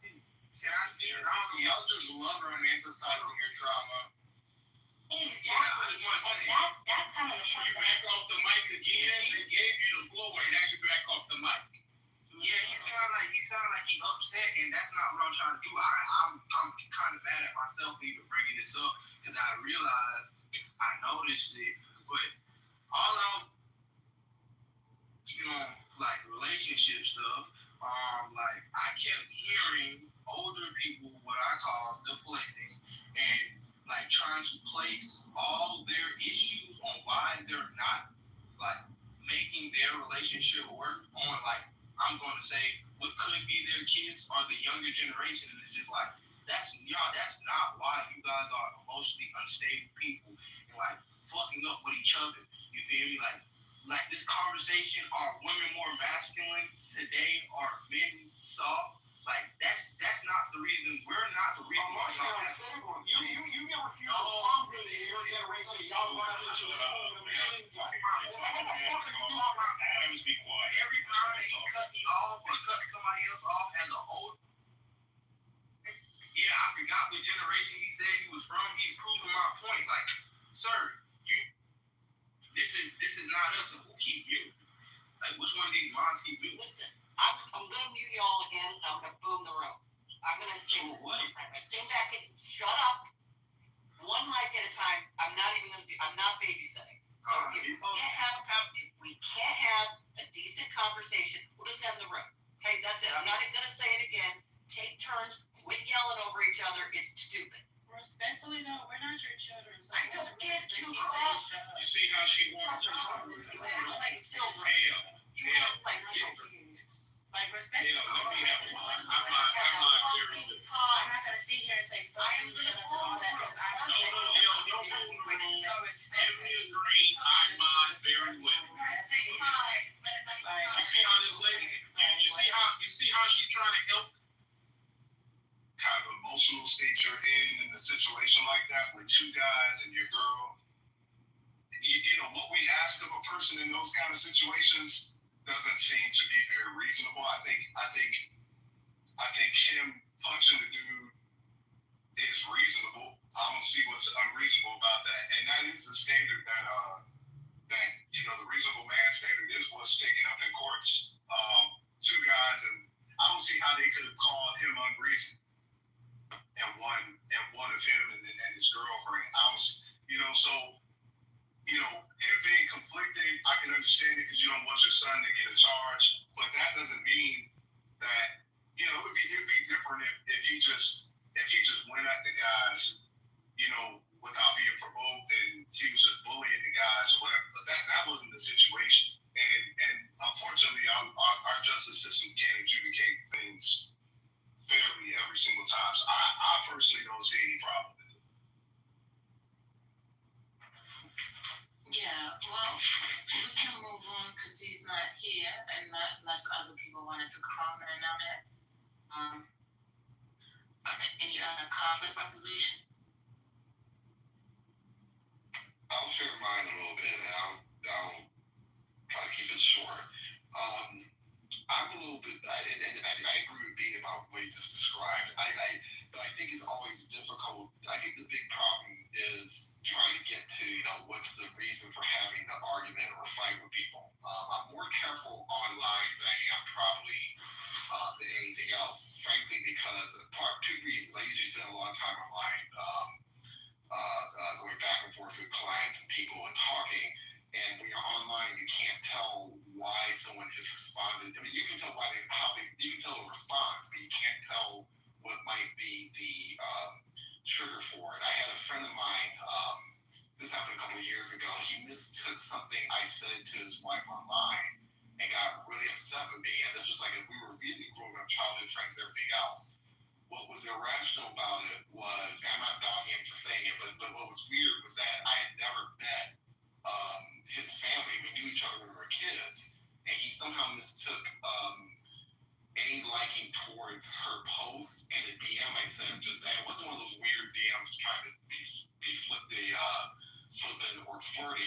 say, hey, if you're a business owner, I'd like to keep in support with you. And he misread that somehow. And I couldn't get him to calm down for 15 minutes. He kept sending a whole bunch of DMs. I finally had to block him. And but the good part of the story was he came out maybe a day later, and he got through me through his brother and said, hey, I'm sorry, I just didn't think that I misread something. And I didn't press him about it. For me, conflict resolution is like if you say you're sorry about something, I try not to make people feel guilty about what it is, even if I'm curious on it. I still don't know what day would trigger it. But I just told him, I said, you know me for a long time. I helped you on resumes and stuff, in the past. I wouldn't harm you like that. And just left it at that. And sometimes you just have to be, I think for conflict resolution, there's going to be times when you don't get a sense of why the person is attacking. You just have to be as simple as to say, hey, this is not, I'm not going to go down that route with you. I know sometimes people think, being online is not as big of a deal as it is in person. I kind of agree to a point. But sometimes people have started things online and try to carry that out in the real world. I tend to be a little cautious about, people being a little, over-violent, overdone for something that probably just needed some better clarification just to get done with it. So I try not to so my end of it, I just try to be very careful when I do talk to people about it. I'm more interested in the resolution. I'm more interested in trying to understand what's happened, but I try not to embarrass people online ever. So that's just my 2 cents. I hope that helps. I'm actually dying of it. I didn't realize I've been on the app that long. Hey, Gemini. Oh, go ahead. Oh no, if you're not finished, Pierre, I can wait till you know. No, I was going to say very simply, Gemini. I appreciate your story. I appreciate how you felt with your son. Sometimes, it's still no one expects 2 guys to come out from woodwork to attack your girlfriend. It's all right to feel. Just want you to know there's support, and it's okay to feel that sort of conflict. You don't want your son getting in trouble with the law for any reason, but at the same time, sometimes you need to do what you got to do, and that's what your son was trying to do. So I hope this is support for him. Appreciate it, man. I appreciate your input. So I was just gonna say to what Gemini described when you're talking about like a threat of physical violence, and also too like the young man's mental health, like for his son, because some things sometimes inaction can live with you in your mind for years. So the fact that it was worth essentially getting in charge for him, I believe that it was. But that's also, like I said, it's a threat of physical violence. It's something that's in your face.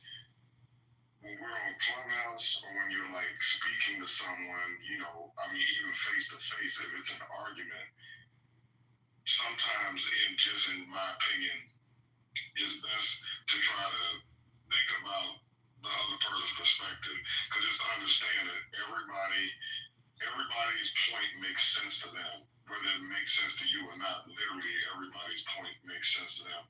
First Lady's PTR is very interesting. I've never seen that before, but it literally just speaks to the fact that everybody has their own perspective, and so just understand that.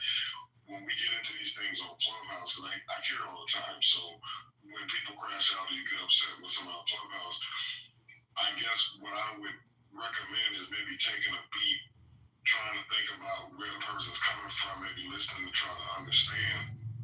But ultimately, unless somebody is going to hurt you, I don't really necessarily understand the need to go off on an app. Like we talk all the time. I've never seen any of you in person. None of us are in physical proximity. We're not in anybody's space. It's just an app to where we're communicating over the app. So to me, there's nothing on this app that should make anybody escalate to the point of like just losing their shit. In my opinion, but again, I'm older than some of y'all, and I've had different experiences. I've done stuff, I guess, to where I've made mistakes. I've learned this over time that sometimes winning a battle, it's great in the moment, but then it's like you end up suffering over time. For like you might get a short-term win and a long-term loss. And another thing that I'll just start here too, and again, I'm a land, but when you do something, if somebody does something to you that you feel like you are aggrieved, somebody has done something, and you feel like you're offended, a lot of times with the guys that I hear on here, because have like these guys that I will call your alphas and put y'all into that category, but somebody would throw a grenade and you'll drop a nuclear bomb and just obliterate the stage and the person and all of that. When you do that, sometimes it's been my experience that you end up feeling worse after you do that than had you just dealt with it in a different manner. Sometimes, you might beat somebody's ass or physically or or just in this clubhouse or verbally beat somebody down. But again, sometimes that can make you feel worse for obliterating somebody or using something that just, you might need a fly swatter instead of a bazooka to basically kill a fly. And I don't know if I'm making any sense or not, but I just want to come up to say that. You're making a lot of sense, man. Go ahead, somebody else talk. I'm not trying to get in y'all conversation, but y'all go ahead. I don't know how much longer y'all are gonna be, but Lisa's about to open. Whenever y'all about to open, then I'll be I think that wanted y'all to keep the room, but we're gonna go ahead and just so we want to still support y'all, but she's about to open her room, her space. This room is already longer than Hold on. So, because Gemini wasn't in here and the other men were talking, and that's why I wanted to keep the room open. So, since Lisa's gonna open her room, and then do any other men that's on here want to speak, that's on the platform, that's not in the group, want to talk and say anything else? So, I'm gonna take that as a no. So, being that nobody else wants to speak that's a male, we definitely gonna be going to Lisa's room and she's gonna open the top. Simple. Yeah, I was just saying it like that because even with me and Lady and Mel, when we have our space, and Lisa knows that sometimes when we had other people that were our mods, they wanted to keep the room, we used to let them keep the room. So that's all. Just so y'all can keep the room if y'all wanted to keep it going, because there might be some males that wanted it. It was already we on the same page, right?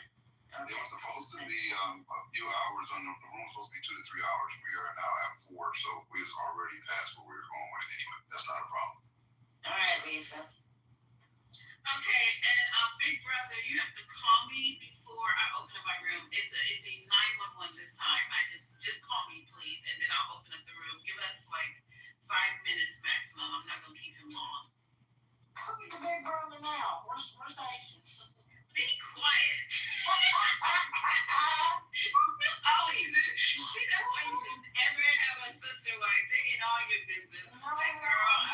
Listen, Gemini's approved. That's all. He got the platinum gold.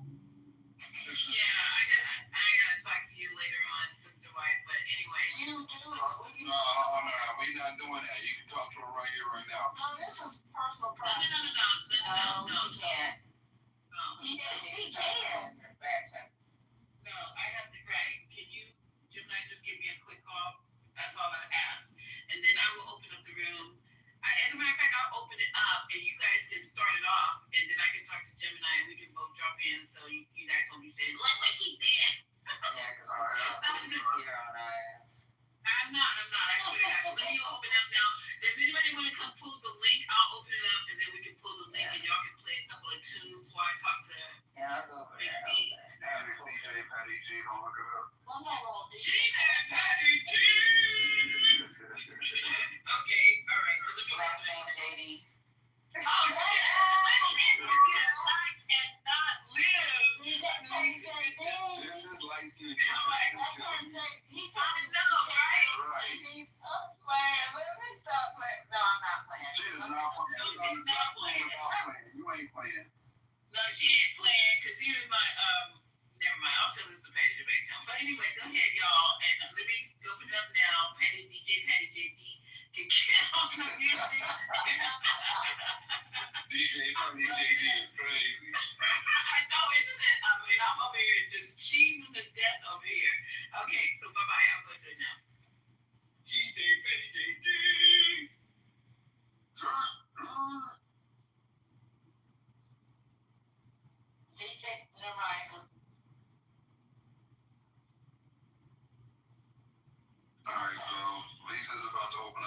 and we're going to move everything over that way.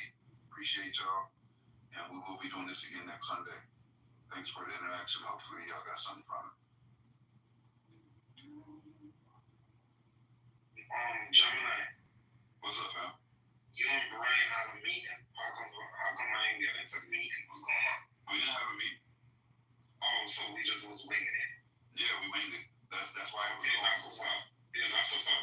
Yeah, no, we did an open forum. That's why there was, usually we have talking points, and then each person does their presentation and this and that. But today was more of an open forum. Yeah. And the topic was good for our open forum because it didn't need it's not scientific. Right. But it went a little bit longer, and then it got a little heated, and I think Brian was uncomfortable with that, and he bounced. So yeah.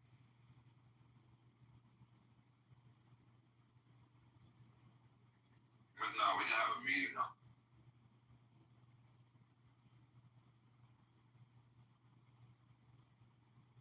It ain't up yet.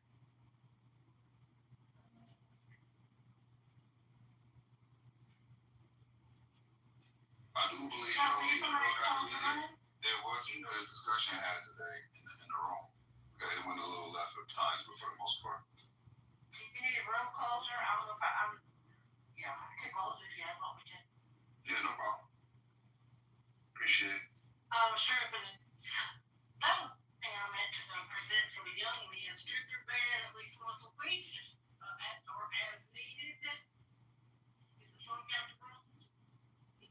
Wash your sheets, wash your bed, take the bed outside and flog it too. Don't hurt the flog the bed. Exactly. In between, you can use baking soda on the top of your bed while you clean it up. And Lysol's free. Yep, absolutely. Lysol, Lysol it and freaking put baby powder on it.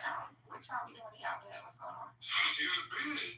Make it. Hey, that's something that funky teenage boys love. Okay, they need to be doing And they be funky as hell. Something that I didn't learn. They be funky. They jump in the bed right after working out. They don't care. Oh, Lord. I don't even know who's sit on my bed. Me too. Yeah, everybody. Yeah, go ahead, G. My bad there. I was just telling Patty, she said she don't know. Everybody that comes to our house. That's my pet peeve. Everybody, including my father, you come to my house, you was on the street with your jeans and your sweatpants or whatever. My ex-wife do not sit on the bed with the street clothes. That's my I hate that. No, but to having stuff outside and that, that the Thank you for joining Black Men Speak. We have enjoyed you. Have a wonderful day. Thank you, Deb. Have a good night. The new name of the room is Black Men Speak, but Women Speak Louder. That's what we're going to do. Don't ask them to speak because they will.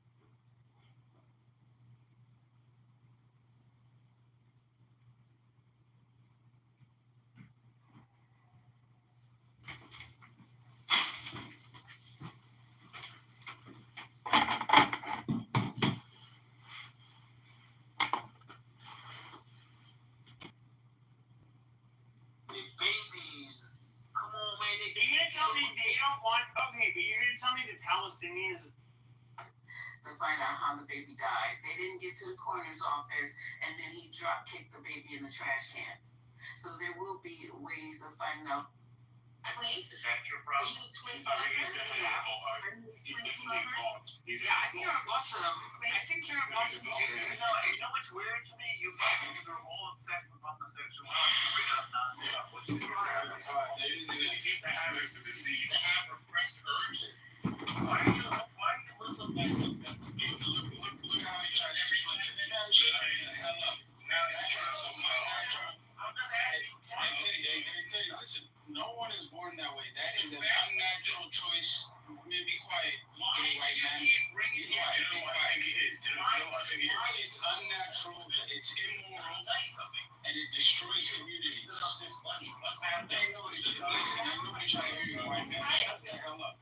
So don't be It's so true. You gay or not, it's not my business. Hold on. You were supporting it. Right too. So I think I don't know. Did your son participate or direct or something? Some queer movie show thing, like award or sort of. He did. I saw a photo of it. I saw a photo. Okay. He got an award, right? He got an award for the illiterate barbarian. He participated in a queer movie or something, right? And L, you're a closeted pedophile white man. I'm not making this up. L, you're a closeted pedophile white man. You're a piece of shit. You should be ashamed of yourself. In your younger days, were you involved in pornographic movies? Yes, you are a white man. Stop denying. Of course he was. What do you think he's done? Stop denying you are, you piece of shit. Teddy, I don't know. In your younger days, were you involved in gay porn? Repressive culture, and all of this repression makes you obsessed. White people are repressive. Soft 80s music in the background. With those tight flares, hold on, tight flares. You guys are chopping people's heads off. Why are you chopping white people? Did you wear spandex? One thing, you guys want to okay, in Louisiana, listen to Louisiana. Can we share the mic, like, somebody that hasn't spoken with us, because can I just rebuttal one quick thing you just said? You just tried to. Whether you're gonna go down, okay, go on. And then now, over. Okay, well, regardless, I'm gonna respond to what you just said. I know you're trying to sound smart, you gay white man, but listen. I'm not trying to sound smart. Listen to me. Listen. The most repressive lack of education. I don't think you have education because you believe. Lack of education. Yes, I have more degrees than you can count. I don't give a fuck about your degree. You probably don't make any money off of your degrees. You lying. They're dumb. Like, man, let's not listen to his bullshit. Listen, he's trying to change something. You guys, let's not brain too much. He's giving brain as well. Listen. What do you do for a living? I don't drive. What do you do for a living, Mr. Educator? Listen. What do you do? You just shut the hell up. You just attacked my beliefs. Listen, that doesn't matter. Shut up. You just attacked my beliefs. You piece of shit. Listen to me. There is nobody more oppressive, and there is nobody more criminal in this world than white people. You have fed innocent black African American kids to alligators. You piece of shit. In Louisiana, people were fed to alligators. Shut up. And that was in the 1820s. Shut the hell up. Another fucking retard. Two on the stage now. It is a black country led by a man called Barbecue because he cooks people and eats them. What the fuck are you talking about, sir? What are you talking about? Well, first off, there isn't any Asian on the stage. Yeah. Get a clue. He's a piece of shit.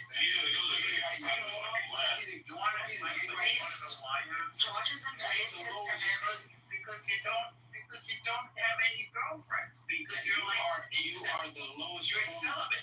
You're the lowest form of human being. I'm married with 2 kids. Yes, I am. Why would you be on the app at 6 a.m. in the morning? You're a liar. It's actually 9:36, you piece of shit. You piece of shit.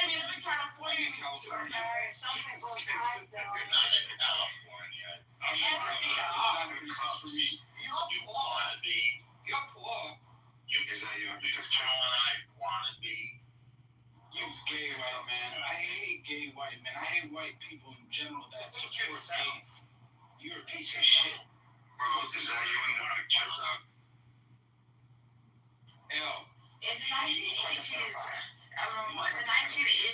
were you involved in pornographic movies that were homosexual in nature? George, did you have a problem with it? Answer. She just asked you a great question. I have no interest in porno. Wow. Were you involved in the acting of pornographic movies while Thank you for the compliment, but no. But you That's a compliment. Pictures that. That was like compliment. Oh man, this guy's crazy. George, what's on that picture? whose picture is that? That is George. He attacks people's beliefs like white people haven't fed they haven't fed babies to alligators. George, what a piece of shit. Don't ever attack anyone's beliefs, you bastard.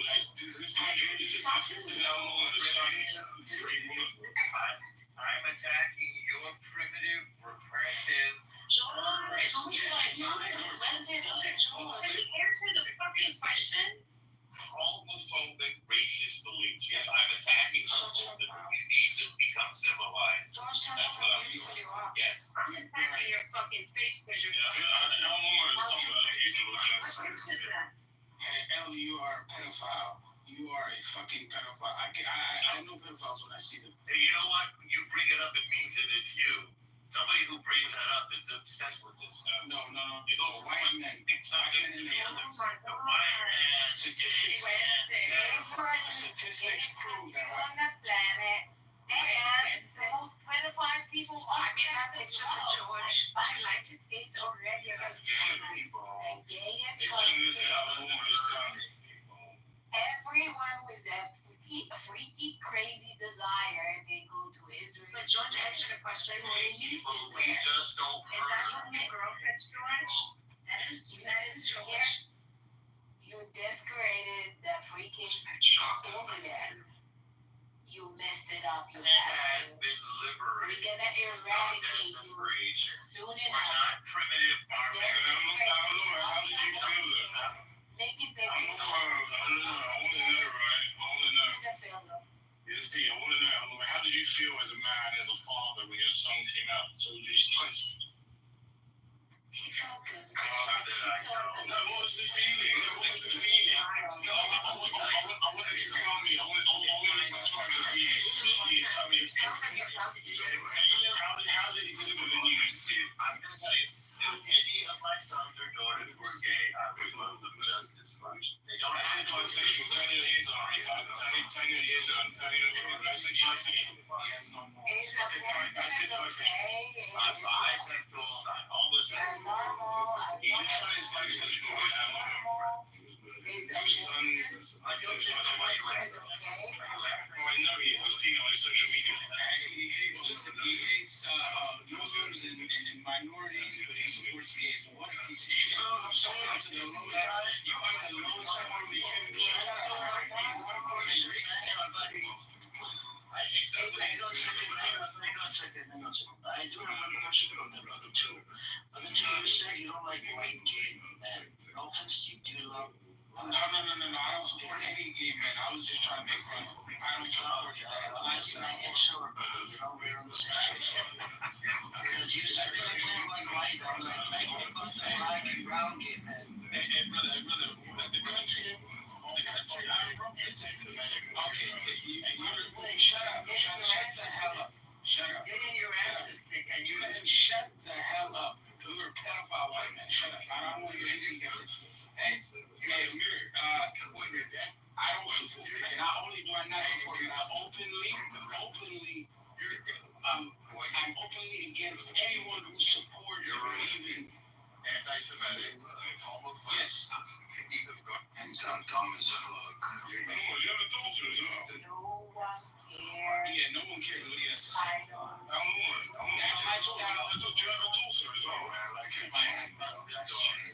I watch. Oh, you're Charlie, yeah?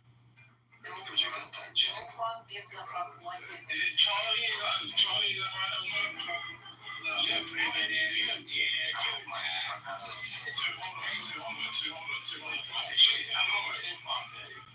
Why did you Charlie? Why did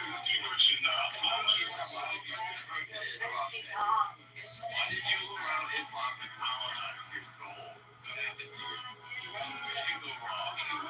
you let pride and homosexuality colonize your soul, you fucking piece of shit? Why did you allow hip hop to colonize your soul? Why do you not have any more homosexuality and all alternative? Why do you allow men to dress up as women and parade around as if they can have children? You're a piece of shit. Why do you claim a man is born gay, you fucking liar? A man cannot be born gay. There's no evidence of that. You are a fucking piece of shit. You are the lowest. You are the lowest. You are the lowest. Listen, white man, you are the lowest form of human being.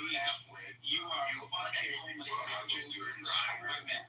And I guarantee you, the pedophile. Someone look this guy's. Go drive your Uber off the cliff. I don't drive Uber, you fucking piece of shit. I don't drive Uber. I